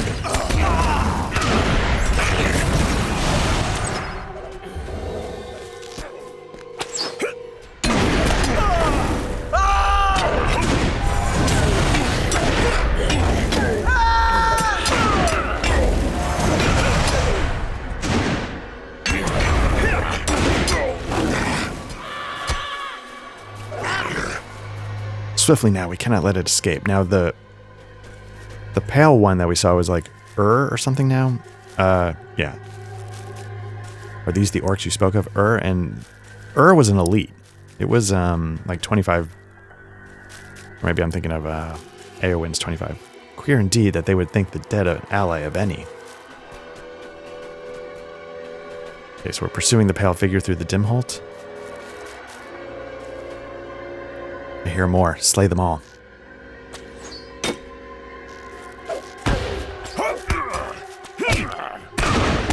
Yeah, up there. Is 23,000. Okay. It seems to be worshipping at the... Something's going on at the door to the path of the dead. It looks like worship, but maybe it's like writhing in pain somehow. Like it's... I don't know. But yeah, you know, one of the things I think I've mentioned on some streams where like I see a lot of players, like, you know, like Aubrey or the Weird One or like Rui back in the day, like very mobile when they we're fighting, and I just go toe-to-toe here. And I don't know if there's a reason for that mobility, but it was interesting because when I was looking at my, hunter, Aowen's in bad shape. I gotta be more careful.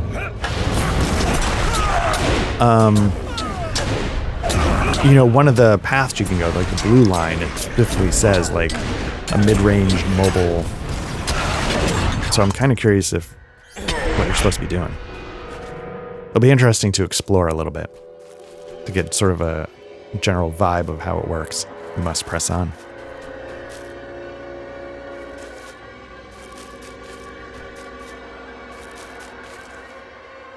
I took it for granted that Eowyn would just, have some plot armor. She's got 25,000 morale, so I figured, there remains no place to run, orc. Should never have disturbed the dead. Orc, your disguise makes no fool of me. You did that yourself, woman. We shall slay your people to the last. Just as you would have done to us.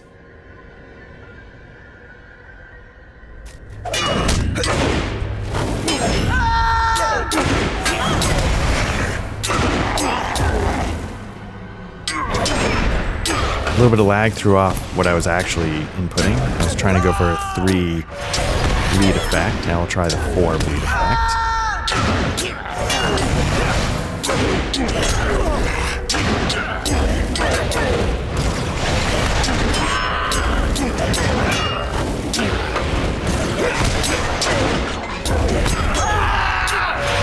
Reestablish some bleeds.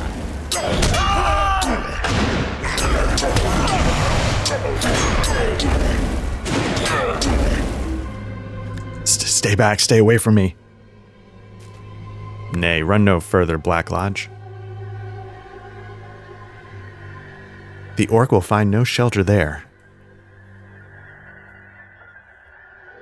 As it was with Baldur of old, those paths lead to naught but death.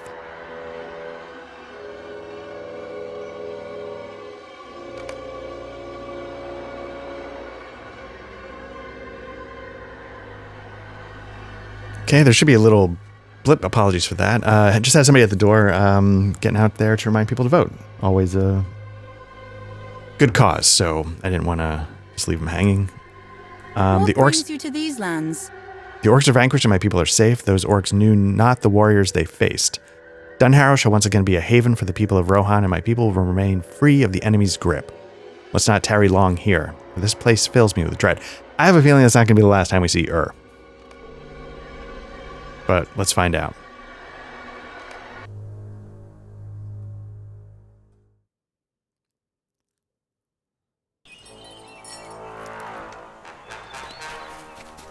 Okay, so we've advanced Eowyn now to Dunharrow, so that's good. Let's talk to her over here.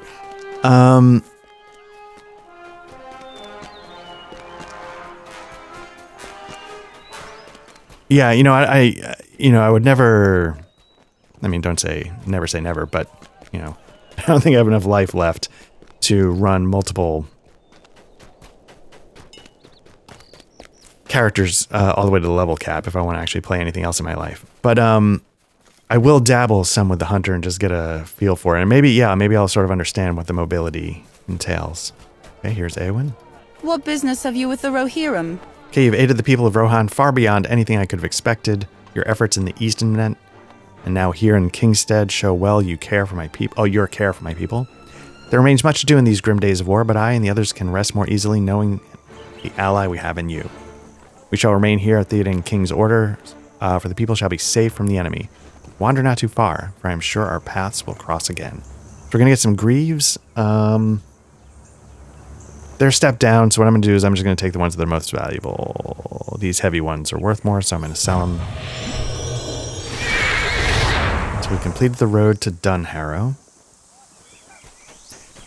Travel to this farm. Where is this farm? It's way over there in Eastfold. So what I need to do is I need to get to Aldberg. So let's just see if we can. I don't think I've leveled. Welcome, my friend. Yeah.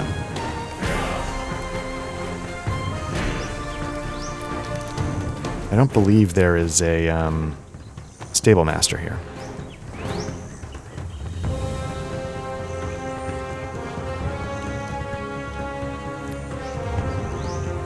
And I'm not sure. Where's my where's this? Is it Edoras? No, not the personal home. Oh, I sort of am over there. Okay, let's do this milestone skill.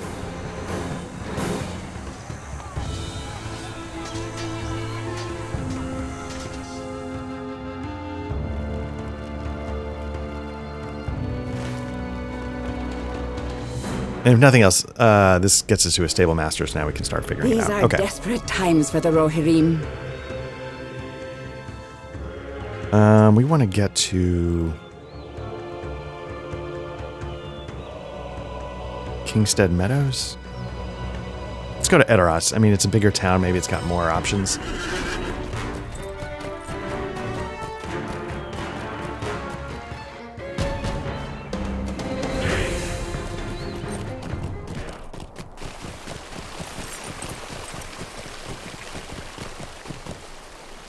Okay, so we are in a perfect world. We're trying to get to Aldberg. Let's see if there's any options to do that. These are desperate times There for are. the Rohirrim.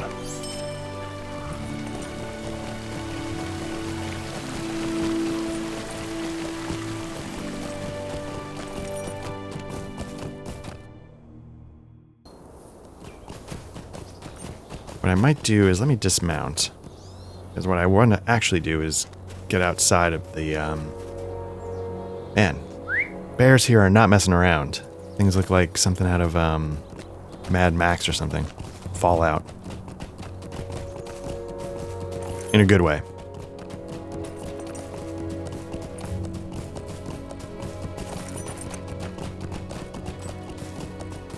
Now again, I'm not looking to... but I keep saying that. But then I genuinely enjoy... I was about to say, I'm not looking to get into the goings-on here, but I always enjoy it when I do. But let's see what they say.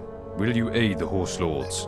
Okay, heard recent orc attacks nearby. Going to alert everyone here because...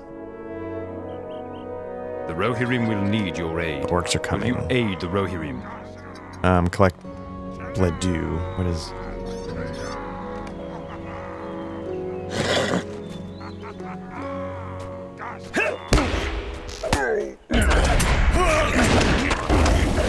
Might as well tag up this quest here, which is probably going to be kill 8 of these guys while we're doing everything else around here.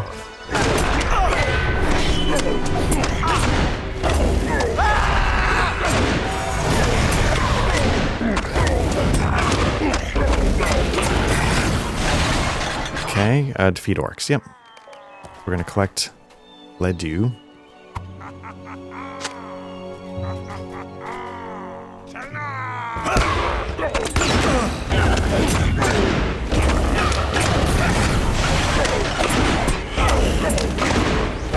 But if you notice, I was basically down to nothing but whatever was here and the book quest. And I'm still shy of getting to level 89 and making sure the book quests don't outpace us too much. So this might be another long session. One of the things that'll be interesting, I think what I'll do, like I said, I've started recording some things in 4K. At the time of this recording, things have actually gone up on the channel in 4K. But I record these so far in advance that this session here might be the first CRPG one that goes up in 4K. So I'll be kind of curious to see what the file sizes are like, given how long this might be. You know, I sort of had gotten an idea of like, okay, when something's like 5.5 hours, I kind of know the bit rate I need to export at 1440p to get it under the limit. And the limit's not... It seems extreme. Like, the limit, I think, is like 256 gigabytes for a file. But I can tell you, like, when I get, like, when I work with like an episode of something at my current job in 4K, you know, 4K episode of a show can be hundreds of gigabytes. So those numbers aren't as jaw-dropping as they used to be, for me at least. Now, granted, those 4K files though are like they're not in H.264s or H.265s or anything like that.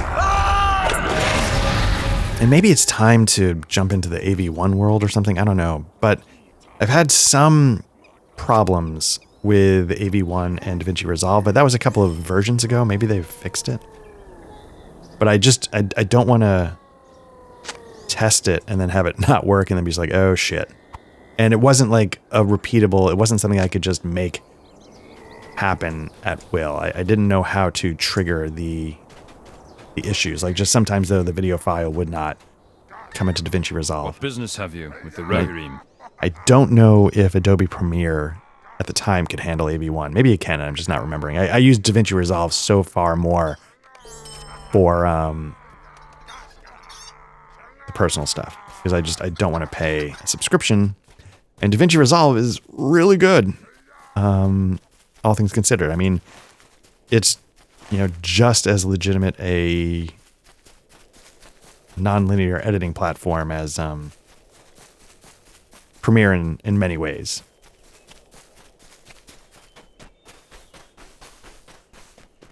And it's a one-time fee. Or it's free if you don't need too many bells and whistles. Which is also kind of nuts that they will give it to you. And I think one of the things they do that's really smart is, you know, for content creators, you know, if you're willing to invest, you know, if you're trying to do it a little for real and you need a camera, they will give you DaVinci Resolve, which is, it's a really amazing piece of software, you know, gold standard for color correction. The editing part is really, really strong. The audio is strong. Like it's all good. You just have to, you know, wrap your head around how it wants you to do things, which I've been doing over the years. But like if you get like a Blackmagic cinema camera, the Rohirrim have need of your services. So if you're gonna like do some kind of like video part of it and you're willing to spend a little money, like, you know, I use Sony cameras, but I could have gotten like a Blackmagic 4K cinema camera for not much more than I spent on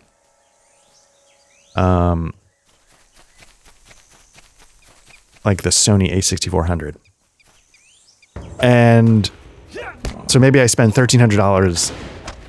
Well, I was going to say it all adds up because you spend the money on a cinema camera. It's probably a better camera in some ways than the 6400. Maybe not. That and then they just give you Resolve for free. But again, it's $1,300 as opposed to $1,000. So, you know, and the software costs $300. So it all sort of comes together.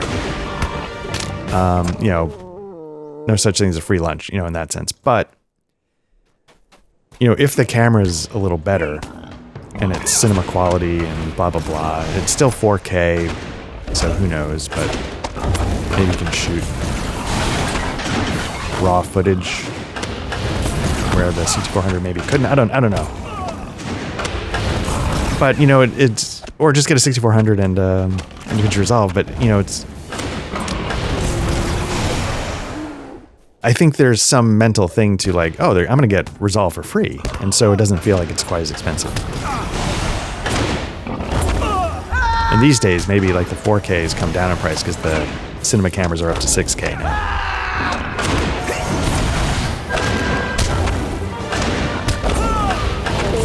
The way I got mine is they released a speed editor panel, like a piece of hardware. And I was very curious about it. And the price was basically the same price as DaVinci Resolve. Maybe it's a teeny bit more. And I was like, you know what? I'm going to get Resolve anyway. So let me spend like $20 or whatever it was and get the speed panel set. Now I have to confess, I've never opened the speed panel because I was watching videos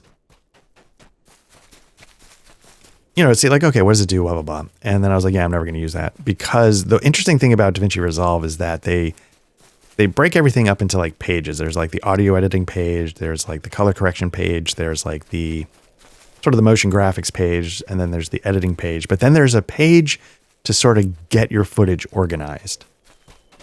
And having never had that to work with as like during my years as assistant editor and stuff like that, I don't know why you would want to do it that way instead of just setting it up the way I've always been sort of trained to do. But maybe there's a reason why that I'm just not figuring out.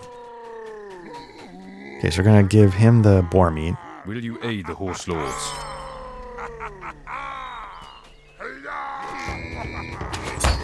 Okay, who did that? Okay, here we go. Let's take this guy out.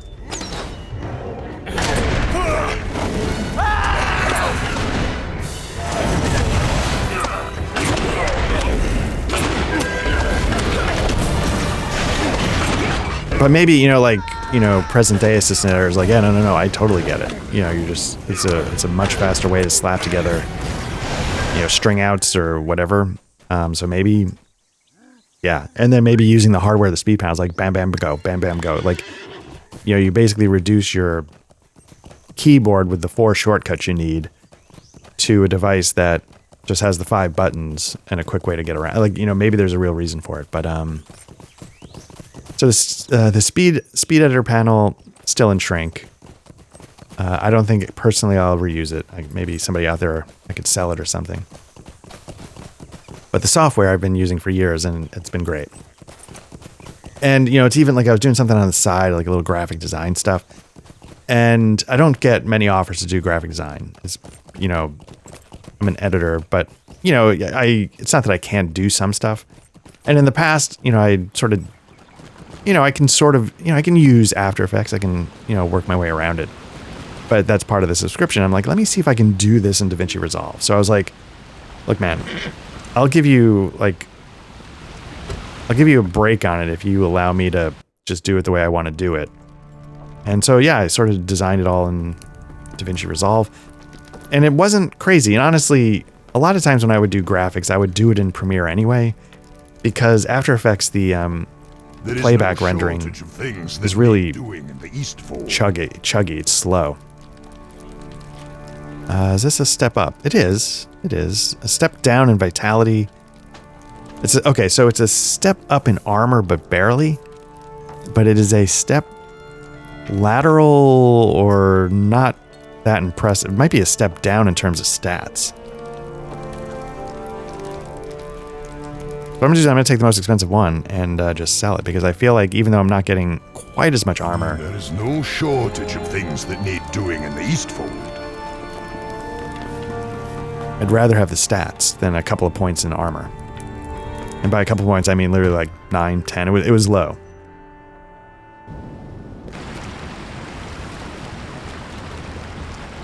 Anyway, none of that matters. So we're scouting some camps. Again, I'm sort of holding on to this stuff because, 1, it's interesting, and 2, you see, I'm getting close. I'm getting close to 89, but I'm not there yet, and I don't have a lot of options. Can I get out of the town this way, or do we gotta... I think I need to leave to the south and hook around. Because I think... if we're, like, arriving at Helm's Dyke and stuff like that, I'm guessing we're getting close to the end of the book quest. So let's see if we can just dabble a little bit, maybe like a couple more quests. I don't even know if I should bother. Because like completing that book 12 is going to probably ding 89 and I'm on my way.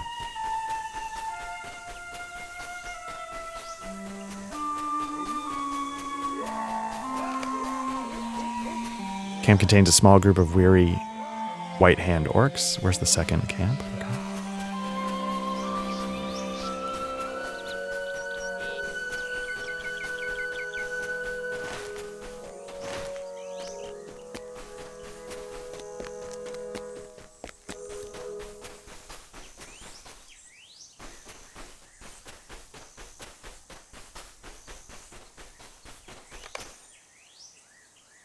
small group of innervated white hand orcs. Okay.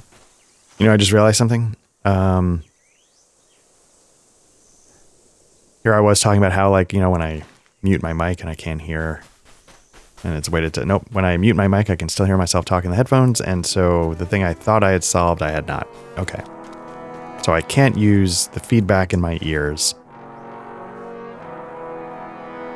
as a indicator of what's going on. So fantastic. All right. Okay. So in that sense, Roland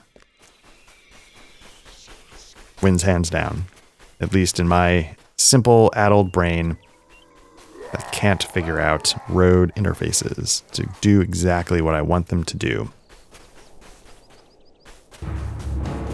I thought using the second... I thought it worked, though, at some point. Maybe I changed something in the settings. I don't know.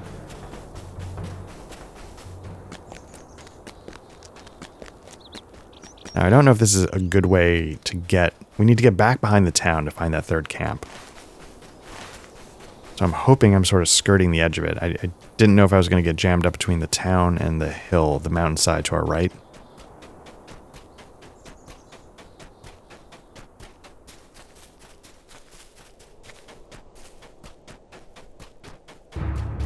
I think I'm overshooting this rock a little bit too much. Okay, the orcs present in this camp are aggressive and many. I'm going to be lazy. How am I doing it? 439? So I've got a chunk of them.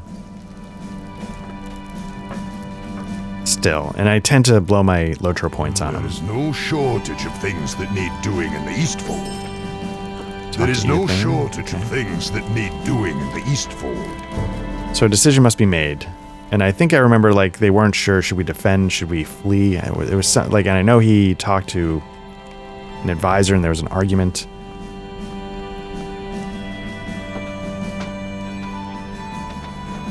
Okay, so Arcel has decided to deal with one orc threat at a time. Upon your mission to scout the orc camps, you determined that the White Hand orcs number far fewer than the unknown tribe. So maybe one was just like all-out attack. You know, I don't remember the exact debate.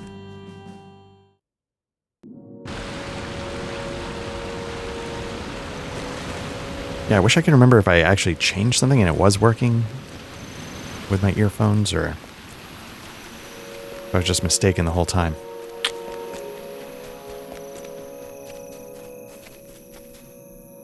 We must turn to the offensive. Okay, let him know that his apology is accepted but not necessary. He has my sword when it's needed. Okay, so he's on board.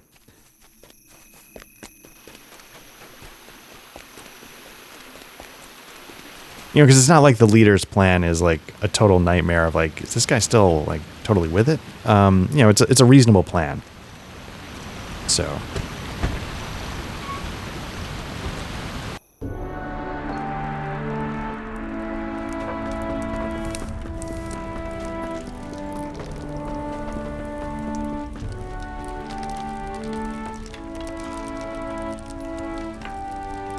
All right, so let's see what he says.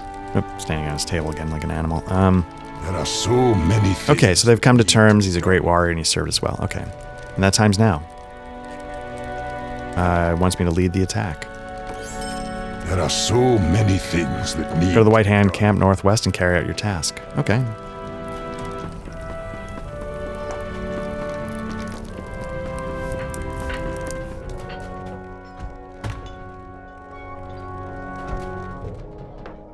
Okay, so let's, Man,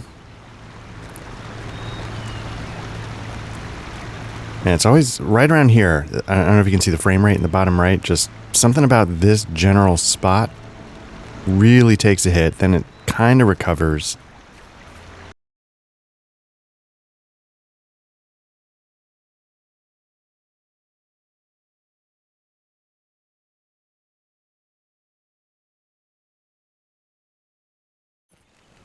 Let's see where we can go from here. These are desperate times for the Rohirrim. We may not have actually ever traveled to Gapholt.